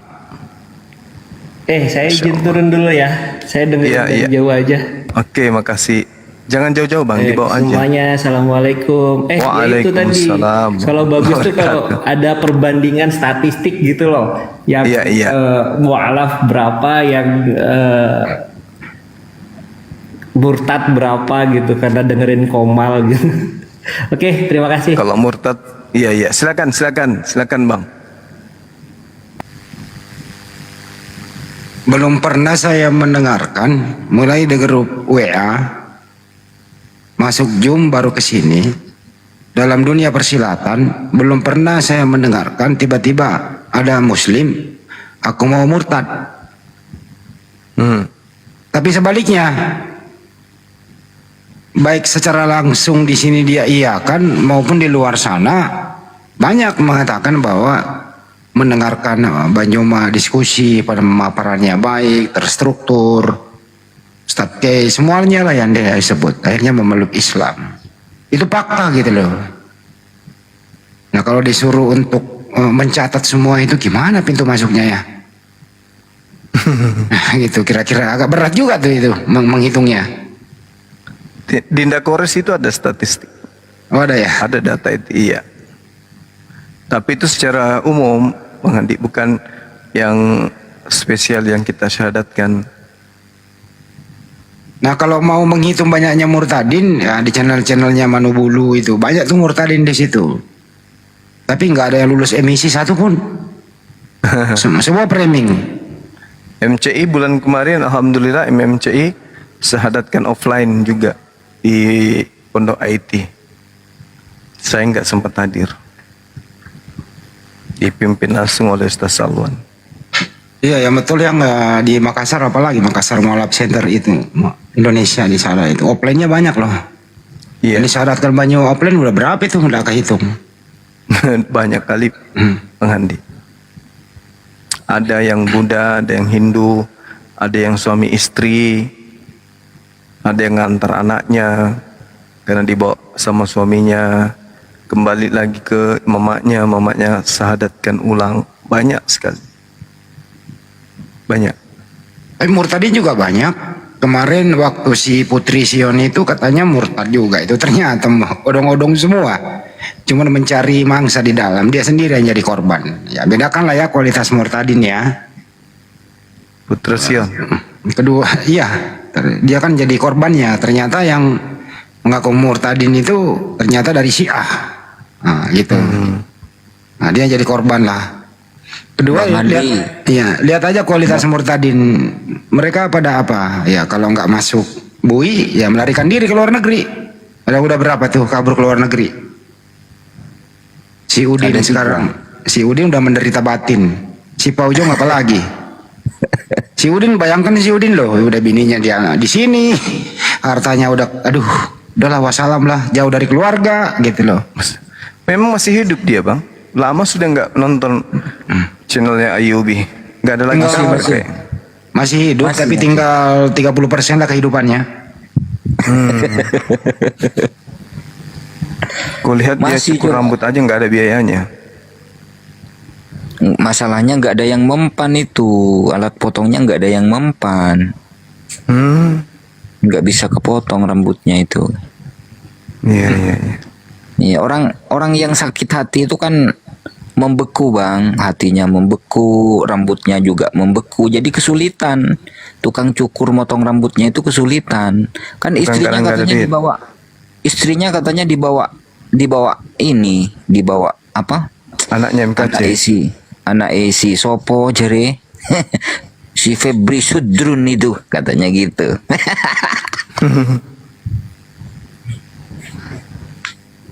Jadi istrinya dibawa sesama Oten gitu ya? Kemungkinan bang, kemungkinan.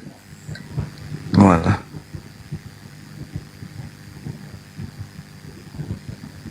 Kasian juga ya. Menyatakan agamanya benar, tapi Allah membuat dipermalukan oleh Allah. Itulah akibatnya. Masya Allah. Dia mau apa lagi? Di komalnya, channelnya Manubulu itu loh, buset dah isinya. Paling parah itu apa ya? Mengaku cucu kiai, buset dah. Disuruh ngaji. Ya ini lagu India. Apa itu? Apa gimana? Insana itulah itu lagunya. Kok insana? Iya itu ngaji. Itu obat cacing itu bang. Insana dia gitu loh. Heran saya. Beneran itu bang. Ada murtadin wanita cewek ngaku lulusan pesantren. Katanya pintar ngaji. Nah setelah ngaji, insana bibasti kebalikala katanya gitu. Ya itu. Parah. Bang Ucup parah. Ada lagi aki-aki katanya pondok pesantren, alumni pondok pesantren. Ngaji. Dia mau baca ayat kursi. Apa yang dia baca? Doa makan. Allahu Akbar. Itu juga salah. Yan azani sukran. Aduh, makan ayat kursi. Doa makan dibacanya. Kalau itu nggak tanggung-tanggung Bang Zuma, ngaku lulusan Al-Azhar, Ustadz lulusan Al-Azhar, murtad masuk Kristen katanya. Dia bilang gini, Alif Lam Mim, Zalikal kitabu la raiba fihi hudal lil muttaqin. Sampai ayat yang kelima, lalu kemudian itu ayat kursi. Sorry, maaf. Itu surah Yasin katanya. Iya, saya pernah nonton itu. Ya Allah, mau nipu kok gitu-gitu amat gitu loh. Ya Allah. Iya, Masya Allah. Makasih Bang Muhammad Sani dan juga Tata Borneo yang menemani kita malam hari ini di channel Zulkifli Emabas. Ya, mudah-mudahan tidak terjadi lagi hal seperti tadi ya teman-teman. Tapi sekarang udah nggak ada loh yang kayak gitu-gitu lagi ya. Udah kayak dulu gitu loh. Masih banyak, masih banyak Bang Andi, masih banyak. Oh ya? Iya, cuman belum diluncurkan aja, masih banyak. Tenang aja. Saya sebenarnya malas ngeluncurin itu. Gue apa ya? Gue kalau reaksi itu gue nggak bisa nahan ketawa gue gitu loh. Gimana cara nahan ketawanya ya? Gimana cara nahan ketawanya ya?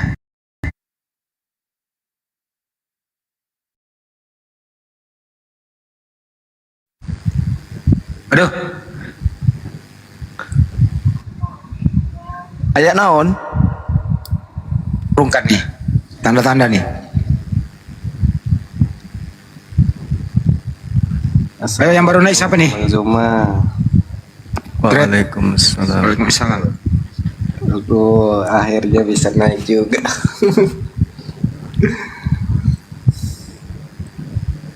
Ya gimana Bang? Enggak nyimak aja lah. Enggak enak yang lainnya. Halo, assalamualaikum tuan-tuan guru. Masya Allah. Waalaikumsalam warahmatullahi wabarakatuh. Terima kasih tuan-tuan guru. Ada mau saya curhatkan ini tentang kawan saya. Itu kawan saya mau berkawin. Alhamdulillah semenjak ada apologet Islam ini saya hari-hari dengar. Saya boleh cerita sama kawan saya, boleh saya luruskan. Kau dengar ini nggak jadi tuan guru. Alhamdulillah kau dengar ini aku 50 tuan guru, saya ambil, saya bagi sama dia. Alhamdulillah dia nggak ada hubungan lagi sama itu. Cewek yang Kristen gitu ya? Enggak, dia kita kan Cowoknya. ceweknya Muslim itu kawan. Cewek dia ada baik, ini selalu baik katanya. Dia mau kawin katanya, saya mau halangi. Alhamdulillah ada pipi kau tengok itu video Bang Juma, kau tengok sekarang ini pada semua banyak yang masuk Muslim, kau jangan kayak gitu. Saya bilang Tuan Guru. Alhamdulillah, terima kasih banyak Tuan Guru. Sama-sama. Itu aja Tuan Guru. Makasih semuanya. Abang ini di mana? Bang John ini di mana? Sumatera, Medan Tuan Guru. Oh di Medan. Kok suaranya kayak orang Betawi ya? Enggak Tuan Guru. Saya dari Kutacane, Aceh Tenggara, yang pernah masuk Islam yang banyak sama anaknya itu. Masya Allah. Oh iya betul. Tapi saya hari-hari sepulang kerja saya dengar, alhamdulillah hari-hari dengar Tuan Guru. Itu aja Tuan Guru, semoga sehat selalu semuanya, spesialnya untuk Gurunda Bang Juma, sehat-sehat selalu. Amin. Terima kasih. Assalamualaikum warahmatullahi wabarakatuh. Waalaikumsalam warahmatullahi wabarakatuh. Tata Borneo, barakallahu fik. Iya, tadi suaranya kayak suara orang ini ya, orang Aceh.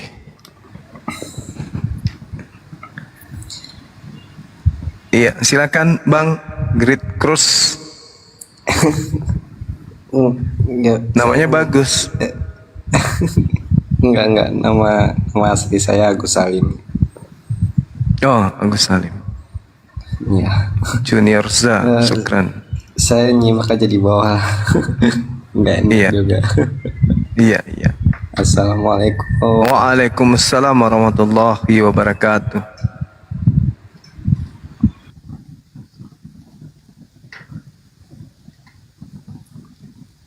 Ada lagi? Cuman-cuman? Ada oten di bawah, dijambak aja.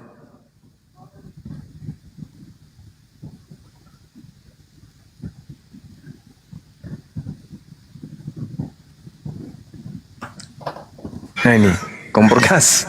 Saya nggak mengkidi. Selamat malam kompor gas. Kompor Kristen Muslim.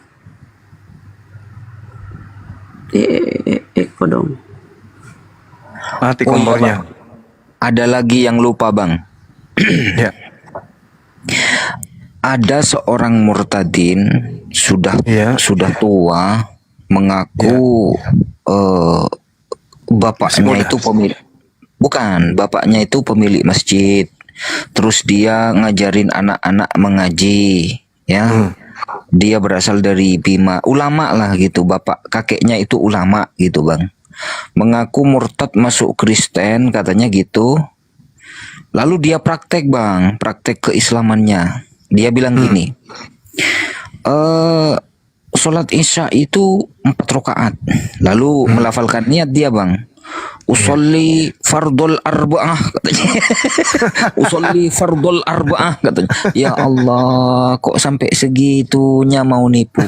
Terus kemudian sholat subuh Bang. Sholat subuh itu 2 rakaat katanya. Baca lafal dia. Melafalkan niat dia. Usolli fardus subhi 4 rakaatin katanya gitu. Ya Allah. Aduh, penipu. Lupa hafalan dia. Aduh, parah.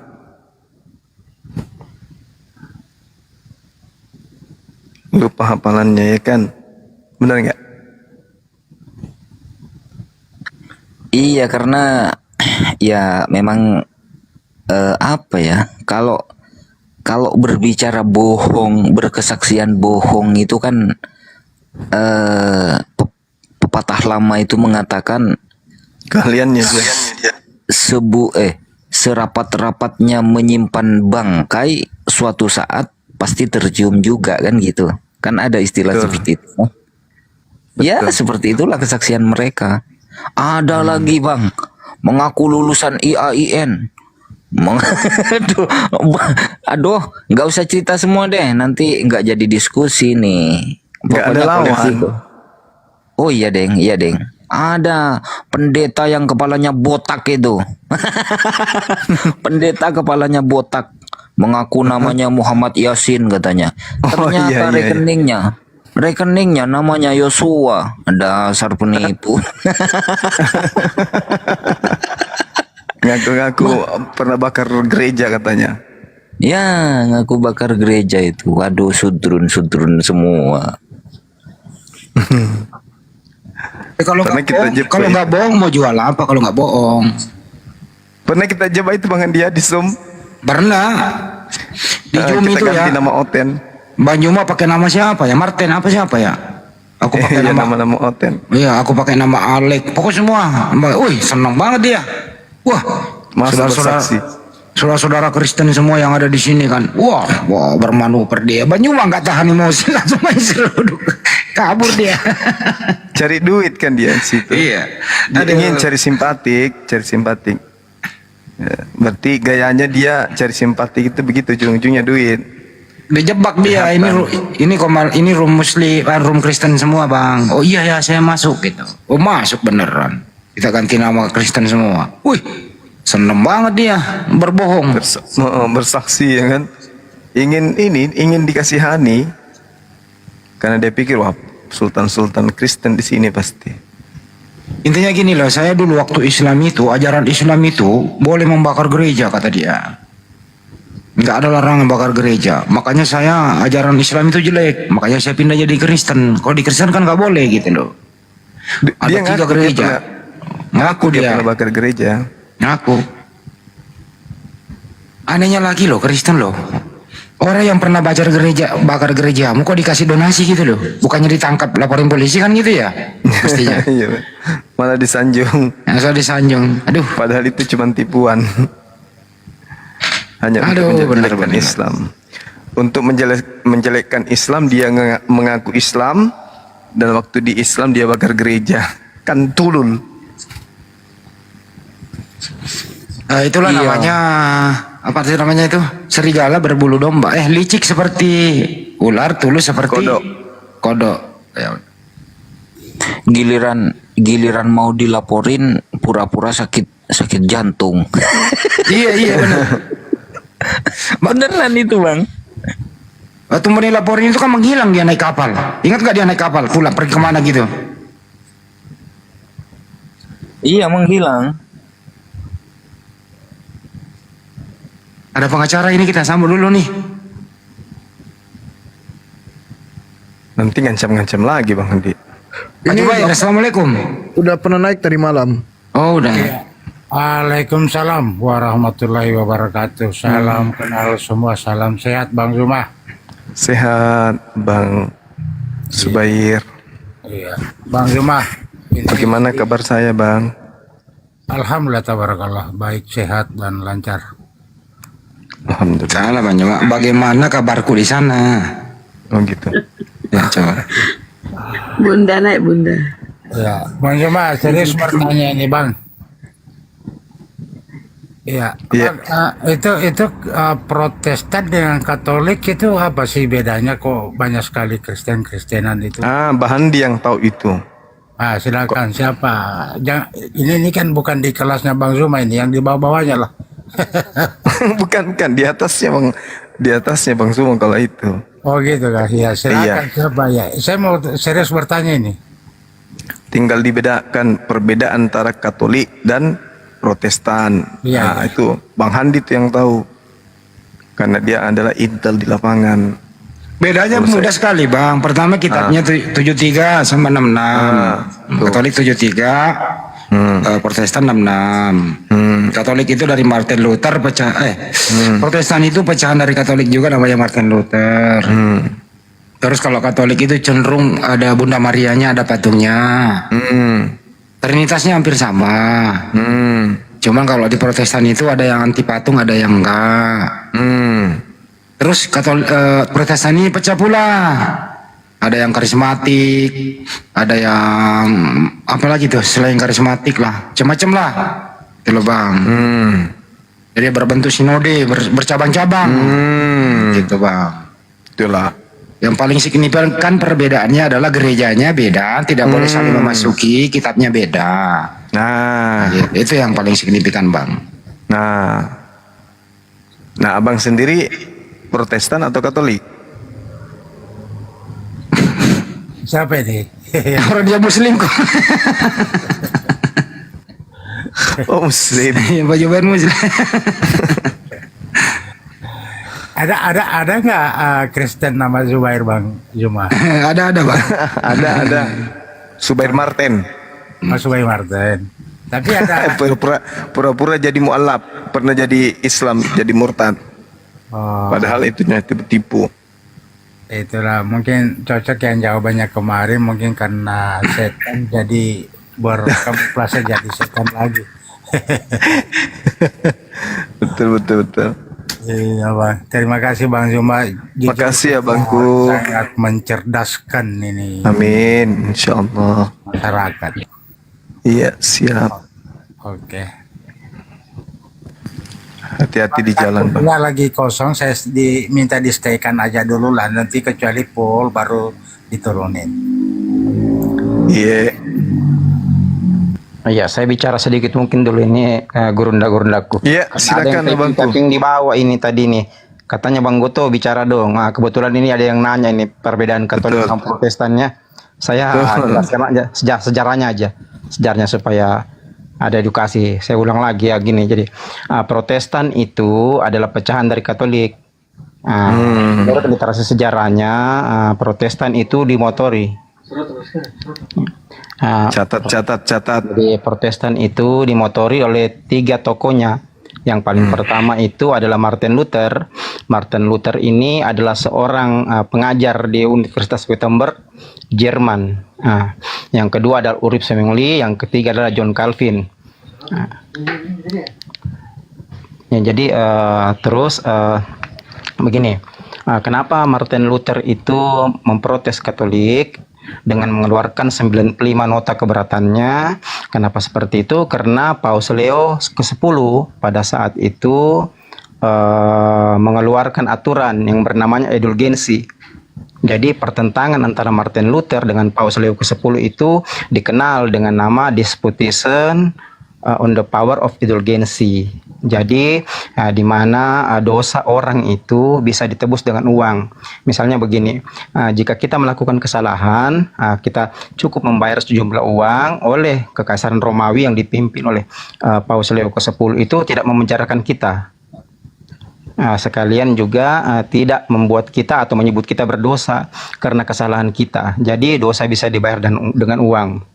Nah, inilah salah satunya yang ditolak keras oleh Martin Luther, sehingga pada saat itu beliau marah besar, mengambil pisau, mengambil palu, lalu bawa paku ke depan gereja pada saat itu di Jerman, pada saat itu di Wittenberg pada saat itu untuk memprotes. Jadi di paku itu beliau memaku itu 95 nota keberatannya di pintu gereja. Nah, ini juga sebenarnya membuat marah Paus Leo ke-10. Makanya dengan keras beliau ini bertentangan dengan Martin Luther pada saat itu. Jadi Martin Luther secara resmi berpisah dan menolak semua keabsahan Katolik ini dengan menyertakan 95 nota keberatannya ini. Salah satunya itu tadi indulgensi tadi, menentang peraturan indulgensi di mana dosa bisa dibayar dengan uang. Nah, jadi sini awal mulanya sekitar tahun 1517 ini dan diikuti oleh 2 sahabatnya, Ulrich Zwingli dengan John Calvin. Dari sini turun pula gereja Anglikan. Gereja Anglikan ini didirikan oleh Raja Henry ke-8. Nah, ini juga tanda protes beliau kepada kepausan pada saat itu, di mana Paus tidak menyetujui perceraian Raja Henry ke-8 dengan Catherine ini istrinya. Nah, jadi itu yang perlu kita ketahui, bahwa Kristen Protestan itu kenapa namanya protes? Karena memprotes sistem indulgensi itu dan sistem liturgi. Sistem liturgi gereja termasuk luar biasa. Termasuk itu ada peraturan-peraturan adanya patung yang dicium dalam gereja. Sekarang kan bisa buka itu. Ada 95 nota keberatan beliau. Menurut beliau itu liturgi gereja Katolik pada saat itu termasuk penyembahan berhala. Nah, begitu kira-kira. Mungkin sedikit dari saya. Jadi denominasi gereja Protestan ini cukup banyak ya, karena melahirkan denominasi baru seperti tadi yang dijelaskan Bang Handi. Ada Pantekosta, ada Advent. Iya, kalau Pantekosta ini didirikan oleh William Henry Fowler. Ya, beliau pimpinan Bethel Temple. Sedangkan kalau Pantekosta Gereja Advent ini didirikan oleh James G. White sama Alan E. White, John Betes, Hiram Edison dengan J. Andre. Nah, jadi ini semua lahir karena tanda protes ke denominasi sebelumnya. Jadi akhirnya melahirkan ribuan denominasi. Nah, kira-kira begitu sedikit dari saya supaya mengerti sedikit sejarahnya. Ya, silakan lanjut. Allah. Oke, Bang. Kita sambut dulu Bang Saiful, katanya ada informasi yang penting mau disampaikan. Benda blokir, sabar Bon. Setelah ini kita iklan. Assalamualaikum warahmatullahi wabarakatuh. Waalaikumsalam warahmatullahi wabarakatuh. Alhamdulillah buat Bang Juma, sehat selalu dan semuanya pejuang-pejuang tauhid. Amin. Ini ya Bang, saya mulai dari dulu sampai sekarang pengikut Bang Juma. Gini aja Bang, saya sedikit minta nasihat sama Abang kepada para gini loh Bang. So muslim yang suka naik ke koma-koma oteng kayak si bom itu yang melawan mereka orang banyak itu, coba kasih nasihat Bang buat kita orang ini. Nah, saya pusingnya tuh jadi hujatan, akhirnya kita yang netizen ini enggak terima. Iya. Gitu loh Bang. Jadi Abang gini aja Bang, maksudnya Abang selesaikan kepada para yang ingin baru-baru naik ke koma-koma mereka penghujat itu Bang. Itu aja Bang, saya minta Abang kuatin, nasihatin orang-orang yang mau kepedean gitu, bikin malu aja gitu lah, kita intinya. Iya. Perintah di dalam Al-Quran itu adalah kita nggak boleh duduk bersama dengan orang-orang yang mengolok-olok Al-Quran. Itu nggak boleh. Ketika ada yang mengolok-olok Al-Quran, meninggalkan. Nah, kenapa kemudian saya sudah mengurangi kemudian hadir di komal-komal mereka? Ya, karena itu perintah Allah mengatakan bahwasanya kita tidak boleh kemudian duduk bersama dengan mereka yang mengolok-olok Al-Quran. Jadi kalau mereka kemudian telah meninggalkan olok-olokan mereka, maksudnya menyelesaikan olok-olokan mereka, barulah kemudian kita bisa kembali duduk bersama. Tapi selama mereka mengolok-olok Al-Quran, Allah Subhanahu wa Ta'ala memerintahkan kita untuk meninggalkan meninggalkan diskusi atau meninggalkan tempat mereka. Itu Al-Quran. Itu Al-Quran melarang. Pentingnya gini Bang, supaya nanti hujatan-hujatan mereka itu melebar atas narasi-narasi yang kompetennya tidak bisa melawan apa yang mereka gitu lah Bang. Jadi agar hujatan ini tidak berkelanjutan, itu kan menimbulkan gitu lah Bang. Ya betul, itu akan melahirkan kesakit-hatian kita melihat itu. Makanya sebaiknya umat Islam ini menyadari bahwa sehebat apapun keilmuan Islam kita, kalau mereka cenderung mengolok-olok Allah, mengolok Rasulullah, janganlah kita ke komalnya gitu. Apalagi hanya modal congor, hanya modal semangat, hanya modal nekat, hanya karena kebencian, ya jangan. Karena itu tidak menyelesaikan masalah.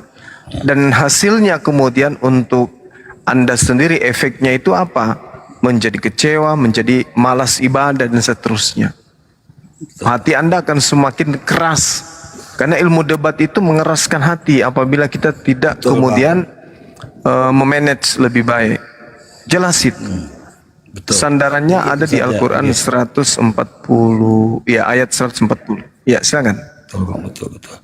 Jadi itu saja saya menyampaikan, Abang Juma kan tokoh sebagai panglima kami untuk memberi nasihat kepada pemula-pemula untuk tidak dengan tidak kompetisinya tidak memadai, janganlah ikut naik koma-koma seperti komanya bom-bom dan pengwujud-pengwujud yang lain. Itu aja Bang Juma, terima kasih atas waktunya. Makasih Abang. Karena Masya ini Allah. efeknya bagi saya dan bagi semua akan berbahaya betul bagi Betul.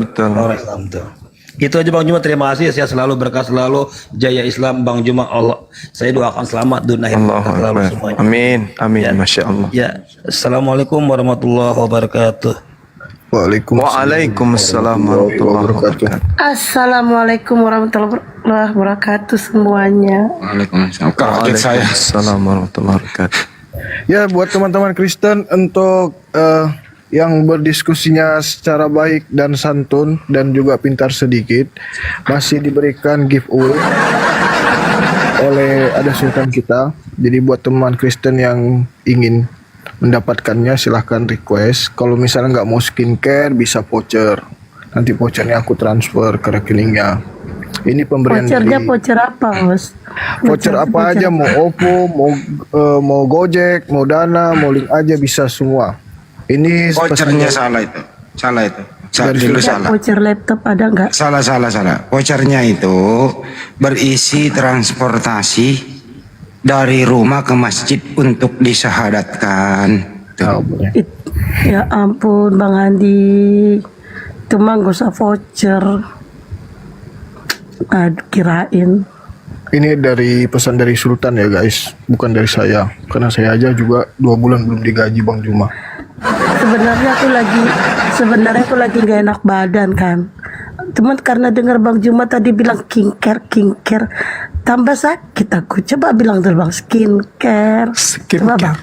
Skincare. Hah. Udah Ya, latihan pun saya 2 hari ini.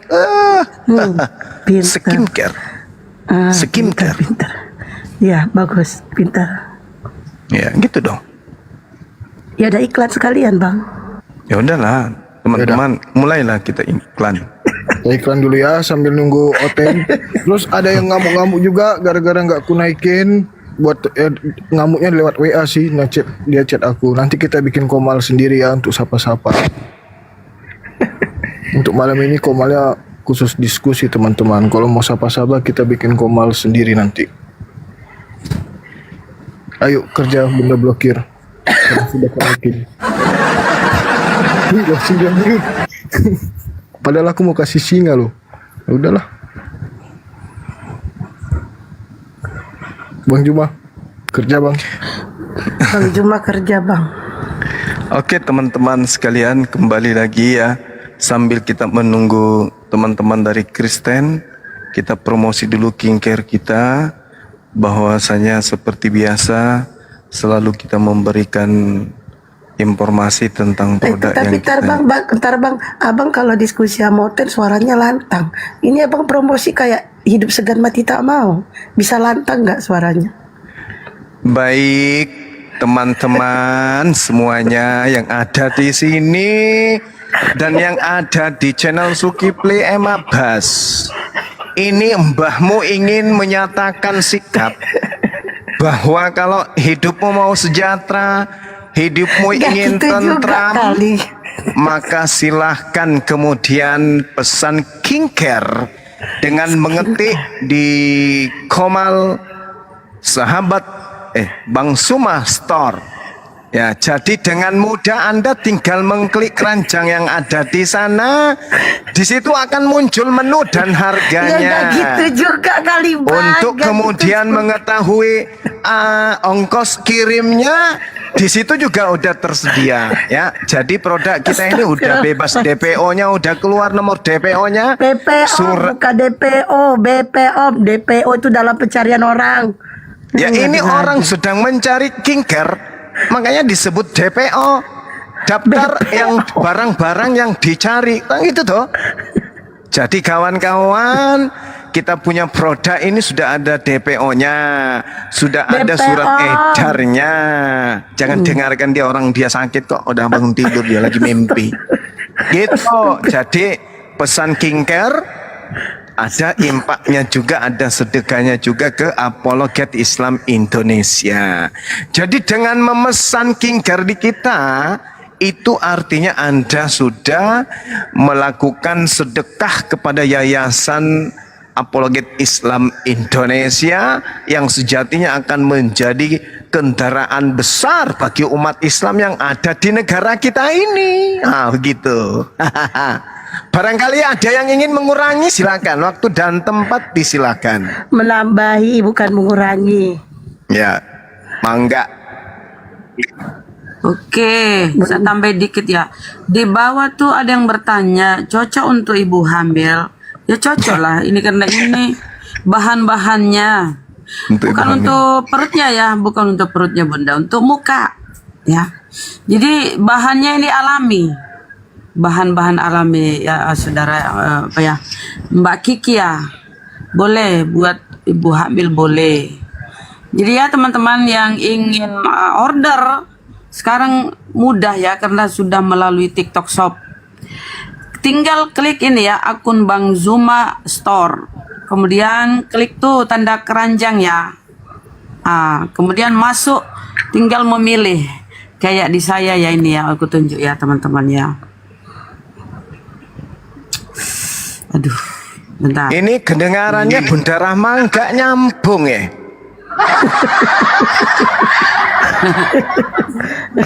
Setelah itu masuk ke sini ya, harus besari dulu bentar baru dilanjut oleh Bang Zuma. Loh, kok ada acara masuk memasukkan ini? Nah ini ya setelah diklik tanda keranjang tadi muncul ini loh teman-teman ya, Bang Zuma Store. Setelah itu silahkan dipilih ya, ini produknya ya.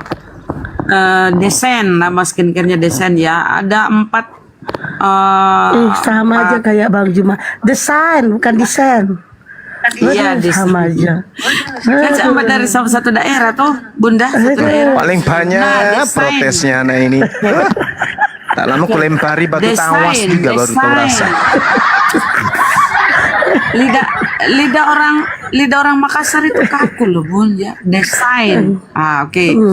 Jadi boleh dipilih ya saudara-saudaraku ya. Ini terdiri dari 4 item ya. Ada sabunnya, ada tonernya, ada serumnya, ada krimnya. Krimnya boleh dipakai siang malam, tapi tonernya itu cukup malam ya. Jangan pakai siang kalau toner. Masya Allah. Jadi harganya ini 127 kalau lewat Salah di sini ya. Yang pakai malam cuma Salah ya? serum, yang lainnya baru boleh siang sama malam. Serum yang nggak boleh kena matahari karena kandungan daripada serum kalau itu perasaan gitu ada ngomongku ya. Serum itu untuk malam aja ya saudaraku ya. Kemudian bukan ada pun toner, ya. satunya ini.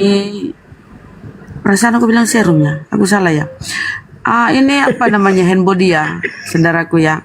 Jadi sekarang kalau diklik ya saudaraku ya, beli, udah ada situ tertera tuh, tinggal tulis, tinggal ketik ya, tinggal ketik tuh alamat yang lengkap ya saudara ya, saudaraku ya. Nah di situ udah tertera tuh ongkirnya, jadi nggak repot lagi kayak kemarin-kemarin kan. Masya Allah, barakallah, saudaraku ya.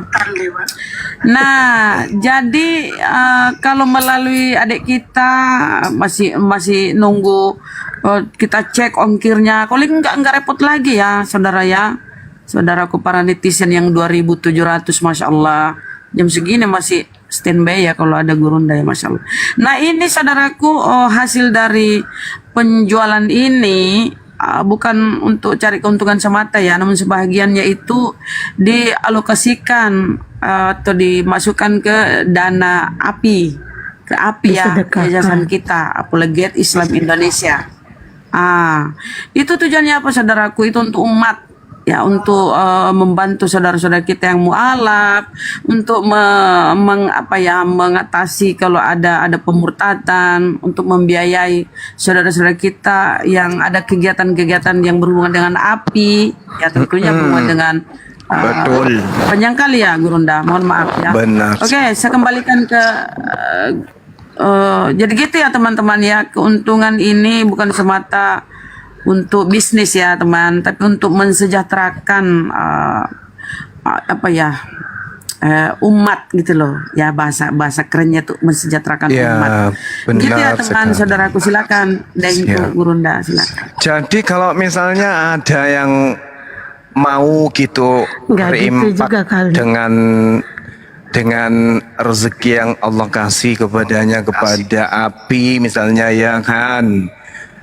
Bisa tuh beli 10 misalnya 10, habis itu 10 dibagikan kepada netizen yang berprestasi. Jadi kita kasih pertanyaan kepada netizen. Jadi yang memberikan kinker itu ikhlas gitu. Misalnya saya Bang Suma mau menyumbang ke api tapi melalui skincare. Nah, tuh skincare gitu kan. Dengan saya belanja skincare-nya misalnya 100 pieces, tolong dibagikan kepada netizen yang mampu menjawab pertanyaan Bang Suma. Boleh. Boleh. Tak ada dalilnya nggak boleh. Boleh. Tidak bertentangan dengan Undang-Undang Dasar 45, nggak bertentangan dengan Al-Quran Surah Al-Baqarah. Jadi silakan aja teman-teman yang mau kemudian nyumbang berimpak ke api dengan cara membagikan kinker, ya silakan. Utamanya membagikan kinker ke saudari kita blokir permanen ini, butuh mukanya kayak ini kulit buaya gitu. Perlu untuk disantunin dikasih skincare seperti itu teman-teman. Terima kasih. Oke, ada yang DM ya, ada yang DM. Katanya gimana Bun kalau mau jadi reseller ya? Ya minimal bisa order dulu 10 paket ya saudaraku ya. 10 dulu. Ya, ini mungkin mau coba dulu kan memasarkan gitu. 10 minimal 10 dulu di order 10 paket baru bisa ini. Dan tentu harganya pun ada ya, ada pengurangan gitu loh kalau ngambil banyak gitu ya saudaraku ya. Jadi silakan dihubungi adik kita ya, adminnya nih Bang Sadli. Ya silakan dihubungi kalau ingin jadi reseller ya. Nanti di ini lewat WA. Teman-temanku ya, saudaraku ya. Izin nanya bang, izin nanya bang. Usaha api ini ya, saudaraku. Silakan bang. Ya, skincare itu obat apa itu bang? Skincare? Skincare yang kita punya itu untuk menangani penyakit kanker kulit, tumor kulit, tetanus kulit, panuan kulit, muntaber kulit, semua penyakit kulit bisa tuntas dengan skincare design. Begitulah adanya. Ini sudah BPOM ya, sudah BPOM dan ada label halalnya ya saudaraku ya. Jadi udah resmi. Oke, izin Bunda Rama ya. Izin Bunda Rama. Jadi tolong yang WA saya. Nih kalau untuk apa namanya itu brosur itu tidak ada, brosurnya itu tidak ada. Kalau kalian mau cetak silakan cetak sendiri. Paling cuma dikasih ini doang. Coba Sadli bikin brosurnya, nanti brosur itu dimasukkan ke dalam itu skincare itu, ke dalam kantong skincare itu. Jadi di situ brosurnya begini kata-katanya.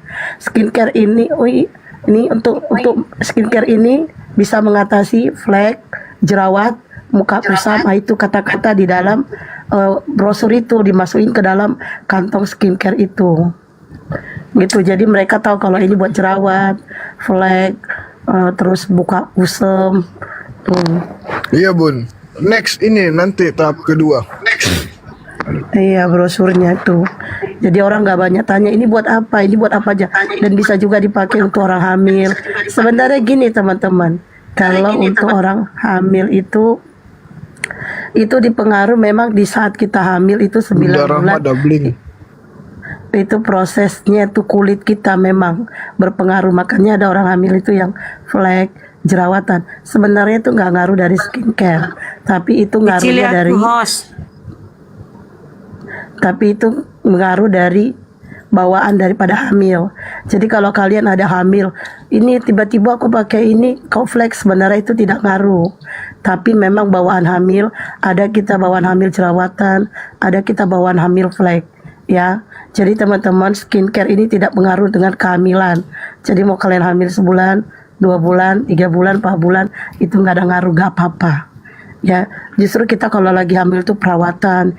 Jadi supaya kita nanti habis lahiran kita nggak jelek. Karena biasanya orang habis lahiran jelek, ya.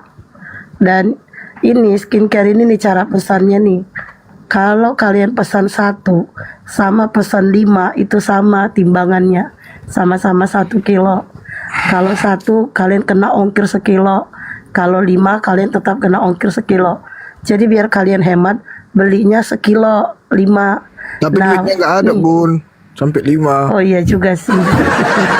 Kecuali Bunda Bloki belikan ya boleh lah.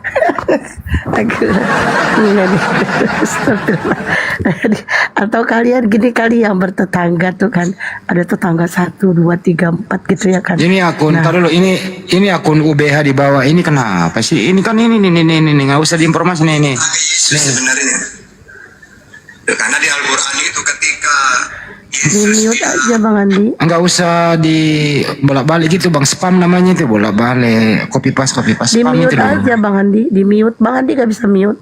Kan Bang Andi moderator. Gak ngerti gue nge-mute orang. Itu ya Bang ya, siapa sih? Gak usah di copy paste gitu Bang. Kita di sini banyak, ya, maaf ya, kita ada device mantau semua Komal yang terafiliasi dengan API itu. Saya itu mantau. Ada 5 HP standby gitu loh, paham semua apa yang terjadi di Komal-Komal. Cuman nggak boleh 2 device, saya harus di sini gitu loh, paham ya? Jadi kalau anda spam terus kayak begitu, akhirnya netizen yang ada di sini itu terpengaruh jadinya bingung gitu loh. Oke? Jadi pindah ke makasih sana ya. gitu ya. Ya. Oke, kita lanjut promosi dikit lagi. Jadi buat teman-teman yang ingin pesan skincare dari produk dari Bang Juma, langsung aja ke ini ya, akun yang saya besarkan, Bang Zuma Store. Nanti itu dari postingan di sebelahnya itu ada keranjang, diklik aja keranjang tersebut, nah langsung check out dan payment. Nah mungkin ada teman-teman yang nggak bisa belanja melalui TikTok Shop, teman-teman bisa WA aku melalui bio profil sahabat Bang Zuma, diklik aja link yang ada di bio profil itu langsung masuk ke WA. Gitu ya teman-teman. Dan buat teman-teman Kristen yang ingin berdiskusi, nanti akan ada skincare gratis dari Sultan. Kalau nggak mau skincare nanti ada voucher. Vouchernya bisa OVO, bisa Dana, bisa link aja, silahkan naik. Yang jelas diskusinya santun, kemudian agak pintar-pintar lah dikit katanya gitu. Syaratnya seperti itu. Kalau untuk Muslim, nanti kami akan memilih ya Muslim, 1 cowok 1 cewek gitu ya. Itu nanti hadiahnya di akhir tahun. Itu hadiahnya adalah menunaikan ibadah haji bagi orang yang mampu. Tuh. Mampu. Mati meja. Cuma bukan dapat voucher atau dapat gratis Bang Andi. Bukan ya. Itu bagi yang mampu berarti ongkosin sendiri. Gimana sih Bang Andi? Itu salah itu omongan saya. Salah lah. Kan hanya orang mampu yang bisa menunaikan ibadah haji. Iya kan berarti nggak dapat voucher kan? Dia naik haji sendiri, biaya sendiri. Gimana sih? Ada yang nanya kemarin ngechat nggak dibalas, mungkin yang berapa hari yang lalu ngechat terus nggak dibalas, boleh di chat kembali aja. Kemarin memang nggak direspon chatnya karena waktu itu produk kita habis. Oke, next kita lanjut diskusi. Kita sapa dulu Bang Rian, katanya dia nonis, ada yang ingin ditanyakan. Selamat malam Bang, silakan dibuka mic-nya. Waduh, turun. Kabur dia.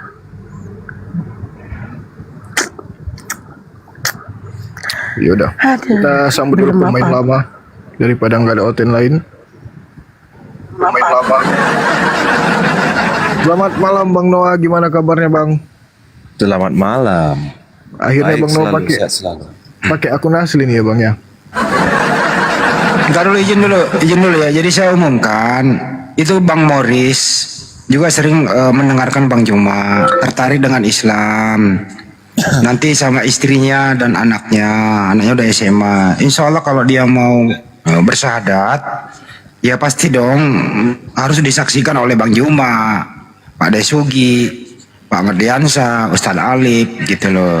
Yang jelas di sana nggak mungkin disyahadatkan di sana tanpa ada pengurus inti API gitu loh. Jadi sabar aja teman-teman ya, kita doakan Bang Morrisnya ini benar-benar tidak ngeprank gitu loh. Itu kira-kira informasinya. Oke? Oke, lanjut. Ya Bang Nora, ada ingin disampaikan atau Bang Nora mau dicek kodamnya? Noah, bukan Nora, Noah. Iya, Bunda Noah, grup bandnya Aril. Oke, jadi begini, karena saya juga udah lama ya nggak naik komal, tapi saya tiap hari buka TikTok, saya sering perhatikan kayaknya makin menurun nih perdebatan agama. Saya sangat senang di situ. Tapi kalau room ini aktif terus, jadi saya punya pertanyaan, hanya satu pertanyaan, ya. Begini aja,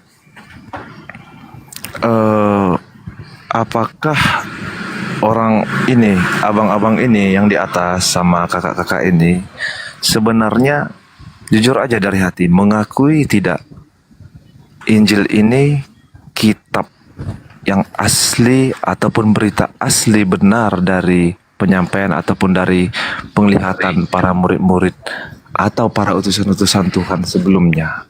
Itu aja. Silakan dijawab. Silakan Bang Juma. Iya, kalau saya jelas ya menjawabnya tidak neko-neko. Saya percaya bahwa itu adalah tulisan yang dituliskan oleh orang yang tidak dikenal, yang menceritakan tentang kejadian tentang Yesus. Ya, dalam hal ini adalah nabi yang datang ke tengah-tengah Bani Israel, yaitu Nabi Isa alaihissalam.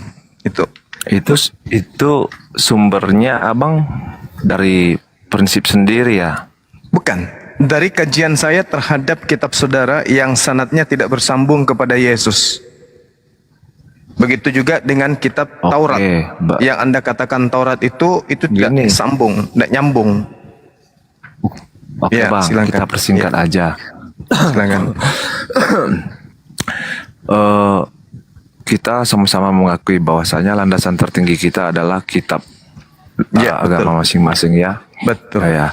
Jadi kalau abang alasannya seperti itu, abang juga harus bisa memberikan alasan dari apa yang ada di dalam Al-Quran. Betul. Bahwasanya ada pemberitaan Injil atau Taurat yang sudah ada sebelum Al-Quran itu bukan asli. Tapi itu tidak ada di Al-Quran. Kata siapa? Bahkan Al-Quran sendiri memuat kisah-kisah Nabi Musa. Ya. Sebelumnya yang ada di Taurat dan Al-Quran memberitakan tentang dua kitab tersebut.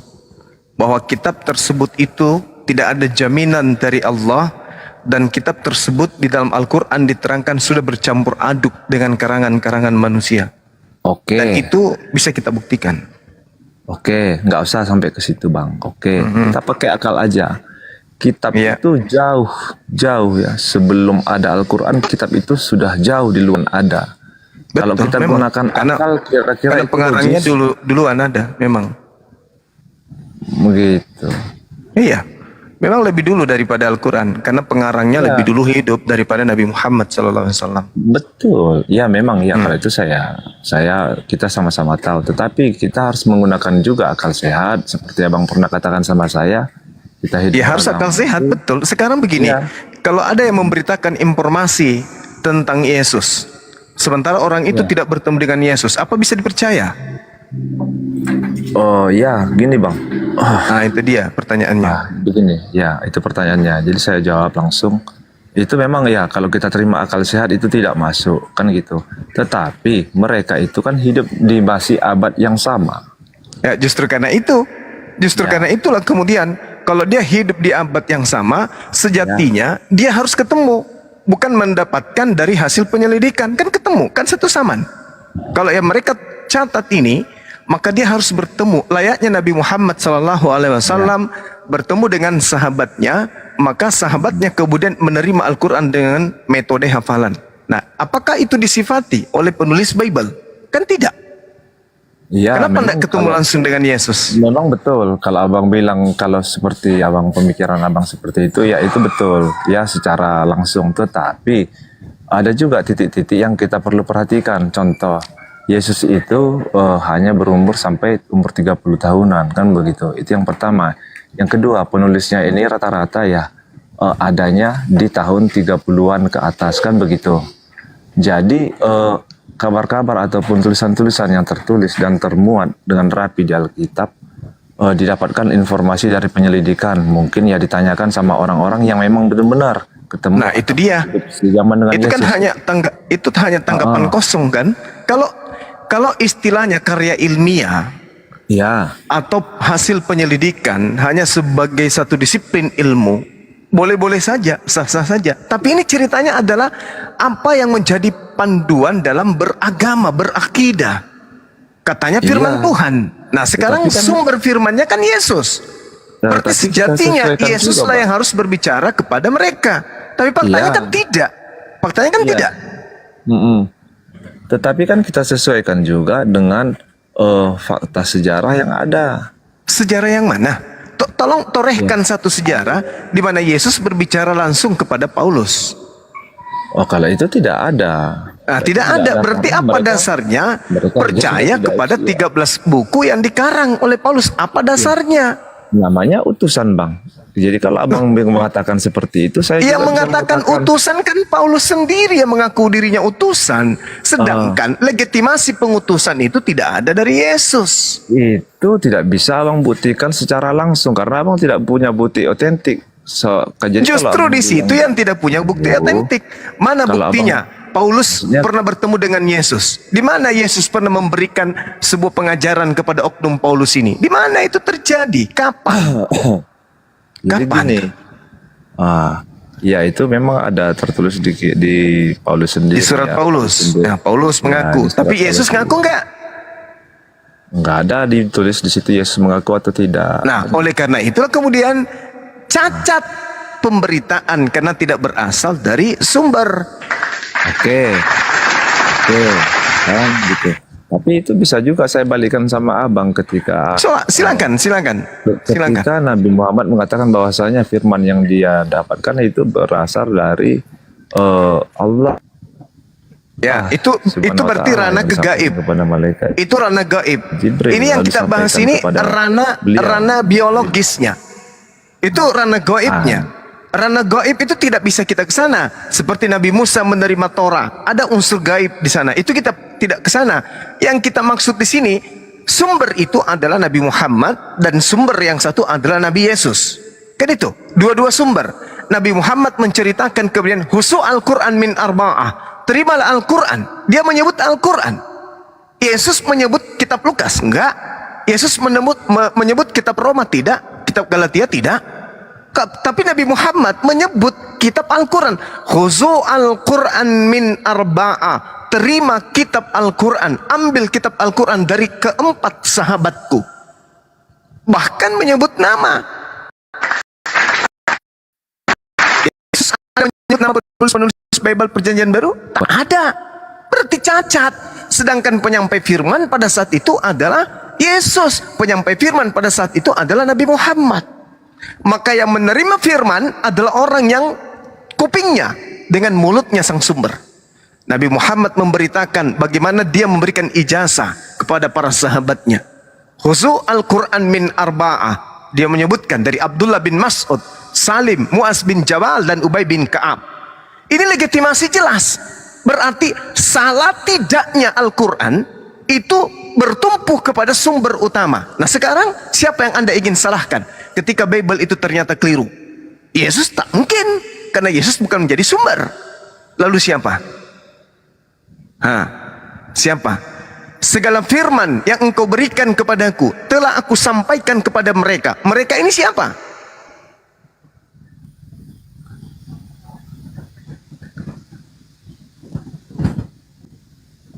Dari situ aja cacat, Bu. Kitab Anda itu cacat karena tidak bersanad. Itu yang pertama. Yang kedua, masalah metode penyambungan informasi. Al-Quran disampaikan, Iqra bismi rabbikal ladzi khalaq, khalaqal insana min alaq. Berapapun sahabat yang tampil pada saat pewahyuan, maka segitu juga orang yang akan menghafalkan surah itu. Iqra bismi rabbikal ladzi khalaq, khalaqal insana min alaq. Dan gaungnya bacaan itu sampai ke seantero dunia. Itu luar biasanya. Nah sekarang bagaimana dengan Yesus? Apa yang dikatakan Yesus, siapa yang menggaungkan? Tak ada.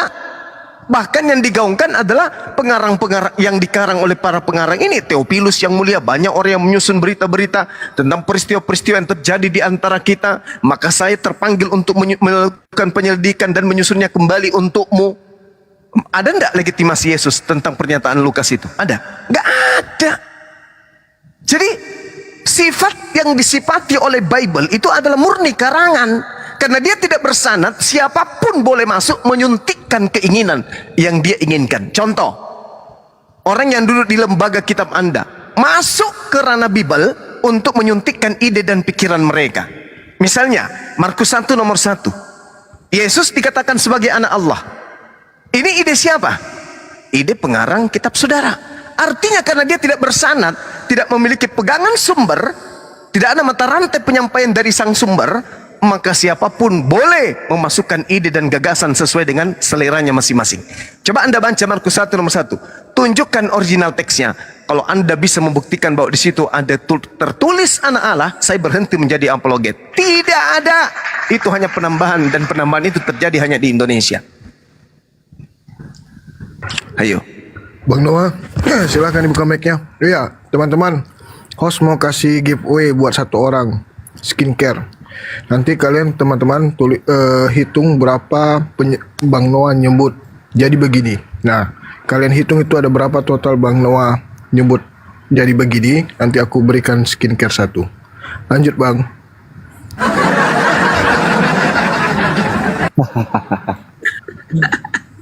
Jadi begini betul. Ada-ada aja ya kan. Noah, sekali-kali dong lo tanggapi statement Mbak Nyuma itu. Betul kan, lu bantah dong, saya Lukas. Misalnya LI menambahkan anak Allah gitu loh. Lu kasih argumentasi dong yang menguatkan gitu loh. Silakan. Tadi Bang Juma bilang Theophilus. Saya mau tahu arti Theophilus menurut Bang Juma itu apa? Oke. Kalau kita berbicara mengenai Theo, berarti ini ada rujukannya kepada Tuhan. Ya.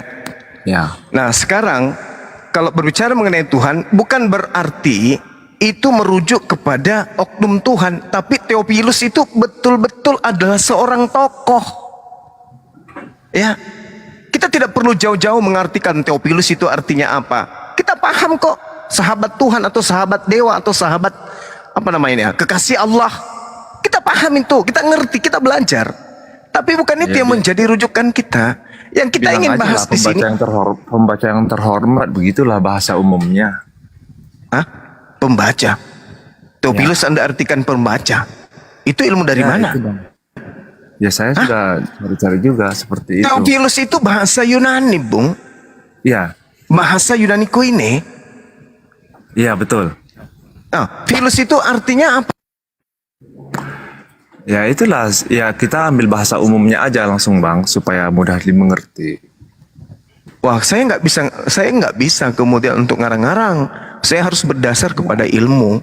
Nggak boleh. Nah sekarang bukan. Lanjut Bang, lanjut. Bukan itu yang jadi materi kita. Materi kita ini adalah keautentikan kitab yang kita genggam hari ini. Ya oke Bang. Oke lah, kita nggak usah berbicara mengenai gaib. Karena Nabi Musa juga menerima Torah gaib. Yesus juga memberitakan Injil gaib. Karena tidak ada kemudian dimensi bagi manusia itu untuk melihat malaikat datang tanpa izin Allah. Itu tidak perlu kita ke sana. Karena kalau di dalam Al-Quran, bahwasanya dalam surah ayat 52, di situ sangat jelas mustahil bagi orang berbicara langsung kepada Allah melalui 3 hal, kecuali melalui 3 hal itu. Dan itu sudah saya uraikan. Dan itu dialami oleh semua Nabi, termasuk Yesus. Yesus tidak pernah bicara langsung dengan Tuhan. Yesus berbicara melalui pewahyuan, melalui perantaraan tabir dan juga malaikat. Itu pasti itu. Nah, sekarang permasalahannya adalah keautentikan kitab. Umat Islam menerima Al-Quran sumbernya Rasulullah. Rasulullah kemudian menyebut Al-Quran. Khairukum man ta'allama Al-Quran. Rasulullah menyebut Al-Quran. Yesus tidak pernah sekalipun menyebut nama kitab saudara. Ada apa ini?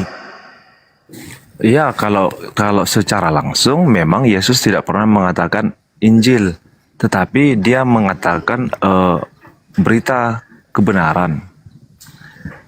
Bung, kalau Yesus menyebut Injil itu sering dia menyebut Injil itu. Maksudnya adanya akan dituliskan kitab ini begini. Ya, kalau itu nggak pernah. Itu nggak Kalau pernah. itu tidak pernah.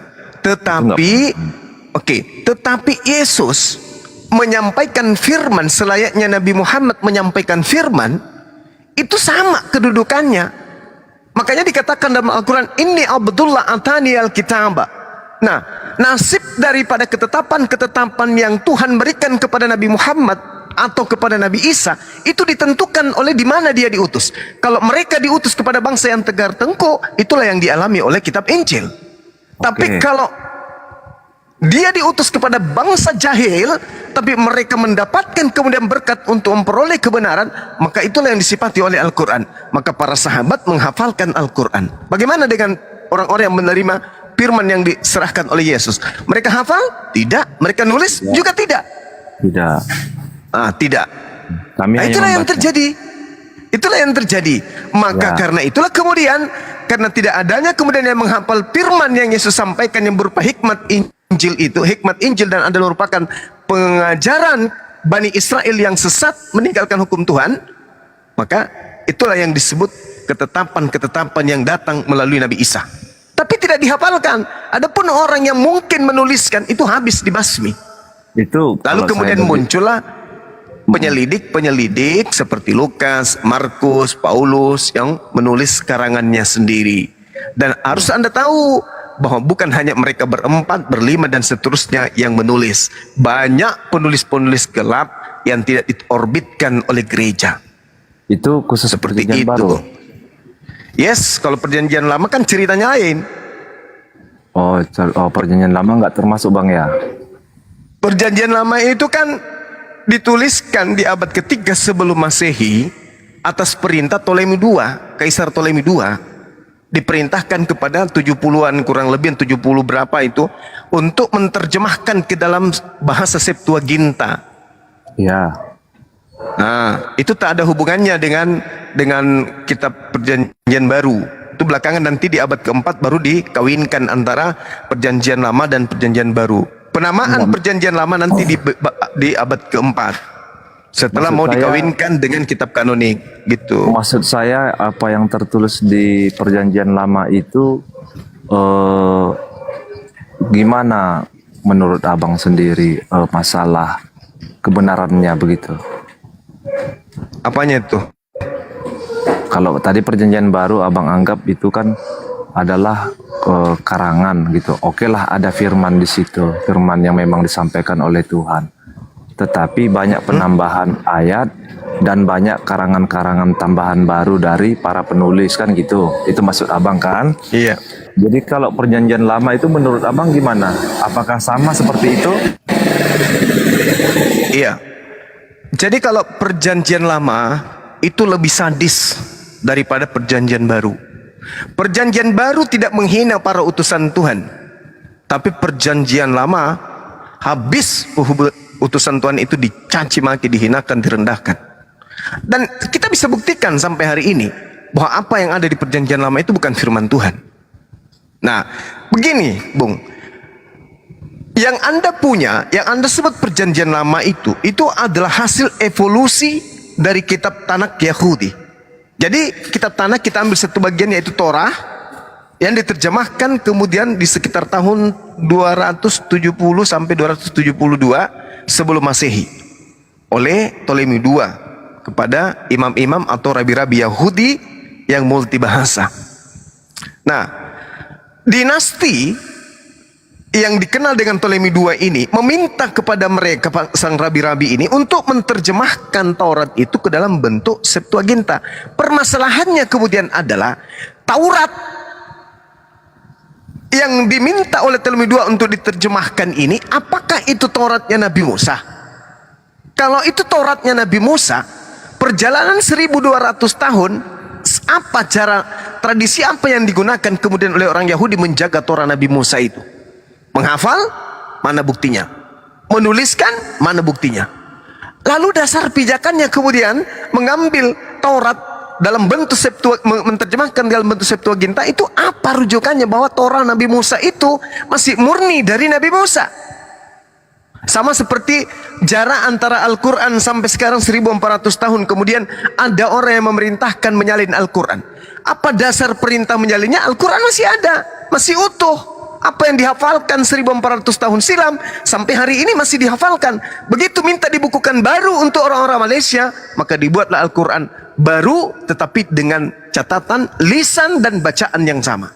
Nah, bagaimana dengan Taurat yang dituliskan abad ketiga sebelum Masehi ke dalam Septuaginta? Ada jaminan bahwa itu masih murni? Kalau ada jaminan, apa dasar pondasinya? Oh, dihafalkan Bang Suma. Siapa yang menghafalkan Taurat? Ada? Tak ada. Dituliskan Bang Suma. Ditulis di mana? Sampai usianya bisa sampai 1400 tahun. Sampai kepada Kaisar Ptolemy. Ada dasar pijakannya? Tak ada juga. Kalau ini saja yang disebut Taurat yang diterjemahkan ke dalam Septuaginta aja mencurigakan dan meragukan, lalu bagaimana dengan Septuaginta yang setiap saat direvisi, dikoreksi untuk dicocok-cocokkan dengan semangat yang muncul di Perjanjian Baru? Bagaimana ketika sampai di meja Origen? Gereja-gereja ini kemudian Bapak gereja Origen ini bagaimana kondisi daripada kitab Perjanjian Lama ini? Lucian di abad ketiga Masehi, bagaimana keadaan nasib Septuaginta ini? Turun lagi di abad keempat di Hesisius, bagaimana keadaan terjemahan yang ada di Septuaginta ini? Itu semua dikoreksi untuk dicocok-cocokkan dengan siapa dan kepada siapa kitab itu akan diberikan. Kitab Septuaginta disebut sebagai Perjanjian Lama, nanti setelah dikawinkan dengan Perjanjian Baru, kitab kanonik, barulah disebut muncul istilah Perjanjian Lama, Perjanjian Baru. Dikawin-kawinkan. Jadi Septuaginta diberi warna untuk mewarnai Perjanjian Baru. Bukan Perjanjian Baru yang mewarnai Perjanjian Lama. Tetapi Perjanjian Lama harus dikoreksi untuk mengikuti selera Perjanjian Baru. Kenapa? Karena ini dua kitab akan diberikan, akan dihadiahkan kepada penganut ajaran paganisme, yaitu penyembah dewa Hercules. Makanya konsepnya berikut kemudian muncul pertentangan antara isinya Perjanjian Baru ini dengan isinya sendiri. Bagaimana Yesus mengajarkan tentang dirinya, bagaimana semangat kemudian agama Kristen, bagaimana Paulus mengajarkan semangat kekristenannya, bagaimana Yesus mengajarkan semangat ketauhidannya. Ayo. Jadi dua ajaran yang bertentangan dalam satu kitab. Kenapa? Karena tujuannya hanya untuk diberikan kepada penguasa saat itu. Makanya saudara, orang-orang Yahudi tidak pernah mengklaim dan tidak pernah menuntut untuk orang Kristen mengembalikan Perjanjian Lama kepada mereka. Kenapa? Karena orang-orang Yahudi tahu bahwa Septuaginta itu adalah terjemahan yang memiliki koreksi demi untuk mencocokkan ajaran Romawi, yaitu Katolik. Jangan heran kemudian untuk itu. Jadi saya katakan, separah-parahnya Perjanjian Baru jauh lebih parah Perjanjian Lama. Kalau Perjanjian Baru itu masih ada mendekati tentang pelaku sejarah, objeknya, TKP-nya, tetapi kalau yang Perjanjian Lama itu menceritakan tentang sesuatu yang ribuan tahun setelahnya dan penuh dengan koreksi-koreksi oleh bapak-bapak gereja dari abad pertama, kedua, ketiga sampai keempat. Barulah masuk digabungkan menjadi clipping, diikat dua buku ini menjadi satu bundel, lalu dijadikan sebagai kitabnya orang Kristen sampai hari ini. Seperti itu. Oke. Berarti di Al-Quran ada ya Bang ya tertulis bahwasanya tadi apa Bang bilang? Taurat dan orang-orang Injil. Yahudi menyembunyikan dan mencampur adukkan antara firman Tuhan dan yang bukan firman Tuhan. Maksud saya termasuk ada kitab di, Anda.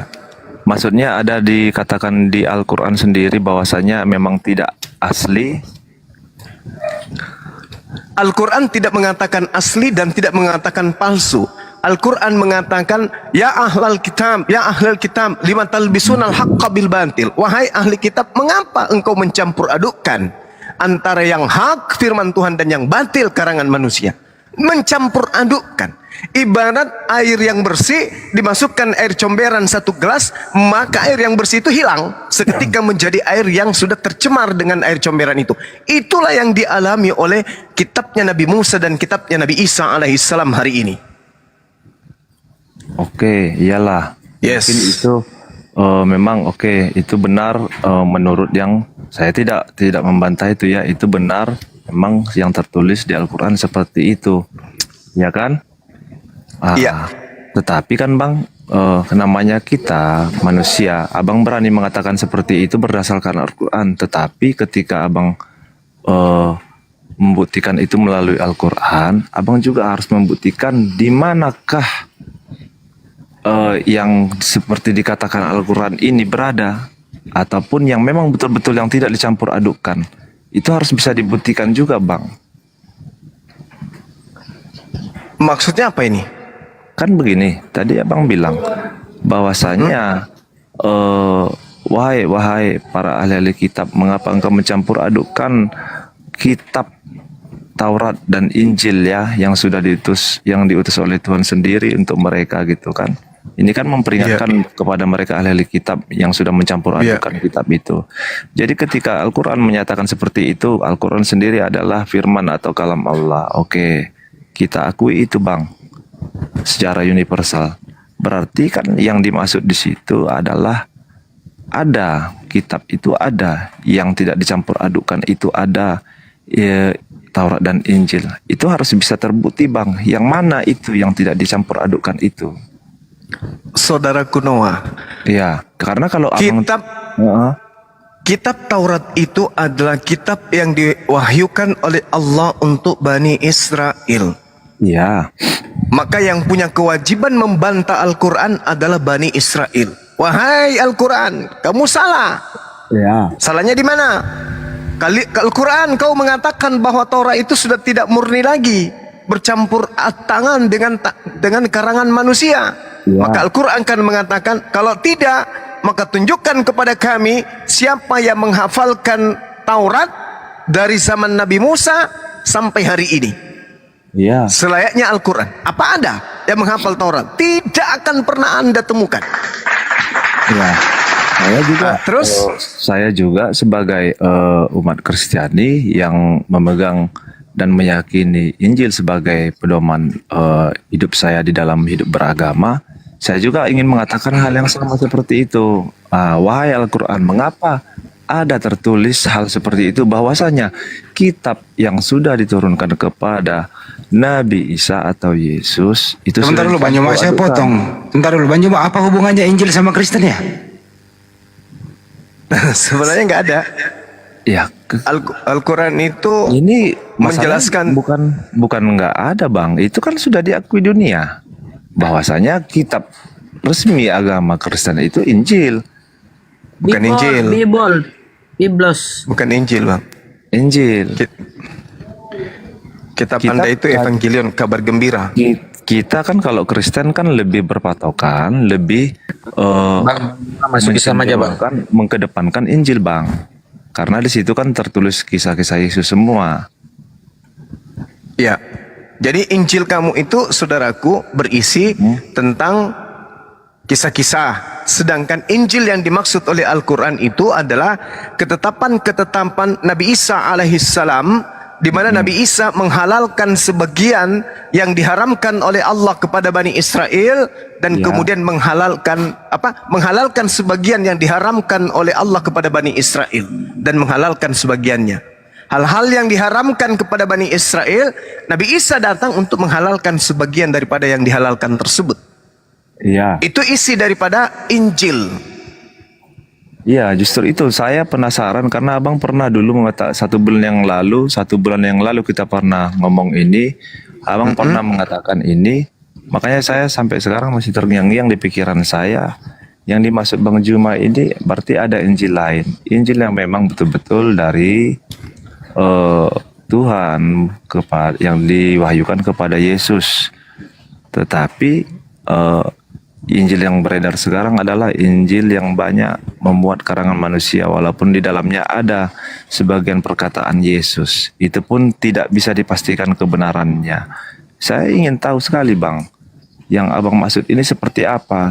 Karena saya penasaran kenapa Al-Quran bisa mengatakan seperti itu, tetapi tidak bisa menunjukkan apa yang dikatakan Al-Quran sendiri gitu. Oke, baik. Al-Quran sudah jelas mengatakan di dalam surah Al-Ma'idah bahwasanya baginda Rasulullah Muhammad sallallahu alaihi wasallam diutus di atas muka bumi ini. Salah satu misinya itu adalah menjelaskan sebagian isi dari kitab yang disembunyikan oleh ahli kitab itu sendiri.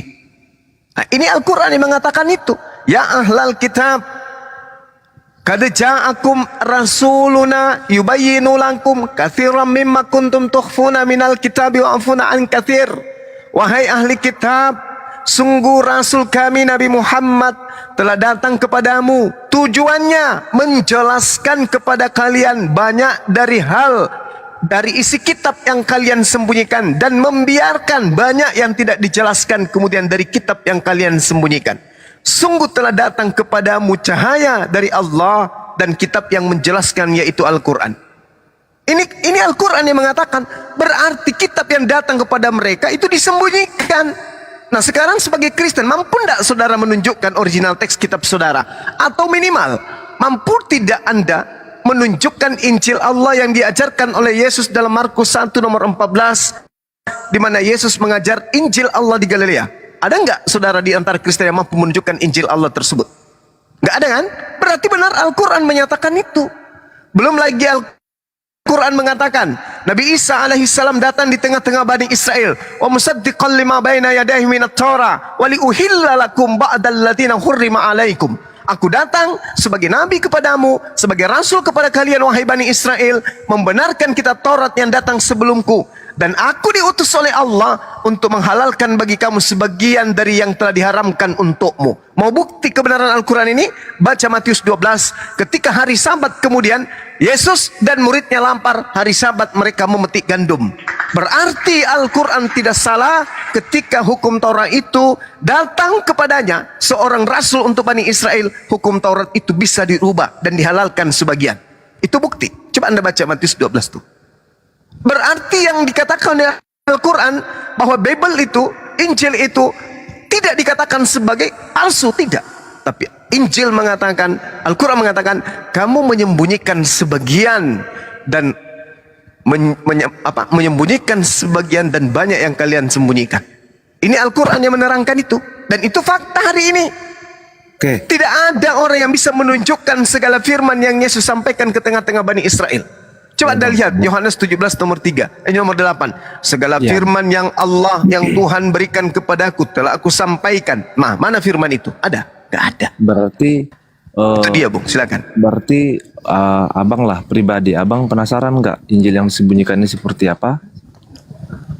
Oh, kalau saya enggak.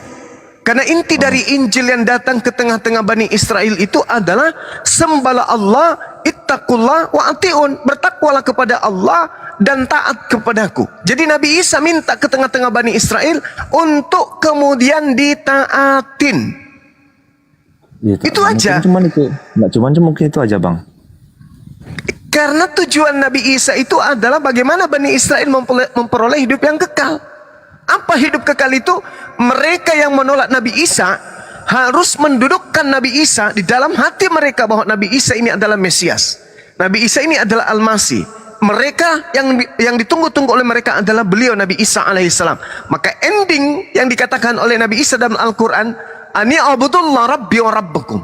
Pada saat dia mengatakan sembahlah Allah Tuhanku dan Tuhanmu, implementasi daripada itu adalah fattakullah wa atiun, bertakwalah kalian kepada Allah dan taatlah kepadaku. Apa artinya? Yohanes 17 nomor 3. Jelas itu. La ilaha illallah, Yesus Rasulullah. Tak ada yang lain. Tak ada yang lain. Tak ada rasul lain. Yang rasul hanya Yesus. Di mana dikatakan hidup kekal itu adalah mereka mengenal engkau satu-satunya dan mengenal Paulus yang kau utus. Di mana tertulis itu? Tak ada. Tak ada. Yang ada hanyalah hidup kekal itu adalah mereka mengenal engkau satu-satunya Tuhan yang benar dan mengenal siapa? Yesus sebagai utusan. Ya Bani Israel, inni Rasulullahi ilaikum. Itu adalah patriot dalam keadaan orang-orang Yahudi mencari dan menunggu Mesias. Dan itu ada terpatron dalam kehidupan umat Islam. Tidak sah imannya seorang Muslim ketika tidak mengimani bahwa Nabi Isa itu adalah Rasulullah yang diutus kepada Bani Israel. Atau seperti itu. Tidak ada keselamatan tanpa mengimani beliau sebagai jalan keselamatan bagi Israel untuk menuju kepada Allah. Tak ada. Di luar daripada itu neraka. di luar daripada bangsa Israel maksudnya, Bang? Maksudnya gini, orang yang tidak mengimani Nabi Isa, dalam hal ini Yesus dalam iman saudara, sebagai rasul, sebagai jalan menuju kepada Allah, tidak ada keselamatan. Tidak ada keselamatan. Atau ada orang yang membawa namanya Yesus, tapi lebay, offside, tidak dianggapnya jalan, malah dianggapnya sebagai tujuan. Maka itu pun akan sampai ke neraka. Apa buktinya? Matius 7 nomor 5, Matius 7 nomor 22 sampai 23. Karena offside mereka dalam nama Yesus. Dalam nama Yesus. Itu offside namanya. Kenapa? Karena tidak melakukan kehendak Bapa. Kenapa tidak melakukan kehendak Bapa? Karena mereka melampaui batas. Bapa hanya mengatakan begitu besar kasih karunia Tuhan akan dunia ini, Dia menganugerahkan anaknya yang tunggal, barang siapa yang percaya akan memperoleh hidup yang kekal. Percaya kepada siapa? Percaya kepada Yesus. Saya ngerti maksud Abang, maksudnya kalau percaya kepada Yesus ya cukup sebagai utusan. Yes. Ya. Nah, begitu saya udah paham. Oke, ini yang terakhir kan. Yang terakhir biar kita udahan. Jadi gimana nih Bang mengenai Wahyu 1? Ini wahyu langsung ya. Wahyu langsung kepada Yohanes murid Yesus sendiri ya, yang saat itu berada di Pulau Patmos ya, menjalani hukuman tapi nggak mati-mati sampai akhirnya mati sendiri. Ya, si Markus. Bukan, Yohanes. Yohanes itu dimatikan dia. Ya, bahkan sampai digoreng. Saya katakan ini Markus. Wahyu ini saya katakan beliau ini Markus.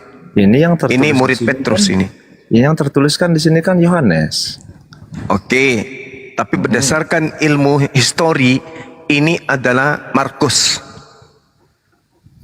Oh, Yohanes memang tertulis, tapi ingat Bung, Yohanes itu nama lainnya Markus. Ya, pokoknya ini Yohanes murid Yesus sendiri ya. Ya, kan gitu. Ya, terserah lah. Ya, ini kan yang tertulis. Saya kan Kisah Para Rasul 12:12, nama lain daripada Markus itu adalah Yohanes. Ya, ini kan saya hanya membaca. Ya, silakan. Enggak apa-apa. Silakan. Apa yang Anda ingin sampaikan dari kitab Anda ini? Iya, jadi begini kan, karena menurut Wahyu 1 memang itu yang Abang sampaikan itu betul. Ya, tidak ada salahnya. Mengakui sebagai utusan, ya itu tidak salah. Saya tidak membantah itu untuk mengenal Tuhan yang Tuhan yang memang mengutus Yesus Kristus. Itu betul Bang. Cuman karena di Wahyu ini adalah memang wahyu Yesus Kristus kepada Yohanes untuk disampaikan kepada 7 jemaat. Itulah di Wahyu 1 ayat 8 bahwasanya Aku adalah Alfa dan Omega, firman Tuhan Allah, yang ada dan yang sudah ada dan yang akan datang, yang Maha Kuasa. Terus? Ini jadi ini termasuk salah satu jadi landasan kuat di kita iman Kristen. Bahwasanya ya Yesus itu ya ada sebelum dia yang baca Wahyu 1 nomor Bang, baca Wahyu 1 nomor 1. Inilah wahyu Yesus Kristus yang dikaruniakan Allah kepadanya. Jadi Yesus tuh dia dikaruniai wahyu oleh Allah. Iya. Silakan Guru lanjut. Iya. Apa yang ingin Anda sampaikan sini? Yang saya sampaikan itu ya isi Wahyu 1 ayat 8 tadi Bang. Oke, baik. Sekarang begini. Menurut Yesus yang datang kedua kalinya adalah Dia. Kapan itu terjadi? Di akhir zaman. Tidak terjadi di tahun ke-100 Masehi. Berarti yang datang kepada penulis wahyu ini siapa? Yohanes. Iya, yang datang kepada penulis wahyu ini siapa? Yang maksudnya datang di mana Bang? Ini kan ada orang mengaku menulis sebuah kitab di Pulau Patmos, yang mendatanginya adalah Yesus. Betul? Sebentar, ini kan tunggu sebentar. Ya, ini kesaksian yang diberikan oleh Yesus Kristus. Kesaksian penulis kan? Ini ya, Yohanes telah bersaksi tentang firman Allah. Yes. Aku Yohanes, saudara dan sekutumu dalam kesusahan. Yes, saya paham itu. Ya. Yang mana aku memperoleh firman Allah dan kesaksian yang diberikan oleh Yesus. Oke, di data 9, oke. Berarti penulisnya mengatakan yang datang kepadanya itu adalah Yesus. Betul? Ya, kalau menurut Oke. di sini, ya. Sekarang permasalahannya, menurut Yesus, aku datang nanti di akhir zaman, ditandai dengan kilat menyambar dari timur ke barat. Ya, itu kan Maka waspadalah ketika ada yang mengaku bertemu dengan saya. itu kan untuk hari penghakiman, Bang. Ini kan Bukan hanya untuk Bukan memberikan hari penghakiman. Ya, Yesus itu. mengatakan di dalam Matius 24, ya, waspadalah kepada orang yang mengaku bertemu dengan aku. Jangan kau percaya. Camkanlah, aku telah mengatakannya kepadamu. Jadi jika ada orang berkata kepadamu ada Yesus di sini, jangan kau percaya. Jangan kau pergi ke sana dan mengatakan ada Yesus dalam bilik, jangan kau percaya. Nah, ini ada orang mengaku bertemu dengan Yesus di Pulau Patmos. Kata Yesus, jangan kamu percaya. Ya. Itu yang pertama. Yang pertama. Yang kedua, Yesus sebelum terangkat ke langit, dia mengatakan segala firman yang Tuhan berikan kepadaku telah aku sampaikan kepada mereka, dan mereka telah menerimanya, dan mereka yakin percaya dengan pasti bahwa engkaulah yang telah mengutus aku. Berarti mereka percaya yang telah menerima firman itu meyakini Yesus itu adalah rasul. Pertanyaannya, segala firman telah aku sampaikan pada tahun 30 sampai 33. Sedangkan penulis Bible nanti menulis di tahun 99 sampai tahun 100. Apakah ucapan-ucapan Yesus yang diterima di dalam kitab Wahyu ini itu dihafal? Dihafalnya? Enggak dihafal. Enggak gini, Bang. Lalu? Ini dihafalnya baru dituliskannya karena gini. Anda tahu kalau Anda tahu kalau yang disebut sebagai Yohanes itu adalah orang idiot. Kurasa ini sudah pernah saya tampilkan. Bagaimana penulis Yohanes itu disebut idiot. Bagaimana seorang idiot menghafal kitab Wahyu setebal itu dari tahun 30 sampai 33 Yesus ngajarin dia, dan nanti di tahun 100 baru dia tulis. Ya, ada alasannya kenapa Yohanes itu dikatakan. Alasannya? Karena pertama, dia memang berbicara dan menuliskan sesuatu yang dituliskannya itu di luar akal manusia. Itu yang pertama. Yang poin kedua. Selesai sudah kita kalau gitu. Yang poin kedua, di luar akal manusia yang maksudnya ya seperti ini. Dia berbicara tentang kesaksian Yesus Kristus kepada dia. Jadi kan tidak semudah itu orang percaya. Jadi dia dianggap idiot. Itu yang pertama. Kesaksian Yesus itu terjadi kapan? Ya, ini yang ini dituliskannya ketika dia dihukum, Bang, di Pulau Patmos. Itu ada kok sejarah. Berarti Yesus datang pada saat itu ke situ. Kalau di sini tidak ada dituliskan seperti itu. Tetapi lalu itulah kesaksiannya yang dituliskan. Iya, maksud saya dia menerima wahyu ini itu sebagai rangkaian firman yang Yesus sampaikan di tahun 30 sampai 33, atau ini firman baru?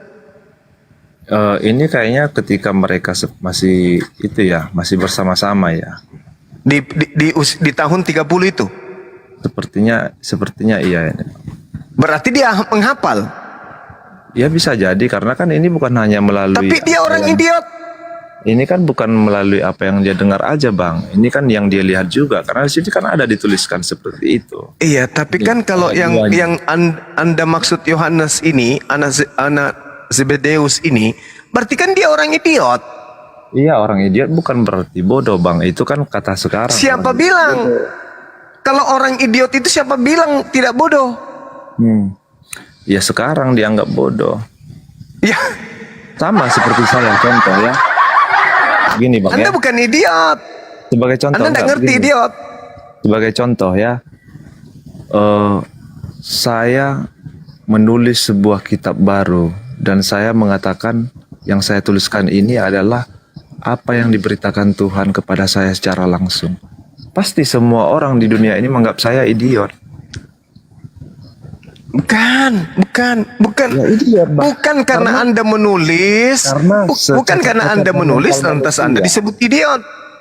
Ini idiot betul-betul dijelaskan di dalam kitab saudara bahwasanya Yohanes ini adalah orang yang buta huruf dan idiot. Sudah buta huruf, idiot lagi. Di mana Bang? Bagaimana mungkin seorang idiot menuliskan sebuah kitab dan kitab itu ditulis dengan materi hafalan yang dihafal di masa tahun 30. Berarti ada waktu 60 tahun dia hafalkan isi kitab Wahyu ini sampai dia menulis di Pulau Patmos. Itu adalah hal yang tidak rasional. Iya, tapi itu yang kedua. Yang dituliskan di ayat 2 kan seperti itu. Yang dituliskan di Wahyu ini adalah melalui apa yang ia lihat dan apa yang ia dengar dan apa yang disampaikan langsung kepada beliau. Wah, berarti ini bukan sesuatu yang dihafalkan, bukan? Iya kan? Ini kan diceritakan Yohanes telah bersaksi tentang firman Tuhan dan tentang kesaksian diberikan oleh Yesus Kristus, yaitu, nah ini dijelaskan lagi, yaitu segala sesuatu yang telah dilihatnya. Nah, berarti ini bukan terjadi pada masa 30 tahun usia penginjilan Yesus, di usianya 30 sampai 30 tahun. Karena ini berbicara mengenai sesuatu yang dilihatnya, seperti bumi, air, semuanya tumpah menjadi darah, keluar binatang dari tengah laut, kemudian raksasa, seluruh tanah air, seluruh air yang ada di atas muka bumi ini maupun daratan berubah menjadi darah. Adanya peran naga di surga dengan malaikat Mikail, itu bukan diceritakan di zaman Yesus. Anda berbohong tadi. Ini penampakan yang dilihat pada masa dia menulis.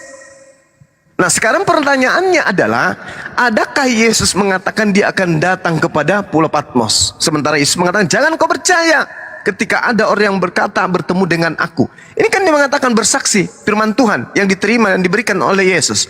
Berarti Yesus datang di Pulau Patmos. Sementara dalam Yohanes 16 nomor 7, yang datang setelah Yesus terangkat adalah manusia, seorang penolong, bukan Yesus. Jadi ketika ketika Yohanes yang abang bilang tadi bahwanya Yohanes ini orang idiot, itu tertulis di mana?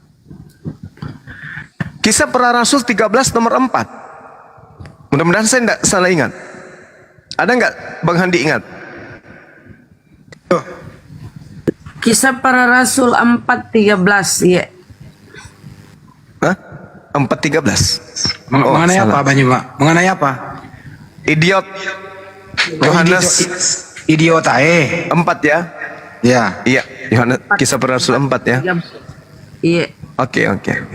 Oke, sorry maaf. Nah, di situ dikatakan apa coba? Tidak terpelajar, artinya agramatos. Agramatos artinya buta huruf, tidak terpelajar. Betul-betul buta huruf, tidak terpelajar. Ya. Nah, jadi terus apakah itu menurut abang bisa jadi karena dia bukan orang terpelajar, berarti dia tidak punya kemampuan terjemahannya begitu, bahasa original tesnya nggak begitu. Karena dikatakan agromatos kayak idiotes. Jadi, dan juga idiot. Iya, oke lah. Idiot Bang. Nah, oke lah. Karena berarti kalau dia idiot, apa tidak mungkin dia menerima firman Tuhan? Loh, bagaimana ceritanya ini orang idiot menerima firman Tuhan? Gimana? Seluruh nabi-nabi yang diutus oleh Allah itu adalah orang-orang cerdas. Makanya mereka bisa bernubuah. Orang cerdas, orang idiot, bagaimana ceritanya mereka mau berbicara tentang firman? Orang yang disebut nabi itu utusan Tuhan untuk menyatakan firman Tuhan. Berarti orang ini harus cerdas, punya IQ rata-rata di atas manusia yang cerdas. Ini orang idiot, bagaimana bisa? Oke. Nah sekarang sabar. Ketika Yohanes bersama dengan Yesus, berarti usianya pada saat itu sama, tidak jauh dari Yesus. Di tahun 100 berarti usianya sudah berapa tuh? Sudah 100 tahun. 100 tahun menghafal setebal itu kitab Wahyu, apa enggak error? Ya apalagi orang yang idiot menulis lagi, dan dia tidak punya sekretaris. Berarti dia menulis sendiri, dia mengutui sendiri tulisannya. Wahyu 1 bab 1 bla bla bla bla bla bla dan seterusnya. Ini irasional. Kalau itu kan di luar dugaan kita, kalau itu Bang. Justru karena itulah, karena tidak masuk akal. Kenapa? Nggak ada yang nggak masuk akal Bang. Bagi Tuhan itu nggak ada yang mustahil. Bagi Tuhan. Iya. Kalau bagi Tuhan ya nggak ada yang mustahil. Tapi bagi orang idiot itu mustahil. Seandainya aja, ya kan? Enggak, begini maksud saya Bang. Seandainya saja tiba-tiba Bang Zuma ini berubah total. Maksud saya berubah total. Analogi lagi loh. Enggak, bertentangan saudaraku Noah, bertentangan dengan pengakuan Yesus yang datang setelah aku adalah seorang penolong lain. Yang datang kepada penulis di Pulau Patmos adalah Yesus. Kalau Anda membenarkan itu berarti Yesus pembohong, karena ternyata dia datang juga. Adalah lebih baik jika aku pergi, sebab jikalau aku tidak pergi, seorang penghibur itu tidak akan datang kepadamu. Aku akan minta kepada Bapa agar Bapa mengutus seorang penghibur, penolong lain. Berarti yang datang setelah Yesus terangkat, Yesus itu enak di atas, nanti dia datang di akhir zaman. Nah, berarti yang datang kepada penulis di Pulau Patmos hanya ada dua. Kalau bukan roh kebenaran, roh setan. Itu aja. Kalau Yesus tak mungkin. Kalau Anda mengatakan yang datang kepadanya Yesus, berarti Anda harus mengatakan dan mengakui Yesus adalah pendusta ulung. Karena dia mengatakan, aku akan pergi, sebab kalau aku tidak pergi, seorang penolong itu tidak akan datang. Ah, ternyata begitu dia pergi, dia juga yang datang kembali, pembohong, penipu. Memang yang datang ke Pulau Patmos itu bukan Yesus gitu. Selalu siapa? Ya itulah roh penghibur, ya malaikat. Nah, Anda bohong lagi. Karena di dalam pengakuan Wahyu 1 nomor 2, dia mengaku bahwa itu kesaksian yang diberikan oleh Yesus Kristus. Anda bohong lagi. Ini saya bacakan sama Bang. Yohanes telah bersaksi tentang firman Tuhan dan tentang kesaksian yang diberikan oleh Yesus Kristus. Mana ada roh kebenaran datang kepadanya? Di mana? Di mana? Silakan. Ya, itu yang diutus ya, itu adalah malaikat. Ya, oke. Wahyu 1. Silakan. Ayat 1 ya. Inilah wahyu Yesus Kristus yang dikaruniakan Allah kepadanya supaya ditunjukkannya kepada hamba-hambanya apa yang harus segera terjadi, dan oleh malaikatnya yang diutusnya ia telah menyatakannya kepada hambanya Yohanes. Ya. Terus? Ya, malaikat ini bukannya roh. Nomor 2, malaikat roh penghibur. Oke, boleh. Terus nomor 2? Ya, nomor 2 kan Yohanes telah bersaksi tentang firman Allah dan tentang kesaksian yang diberikan oleh Yesus Kristus, yaitu segala sesuatu yang telah dilihatnya. Ya. Berarti yang memberikan kesaksian? Iya, yang memberikan kesaksian kan Yesus Kristus, tetapi kan disampaikan oleh malaikatnya. Oke. Ada Bang. Oke. Silakan. Gitu. Oke. Nah, sekarang kalau gitu kita masuk ke data nomor 8. Silakan Anda baca. Wahyu 1 tadi. Iya, betul. Ini kan endingnya. Ini adalah data emas yang Anda punya. Silakan. Baca nomor 8. Aku adalah Alfa dan Omega. Terus firman Tuhan Elohim yang ada, yang sudah ada, yang akan datang, dan yang maha kuasa. Ini ucapan Yesus, ucapan dari dirinya sendiri atau ucapan yang dikaruniakan oleh Allah kepadanya? Ini ya ucapan yang diucapkan oleh Yesus sendiri. Bukan karunia yang diberikan. Ya kalau karunia yang diberikan itu ya sama. Kita kembali lagi Bang ke surat sebelumnya ya. Bahwasanya aku berkata-kata bukan dari diriku sendiri, itu aja.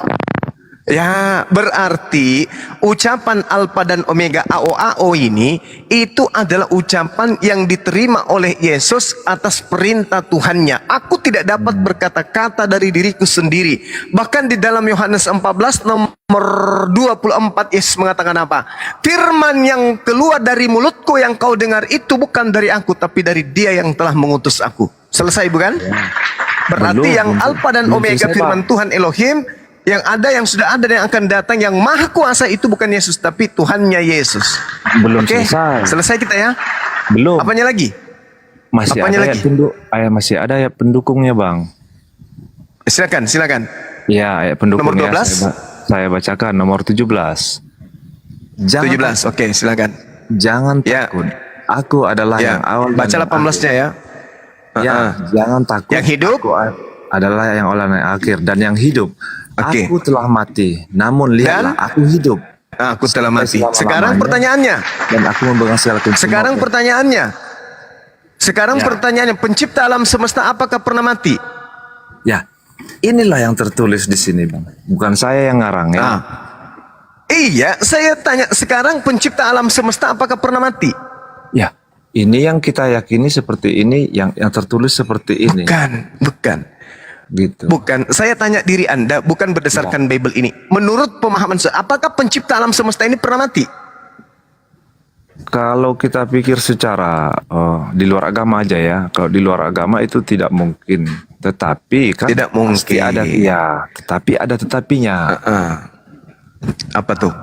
Untuk apa dia menjadikan ataupun bukan, untuk apa dia berubah misalnya ya, atau berinkarnasi sebagai manusia, padahal dia kan seorang maha kuasa, kan gitu. Untuk apa? Untuk apa? Nah, kita logikakan untuk dia seorang maha kuasa. Ya, untuk apa dia menjadi manusia untuk mati? Untuk apa? Nah, Tuhan sendiri adalah seorang maha kuasa. Kalau kita pikir secara otak sehat, memang itu tidak mungkin seorang Tuhan maha kuasa. Bagus, tepuk tangan ya. Itu poin. Tetapi untuk poin kedua, kalau untuk menebus dosa manusia ya, yang bisa menebus orang yang kotor itu adalah orang yang bersih. Hah? Kenapa larinya ke doktrin ini? Enggak. Sekarang begini. Memang itu kalau Anda memahami, oke. Tuhan sendiri. Jangan takut. Tidak, karena bahkan gunung-gunung, bahkan bumi ini pun, dunia ini tidak akan sanggup untuk menatap ataupun melihat. Tapi faktanya dia bisa dibunuh. Tuhan. Iya. Tapi itu sifat Tuhan Anda ya, bukan Tuhan yang asli. Sekarang kembali ke tema. Nggak usah kayak gitu. Itu tidak rasional. Jangan takut, akulah yang awal. Sekarang kalau Anda memahami akulah yang awal, segala yang awal ini menurut saudara berarti ada start permulaannya, bukan? Oh, jangan takut, aku adalah yang awal dan yang akhir. Ya. Nah, berarti kalau dia mengatakan dirinya yang awal, berarti dia tadinya tidak ada, lalu punya awal. Dari sesuatu yang tidak ada menjadi ada, berarti akulah yang awal. Ya, berarti dia adalah unlimited ya. Sesuatu yang baru. Betul? Apa yang baru, Bang? Dia yang awal. Ya, dia yang awal ya, maksudnya. Kalau dia memiliki awal, kalau dia memiliki awal berarti dia ciptaan. Dia mengatakan akulah yang awal, berarti dia yang pertama. Segala sesuatu yang disebut pertama atau awal itu adalah sesuatu yang diadakan untuk menjadi ada. Berarti Yesus ini murni ciptaan. Bukan mengatakan akulah awal, akulah akhir, berarti ada penghabisan. Segala sesuatu yang sudah tidak ada, barulah dia kemudian ditiadakan. Makanya dia adalah akhir. Tak ada masalah. Nah, sekarang aspek ketuhanannya mana? Oh, aku yang hidup, oke, kami juga hidup. Aku yang telah mati, berarti sudah gugur. Apa aspek ketuhanan yang bisa diambil dari Yesus? Dia yang awal, ya sudah, berarti dia ciptaan.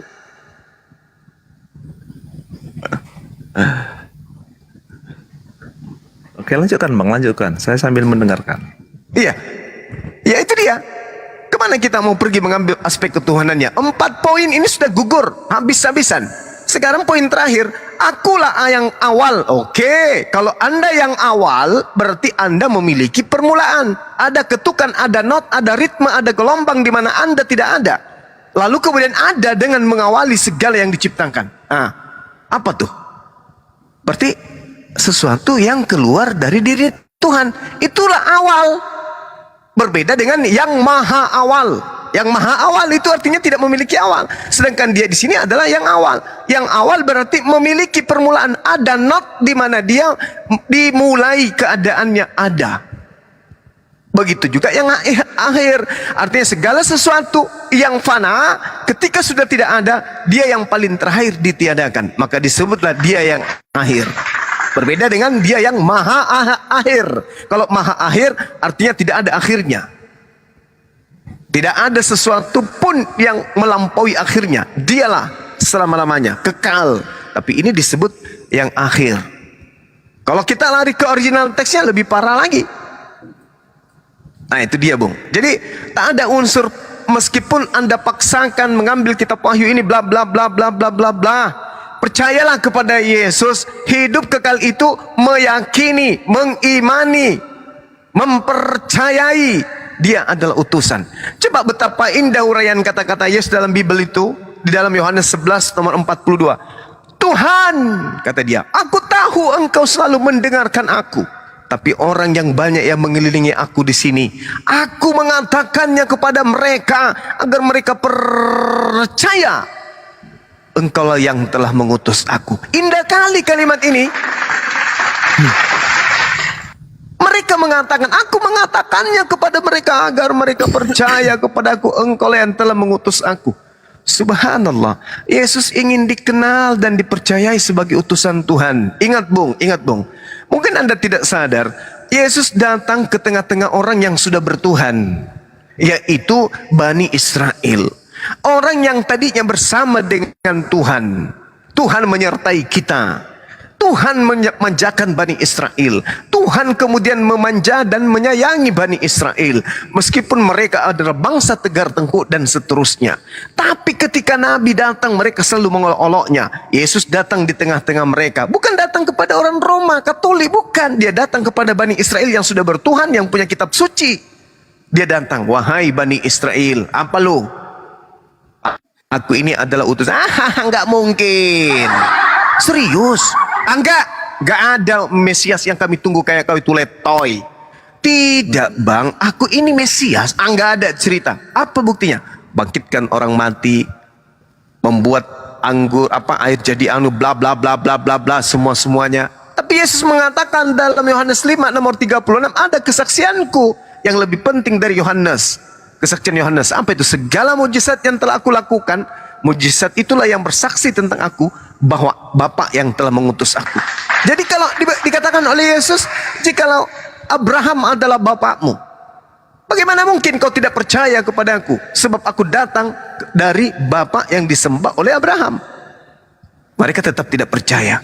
Nah, Yesus itu mau dipercayai kepada Bani Israel di mana dia diutus sebagai utusan Tuhan. Nah, bagaimana dengan Kristen? Terlepas dari ajaran Yesus, muncul Kristen diajarkan oleh orang Farisi. Wahai Kristen, sini ngumpul. Ya, kenapa? Tuhan kalian yang adalah Hercules itu sudah ada datang penggantinya. Siapa namanya? Yesus. Kalau nggak percaya, tanya tentara Romawi. Dia menghidupkan orang mati nyata. Dia membangkitkan orang mati nyata. Dia merubah nyata. Dia merubah wajah nyata. Dia mengobati orang buta nyata. Dia mengobati orang lumpuh nyata. Hercules yang kalian sembahnya ada di legenda. Pernah kalian lihat Hercules menyembuhkan orang lumpuh, membuat orang buta melihat? Pernah? Tidak. Tapi yang ini namanya Yesus, terbukti di tengah-tengah kita, memperlihatkan mukjizatnya. Berarti dia adalah anak dari Zeus. Maka dibongkarlah semua patung-patungnya. Dewa Horus, dewa Hercules digantikan oleh dewa Yesus. Itulah yang terjadi yang sebenarnya. Itulah faktanya yang terjadi sebenarnya. Makanya antara Yahudi dan Katolik itu tidak pernah satu. Padahal kitab terjemahan mereka Septuaginta ada di Katolik, tapi tak ada nyambung-nyambungnya. Yesus ada di dalam Bible, tapi coba lihat Kristen, tak ada nyambung-nyambungnya. Yesus dalam Bible dikatakan Sabat, Kristen Minggu. Yesus menyembah kepada Elohim, Kristen menyembah kepada Yesus. Kristen mengajarkan satu Tuhan, Kristen mengajarkan 3 pribadi Tuhan. Kristen mengajarkan Taurat, jangan ada dihilangkan, Kristen malah menghilangkan semua isi Taurat. Apa yang bisa kita jadikan sebagai sesuatu yang punya kesinambungan antara Yesus dengan Kristen? Tak ada. Berat itu, Bung, berat. Jadi saya kira begitu ya, Saudara Noah. Pelajaran yang sangat berharga yang Anda harus pahami, bahwa ketika Anda mendalami kata aku adalah awal, aku adalah akhir, coba ketukan itu, bunyikan dalam hati Anda, segala sesuatu yang memiliki awal pasti ciptaan, segala sesuatu yang memiliki akhir pasti ciptaan. Nah, terbukti Yesus memiliki awal, terbukti juga dia memiliki akhir. Jadi setinggi-tingginya kepercayaan atau gelar atau iman atau keyakinan kita terhadap Yesus, dia hanya utusan Tuhan. Lepas daripada itu, kita masuk neraka. Mana pembuktiannya? Di dalam Matius 24 nomor 15. Itu aja dulu poinnya. Itu aja poinnya. Atau di Lukas 21 nomor 8 sampai nomor 12. Itu aja dulu poinnya. Sederhana bukan? Nah, jadi karena itulah mungkin ada yang ingin Anda sampaikan sebelum saya tutup. Silakan. Oke, ya saya rasa juga ya cukup sampai di sini aja lah Bang. Nanti biar ada terima kasih. Kita lain kali ya kan gitu. Oke. Siap, Nah, siap. ini kan bisa kita jadikan pembelajaran untuk kawan-kawan lain juga kan. Begitu. Betul. Iya, jadi kalau masalah gimananya nanti ya sudahlah, terserah Tuhan lah.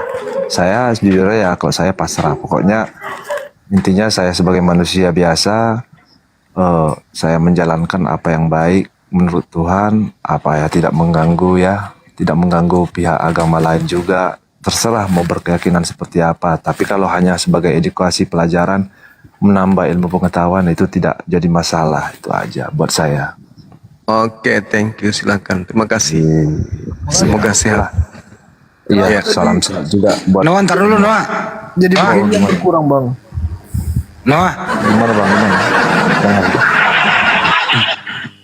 Noah, waktu Yohanes di Pulau Patmos itu menerima itu pakai bahasa apa menurut kamu ya?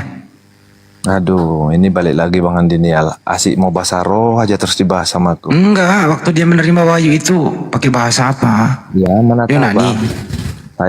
Saya nggak di situ, saya mana tahu. Tapi kok tertulis Yunani ya? Diterangkan juga di situ nggak ada ya. Kan pada saat itu kan mereka ya Patmos itu kan di salah satu pulau di Yunani, Pak. Berarti bahasa Yunani dong. Ya mungkin bisa jadi. Ya bukan lagi mungkin itu.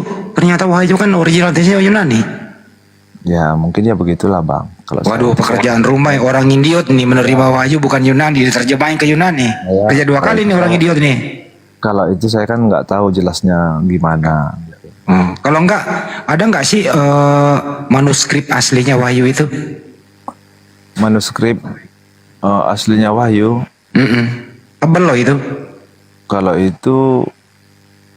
Kalau ada catatan wahyu itu sampai sekarang, berarti dulu mungkin ada manuskrip asli. Enggak ada, belum nemu. Makanya jujur aja, saya sekarang rajin saya nabung. Saya rute saya itu, misi saya mau pergi ke sana, saya mau jalani semua daerah sana. Ya, lu enggak bakal nemu lah manuskripnya, enggak ada. Ya nggak tahu lah, pokoknya harus saya jalani dulu ke sana Bang. Terakhir. Yohanes 17:8 tadi disinggung Banyuma. Saya sekarang ya nabung. Terakhir Yohanes 17:8. Menurut kamu wahyu yang pertama diterima Yesus apa? Yang terus kemudian dia ajarkan kepada murid dan kaumnya. Wahyu apa yang pertama? Menurut saya atau menurut Alkitab Bang? Menurut Bible lah. Tulis apa yang diterima pertama kali? Oh, yang disampaikan gitu. Kalau di Al-Quran jelas tuh, surat Al-Alaq kan gitu ya jelas. Kalau di Bible apa yang pertama kali sih? Sebentar ya. Mulai. Sebenarnya enggak Bang, sebentar. Saya kan buka Bible juga, buka kitab juga Bang. Kan di situ Banyuma tadi, Yohanes 17:8 yang tadi Banyuma ya. Iya Banyuma. Iya Bang. Iya, segala firman yang telah aku terima. Nah, firman yang pertama diterima Yesus apa ya? Itu pernah aku pertanyakan kepada pendeta MYM. Iya, nggak ada secara detail disampaikan. Nggak ada jawabannya juga. Iya, itu nggak ada secara detail disampaikan firman yang pertama. Tapi intinya kalau dari bahasa itu kita bisa sama-sama pahami bahwasanya segala firman maksudnya ya disampaikan satu-satu lah menurut waktu dan tempatnya kan. Ya terus apa gitu loh? Ya nggak tahu Bang, ya pokoknya itulah yang tertulis ya itulah Bang. Nah, gitu. Oh ya udah nggak ada yang tahu ya? Ya nggak ada tahu. Ya udah deh besok gua baru tahu deh. Iya. Ya itulah sama-sama cari tahu lah. Kalau abang penasaran juga ya silakan cari tahu bang. Nanti udah Mudah-mudahan malam ini dapat wangsit. Malam ini Bang Noah dapat skincare. Kalau berminat nanti langsung WA aku Bang. Kalau nggak mau skincare bisa voucher. Makin putih nanti Bang Juma itu. Bang Noah yang pakai ada dapat dari Sultan. Aduh nggak usah lah bang, istri saya salon, jadi ya banyak juga. Udah nggak mau dia, udah nggak apa-apa. Udah, kalau nggak mau nggak apa-apa bang. Kalau mau nanti WA aja di bio profil Bang Noah. Mending disedekahkan aja bang, diuangkan, disedekahkan sama yang membutuhkan. Iya, itu udah biasa. Tapi jadi tadi bang, jadi begininya kurang bang. 17 kali. Bang Juma jadi pernah menanyakan MYM pertanyaan itu apa? Reaksinya MYM apa tuh Bang Juma? Dia nggak bisa jawab, intinya cuman melongo aja dengan pertanyaan itu bang. Makanya keputusasaannya, saya rasa dia sadar sekolah tinggi-tinggi ya kan, keluar masuk Belanda, negara Belanda untuk belajar Bible, hanya pertanyaan sederhana itu nggak mampu dia jawab. Ketika dia bertanya tentang firman atau wahyu pertama yang diterima oleh baginda Rasulullah Muhammad sallallahu alaihi wasallam, saya uraikan surah Al-Alaq, kemudian saya balik nanya, Yesus itu penerima firman? Iya. Tolong tunjukkan firman mana, wahyu mana yang pertama kali diterima oleh Yesus. Nggak bisa jawab dia. Sampai hari ini masih oleng dia. Belum bisa turun lagi ke lapangan untuk dialog. Masih oleng Bang Handi. Kalau begitu saya beri sayembara. Siapapun pendeta di muka bumi ini atau termasuk di Republik ini yang bisa menunjukkan, yang bisa membuktikan firman atau wahyu yang pertama diterima oleh Yesus, kita berikan hadiah cukup menarik dari Sultan, yaitu. Ya, begitu ya? Iya. Tapi kalau umat Islam yang ditanya wahyu pertama yang diterima oleh Nabi Isa alaihissalam, umat Islam bisa jawab.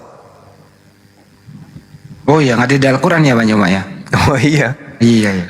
Umat Islam bisa jawab, ini loh wahyu pertama yang diterima oleh Nabi Isa alaihissalam. Ulah sekalian dibongkar Bang Juma apa? Sebelum ke Bang Ardian saya bongkar. Apa tuh? Enggak, iya. Aku salam dulu aja. Assalamualaikum Guru dan Assalamualaikum Bang Handi. Lanjut. Waalaikumsalam. Wahyu pertama yang diterima Nabi Isa alaihissalam itu adalah Al-Quranul Karim surah Maryam ayat 30. Inni abdullah ataniyal kitaba wa ja'alani nabiyan. Sesungguhnya aku ini adalah hamba Allah, dia memberiku ketetapan berupa kitab dan Allah menjadikan aku sebagai seorang nabi. Wahyu yang kedua, wa ja'alani mubarakan aina ma kunt wa awsani bis shalah waz zakah ma dumtu hayya. Itu rentetan dari wahyu pertama. Wa barram biwalidati wa lam yaj'alni jabbaran shaqiyan. Lalu dia katakan wassalamu alaihi yauma wulid wa yauma amut wa yauma ubathu hayya. Nah itu dia. Itu wahyu pertama yang diterima oleh Nabi Isa alaihissalam. Gitu Bang Handi.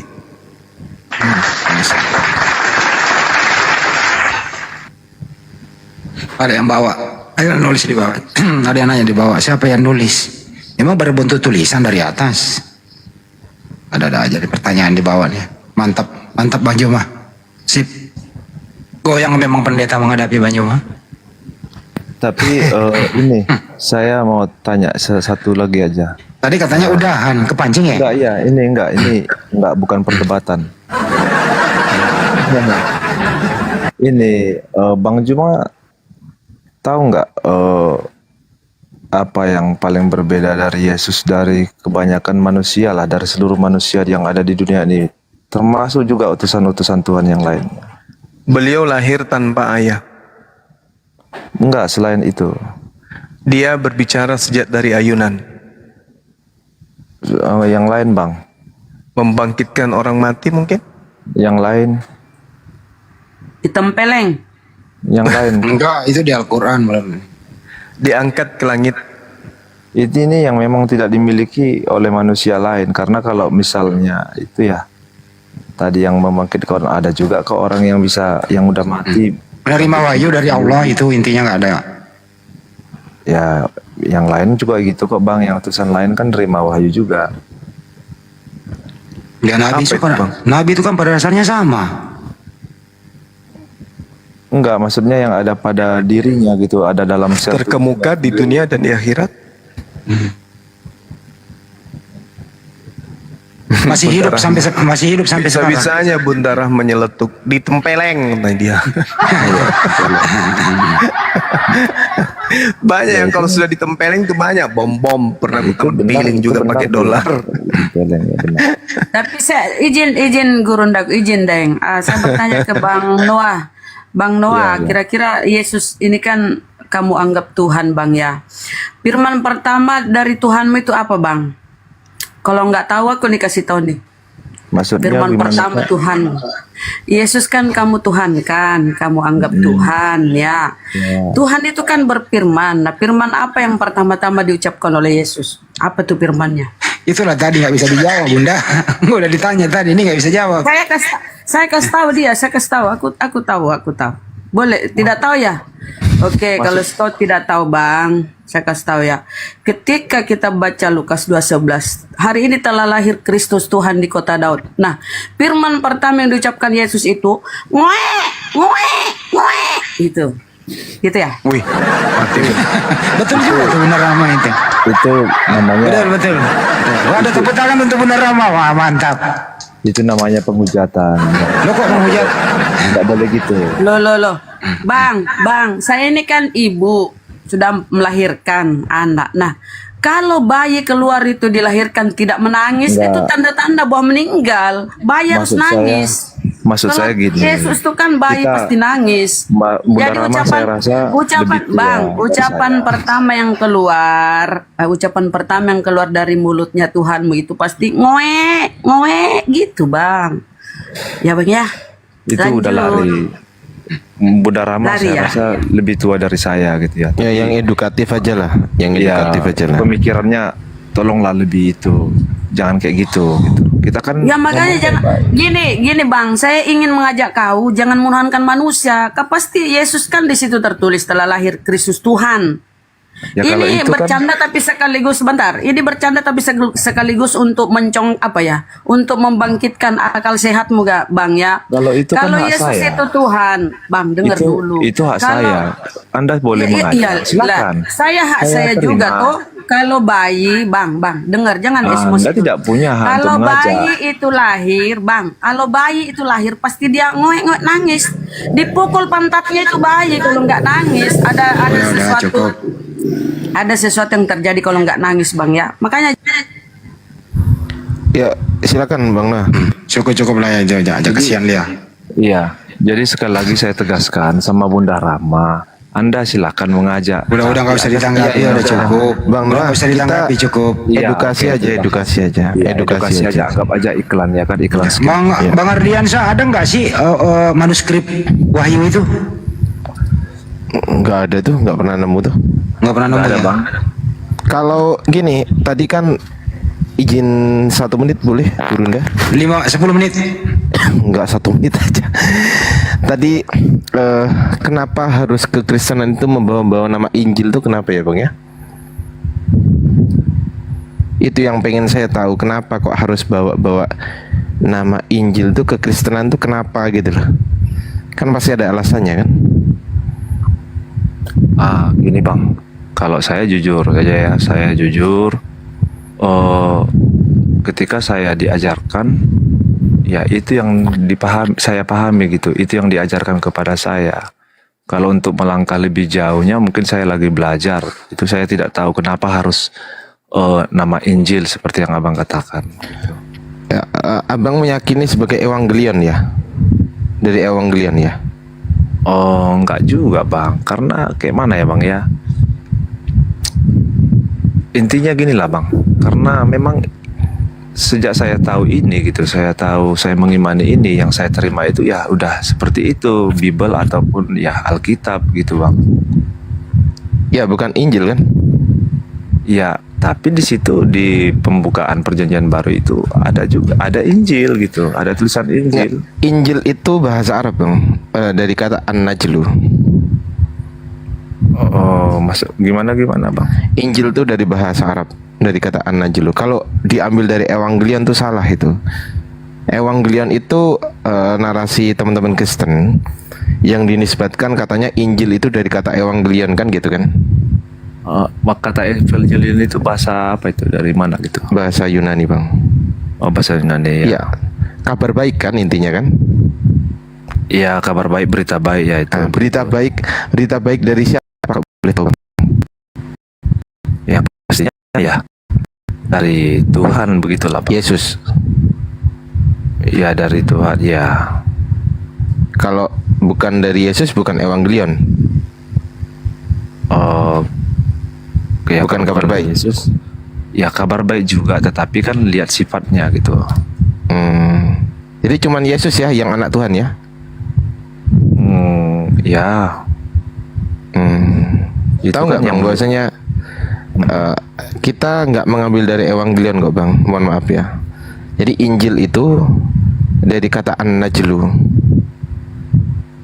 Injil itu dari al-aslu. Ya, dari kata an-najlu. Saya ada datanya. Al-Injil mustalahatnya itu Al-Kitab Al-Munazzalah Isa bin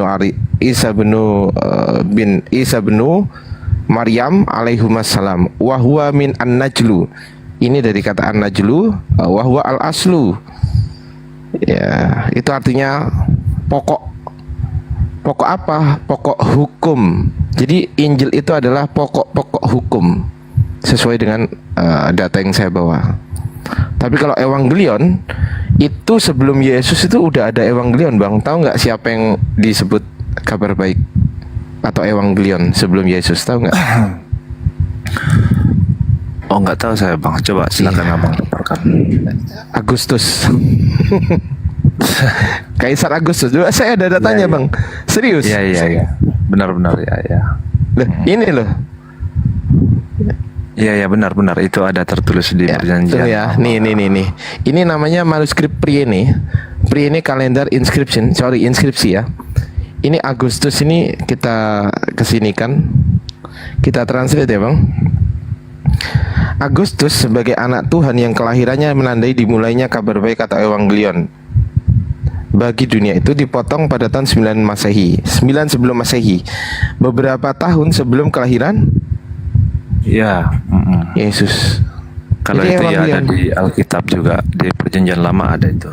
Ya, jadi ini manuskripnya di sini tertulis bahwasanya di auton Evangelion Theo. Nah, ternyata Agustus ini Evangelion, Bang. Ternyata kalau Evangelion dinisbatkan kepada nama Injil, berarti orang yang pertama menerima Injil sesuai dengan keyakinan Anda bukan Yesus ternyata, tapi Kaisar Agustus. Tuh.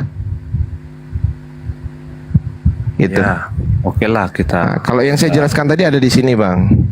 Ada di Kamus Al-Ma'ani sini. Gitu aja sih kalau dari saya. Mohon maaf Gurunda, lanjut. Kepanjangan ya. 3 menit, Tapi 5 menit tadi. Mohon maaf Gurunda. Itu nanti kalau masalah itu nanti kan bisa saya pelajari lebih lanjut. Saya tanya-tanya juga bagi yang mengerti begitu. Tapi itu data loh, cakep loh itu Noah. Iya itu benar, itu data, itu ada kok di perjanjian lama. Kalau mengenai Kaisar Agustus itu ada, benar. Saya nggak juga membantah itu ada. Makanya nanti ya saya kan bisa juga. Ini kan makanya saya bilang ini kan edukasi pelajaran. Saya apa yang saya dengarkan di sini ya saya tanyakan balik kepada yang mengerti dan yang memahami. Sip. Terakhir kalau PL sama PB digabung itu sebenarnya arahnya mau kemana ya Kristen ini?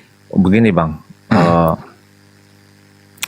karena ya gini, kenapa itu digabung PL sama PB? Sama seperti riwayat hidup Bang. Paham Abang maksudnya kan? Sama seperti riwayat hidup.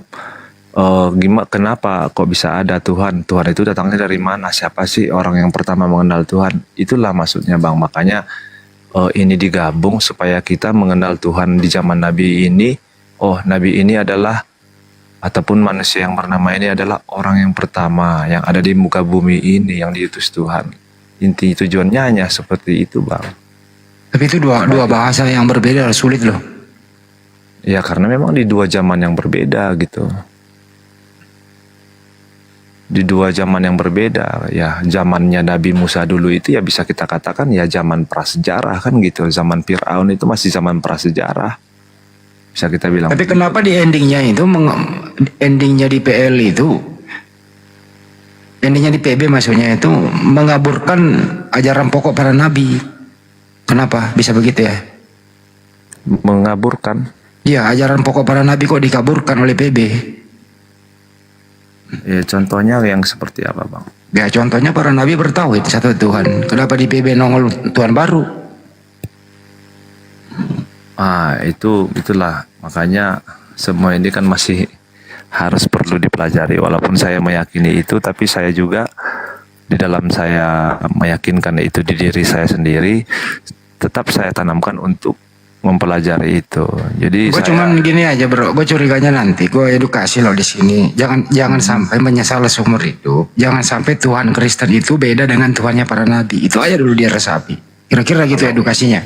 Iya, jadi saya tanggapi langsung kalau masalah penyesalan mungkin saya tidak menyesali itu bang, karena saya sebagai manusia sendiri pun, saya sebagai laki-laki, saya berani mempertanggungjawabkan apa yang saya lakukan gitu. Jadi intinya berani berbuat, berani bertanggung jawab gitu. Banyuma, masih boleh nggak Banyuma? Aku pengen minta Banyuma nih untuk edukasi sedikit lagi Banyuma. Banyuma, ke belakang ya. Banyuma balik dong. Ini loh, jangan sampai bro, ini maksud saya ini edukasi loh, cuman mengingatkan dan menghimbau.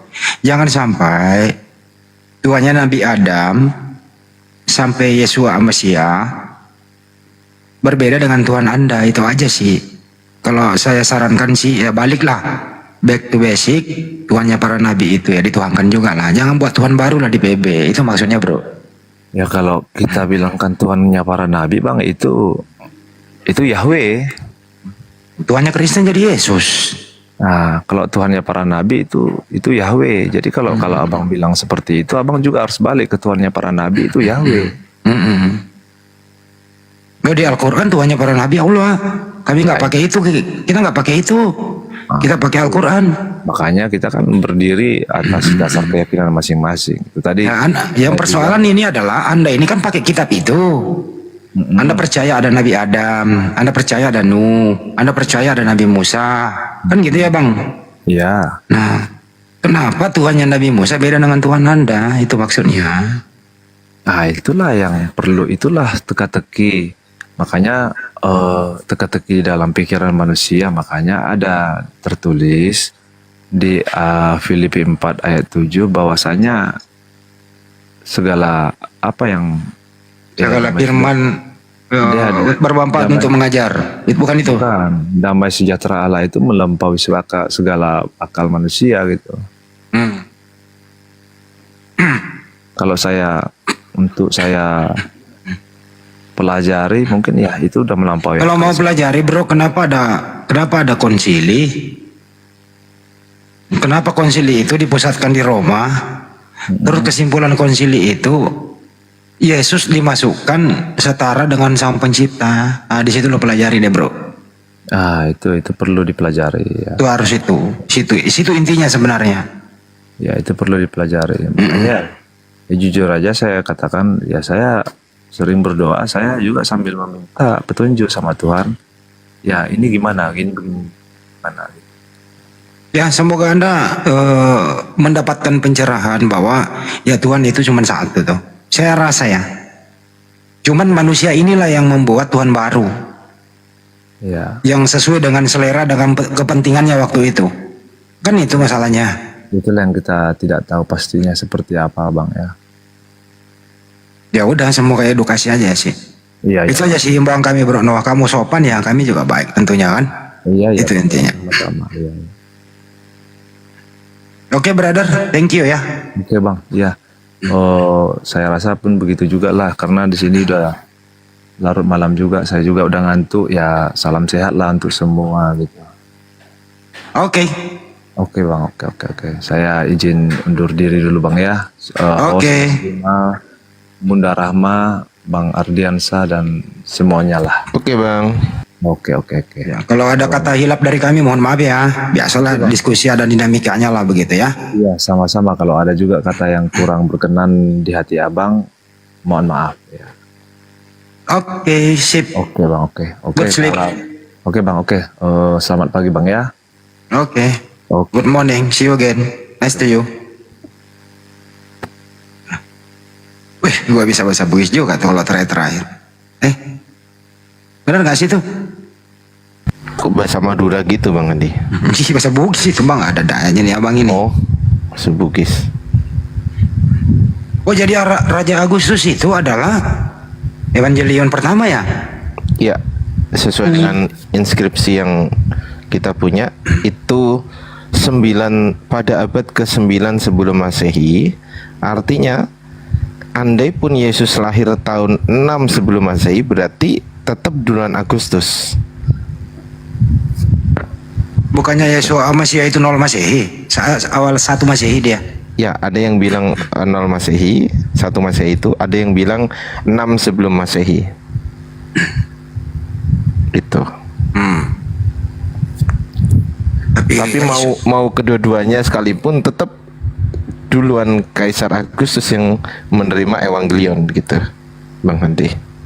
Ya memang kalau kita lihat di PB sih akan kebanyakan intervensi berbau budaya yang seperti Ardiansa tampilkan tadi. Ya contohnya original teksnya kan Yunani gitu loh. Ya memang berbau Yunani sih. Ya kita bijaklah, kita maklumi lah kan. Yang penting kalau mereka itu datang baik, ya kita diskusi baik-baik begitu. Kami hanya menyampaikan kok. Begitu kira-kira. Nah, cuman masalahnya ini udah benar-benar berbau Yunani masuk ke Indonesia. Kenapa dibungkus? Dibungkus keislaman dan keyahudian. Nah, ini problem yang membuat kita selalu diskusi. Coba kalau dia benar-benar jati dirinya datang dengan terbungkus Bible atau Biblos, terus di dalamnya kalau tidak ada kira-kira bahasa Indonesia yang bisa mewakili original teksnya, ya kembali ke original teks kan begitu. Sebagaimana Al-Quran kan diterjemahkan gitu loh. Kalau nggak ada bahasa Indonesia yang cocok, ya kembali ke original teks. Nggak perlu niru-niru, nyebrang-nyebrang kan begitu. Nah ini kan dia LAI kan translate-nya ini loh. Nggak ada bahasa Indonesia misalnya apostolos. Apa gengsi apostolos diterjemahin menjadi utusan? Ini kenapa gengsi pakai utusan? Kenapa harus ke rasul, ke pinjam istilah Islam? Nah inilah yang perlu kita edukasi tiap hari. Kira-kira begitu teman-teman semuanya ya. Terima kasih telah mengikuti live sahabat Bang Joma mulai dari jam berapa tadi mulai deadly? 9, 8 ya? Jam 9 kan dah. Jam 9. Jam 8 waktu Jakarta saya cek. Iya benar. Udah berlangsung lama juga waktunya untuk istirahat. Pak juga perlu istirahat. Dek Sali juga banyak aktivitas. Sambil dia lagi memantau di sini sambil packing, lakbang bunyi-bunyi terus di belakang tuh. Kemarin malam gitu ya. Iya. Sambil Ya udah. cek kodam juga. Cek kodam juga gitu. Ya udah, kita sudahi dulu kali ya. Jumpa kita pada kesempatan kali ini.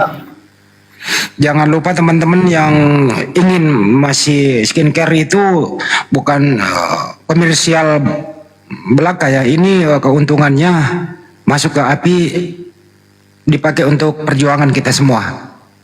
Itu intinya. Sebenarnya di luar sana ada yang dijual lebih bagus mungkin.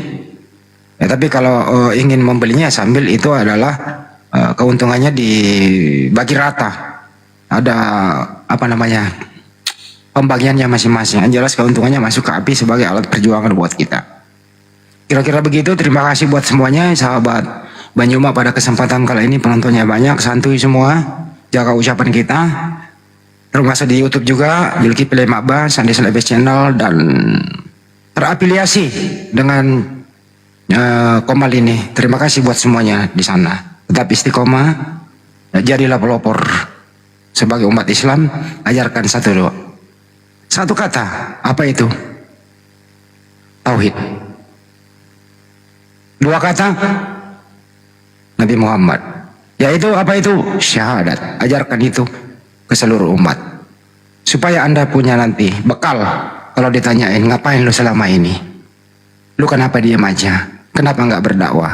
Mari bersama-sama semuanya. Kita tentu berdoa juga bersama, semoga para apologet Islam diberi kesehatan, terutama Gurunda Juma diberi kesehatan. Makanya beliau harus istirahat. Insya Allah ketemu lagi di lain kesempatan. Maaf atas segala hilap. Kita tutup dulu. Wabillahi taufiq wal hidayah. Assalamualaikum warahmatullahi wabarakatuh. Selamat beristirahat. Sampai jumpa.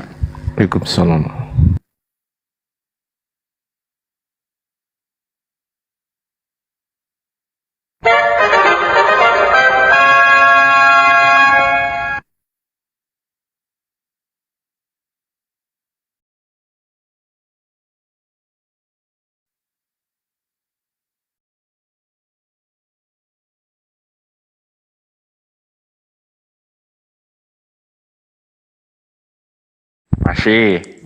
Masih oke, saya kunci jawabannya Bahasa masih. Aisyah 6 tahun.